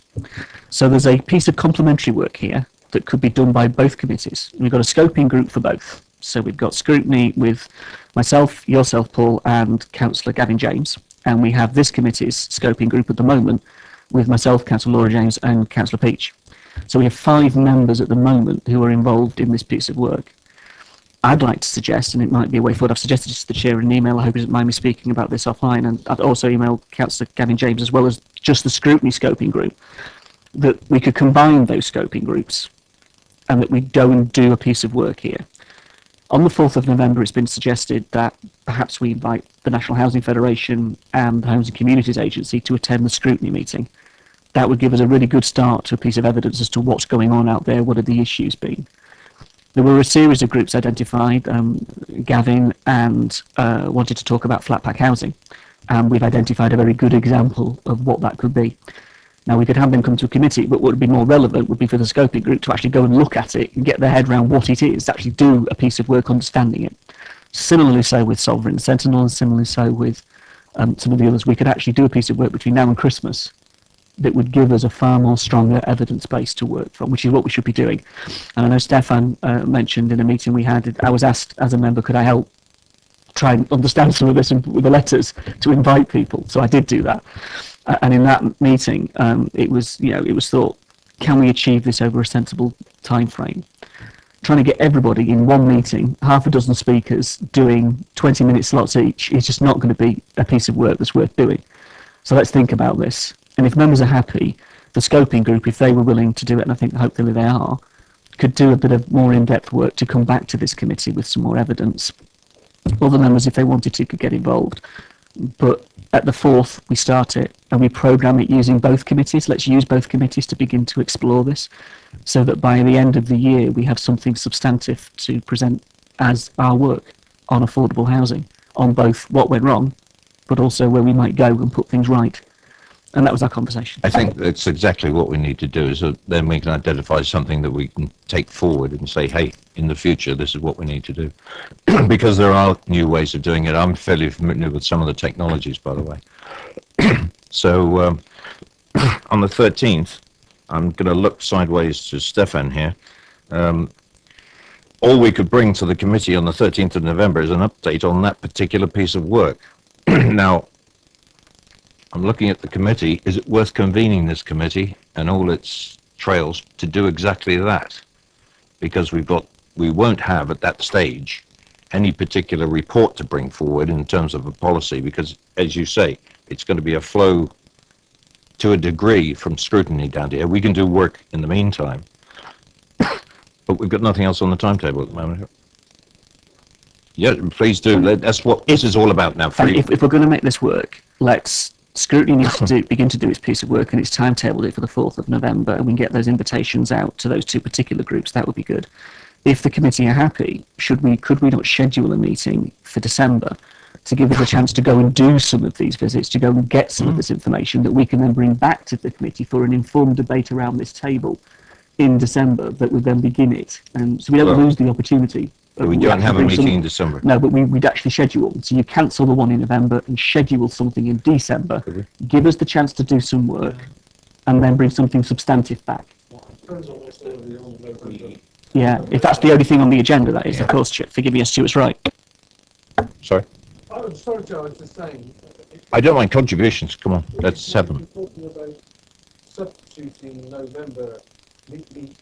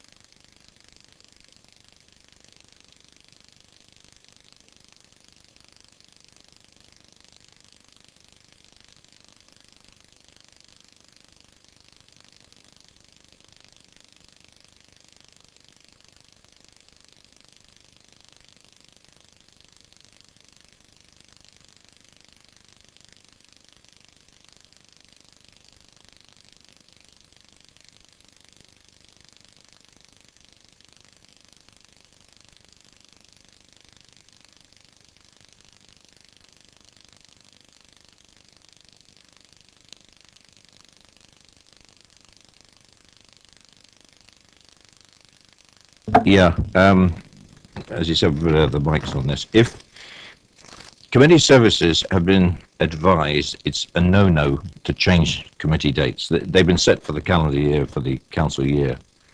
I can't make decisions about changing dates. I'm going to have to go up, certainly to Laura. Can I be really, I don't want to be disrespectful in any way to anybody, but it's in the member's gift and your gift as chair to decide where we meet. I would be very upset to think and I don't mean this in the way but anybody that is not a member will make a decision about when members are meeting. It's not they. I will explore the possibility of getting December meeting in. And have supporting people and the housing come to that, because that gives us something substantive to work on. That's right. If there's nothing else. I'm not going to be here until the 9th anyway. So it would have to be after the 9th. Yes, Stuart.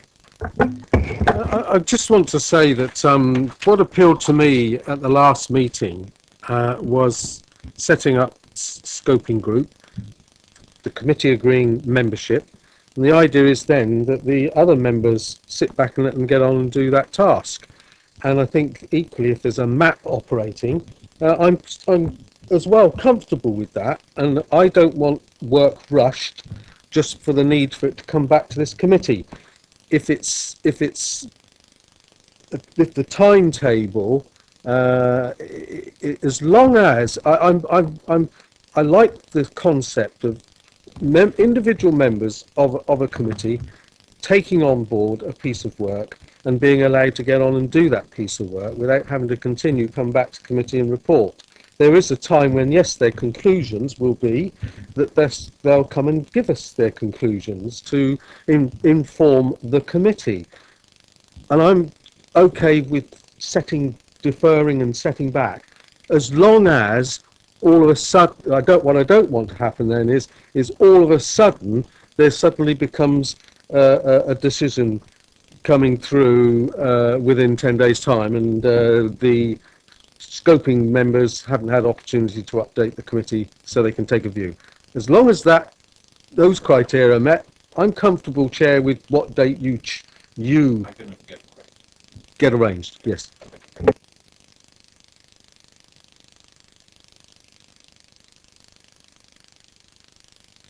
It was also just to say that, you know, in relation to housing, in a sense, we need to think about this, because if we've got nothing on the agenda, that's not good. And there's so much going on in relation to, you know, economic planning and housing. You know, just the referral that DC sent in relation to employment land, and you know, there are lots of bits of work that we should be doing or looking at, and I think for such a crucial committee not to have work is quite disturbing, and I think we need to reflect on that. And I really feel that we should be a very busy committee and doing a lot of work, and I don't think, if we're not, we're doing something wrong, and we need to think about that. More than willing to take work on that's worthwhile. I don't really want to go hunting around for work. There's an issue about I don't know if it was employment land, but this, if I can refer back to what David Potter brought up about Eli Lilly and the building of accommodation there on employment land and shifting the school catchment areas. I've been doing a bit of digging on catchment areas. They no longer exist. They haven't existed for a long time, apparently. My wife's a former teacher of around here, and she kept mentioning that. And I spoke to the chair of governors at Four Lanes, and he said catchment areas. Councillor Austin and I are going down to county to speak to, and I've got my own reasons for going down, to speak to the Education Authority and the portfolio holder to sort this one out once and for all.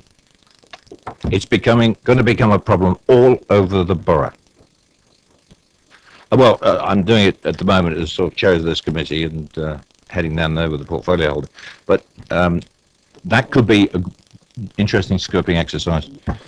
I'd love to join you if you don't mind.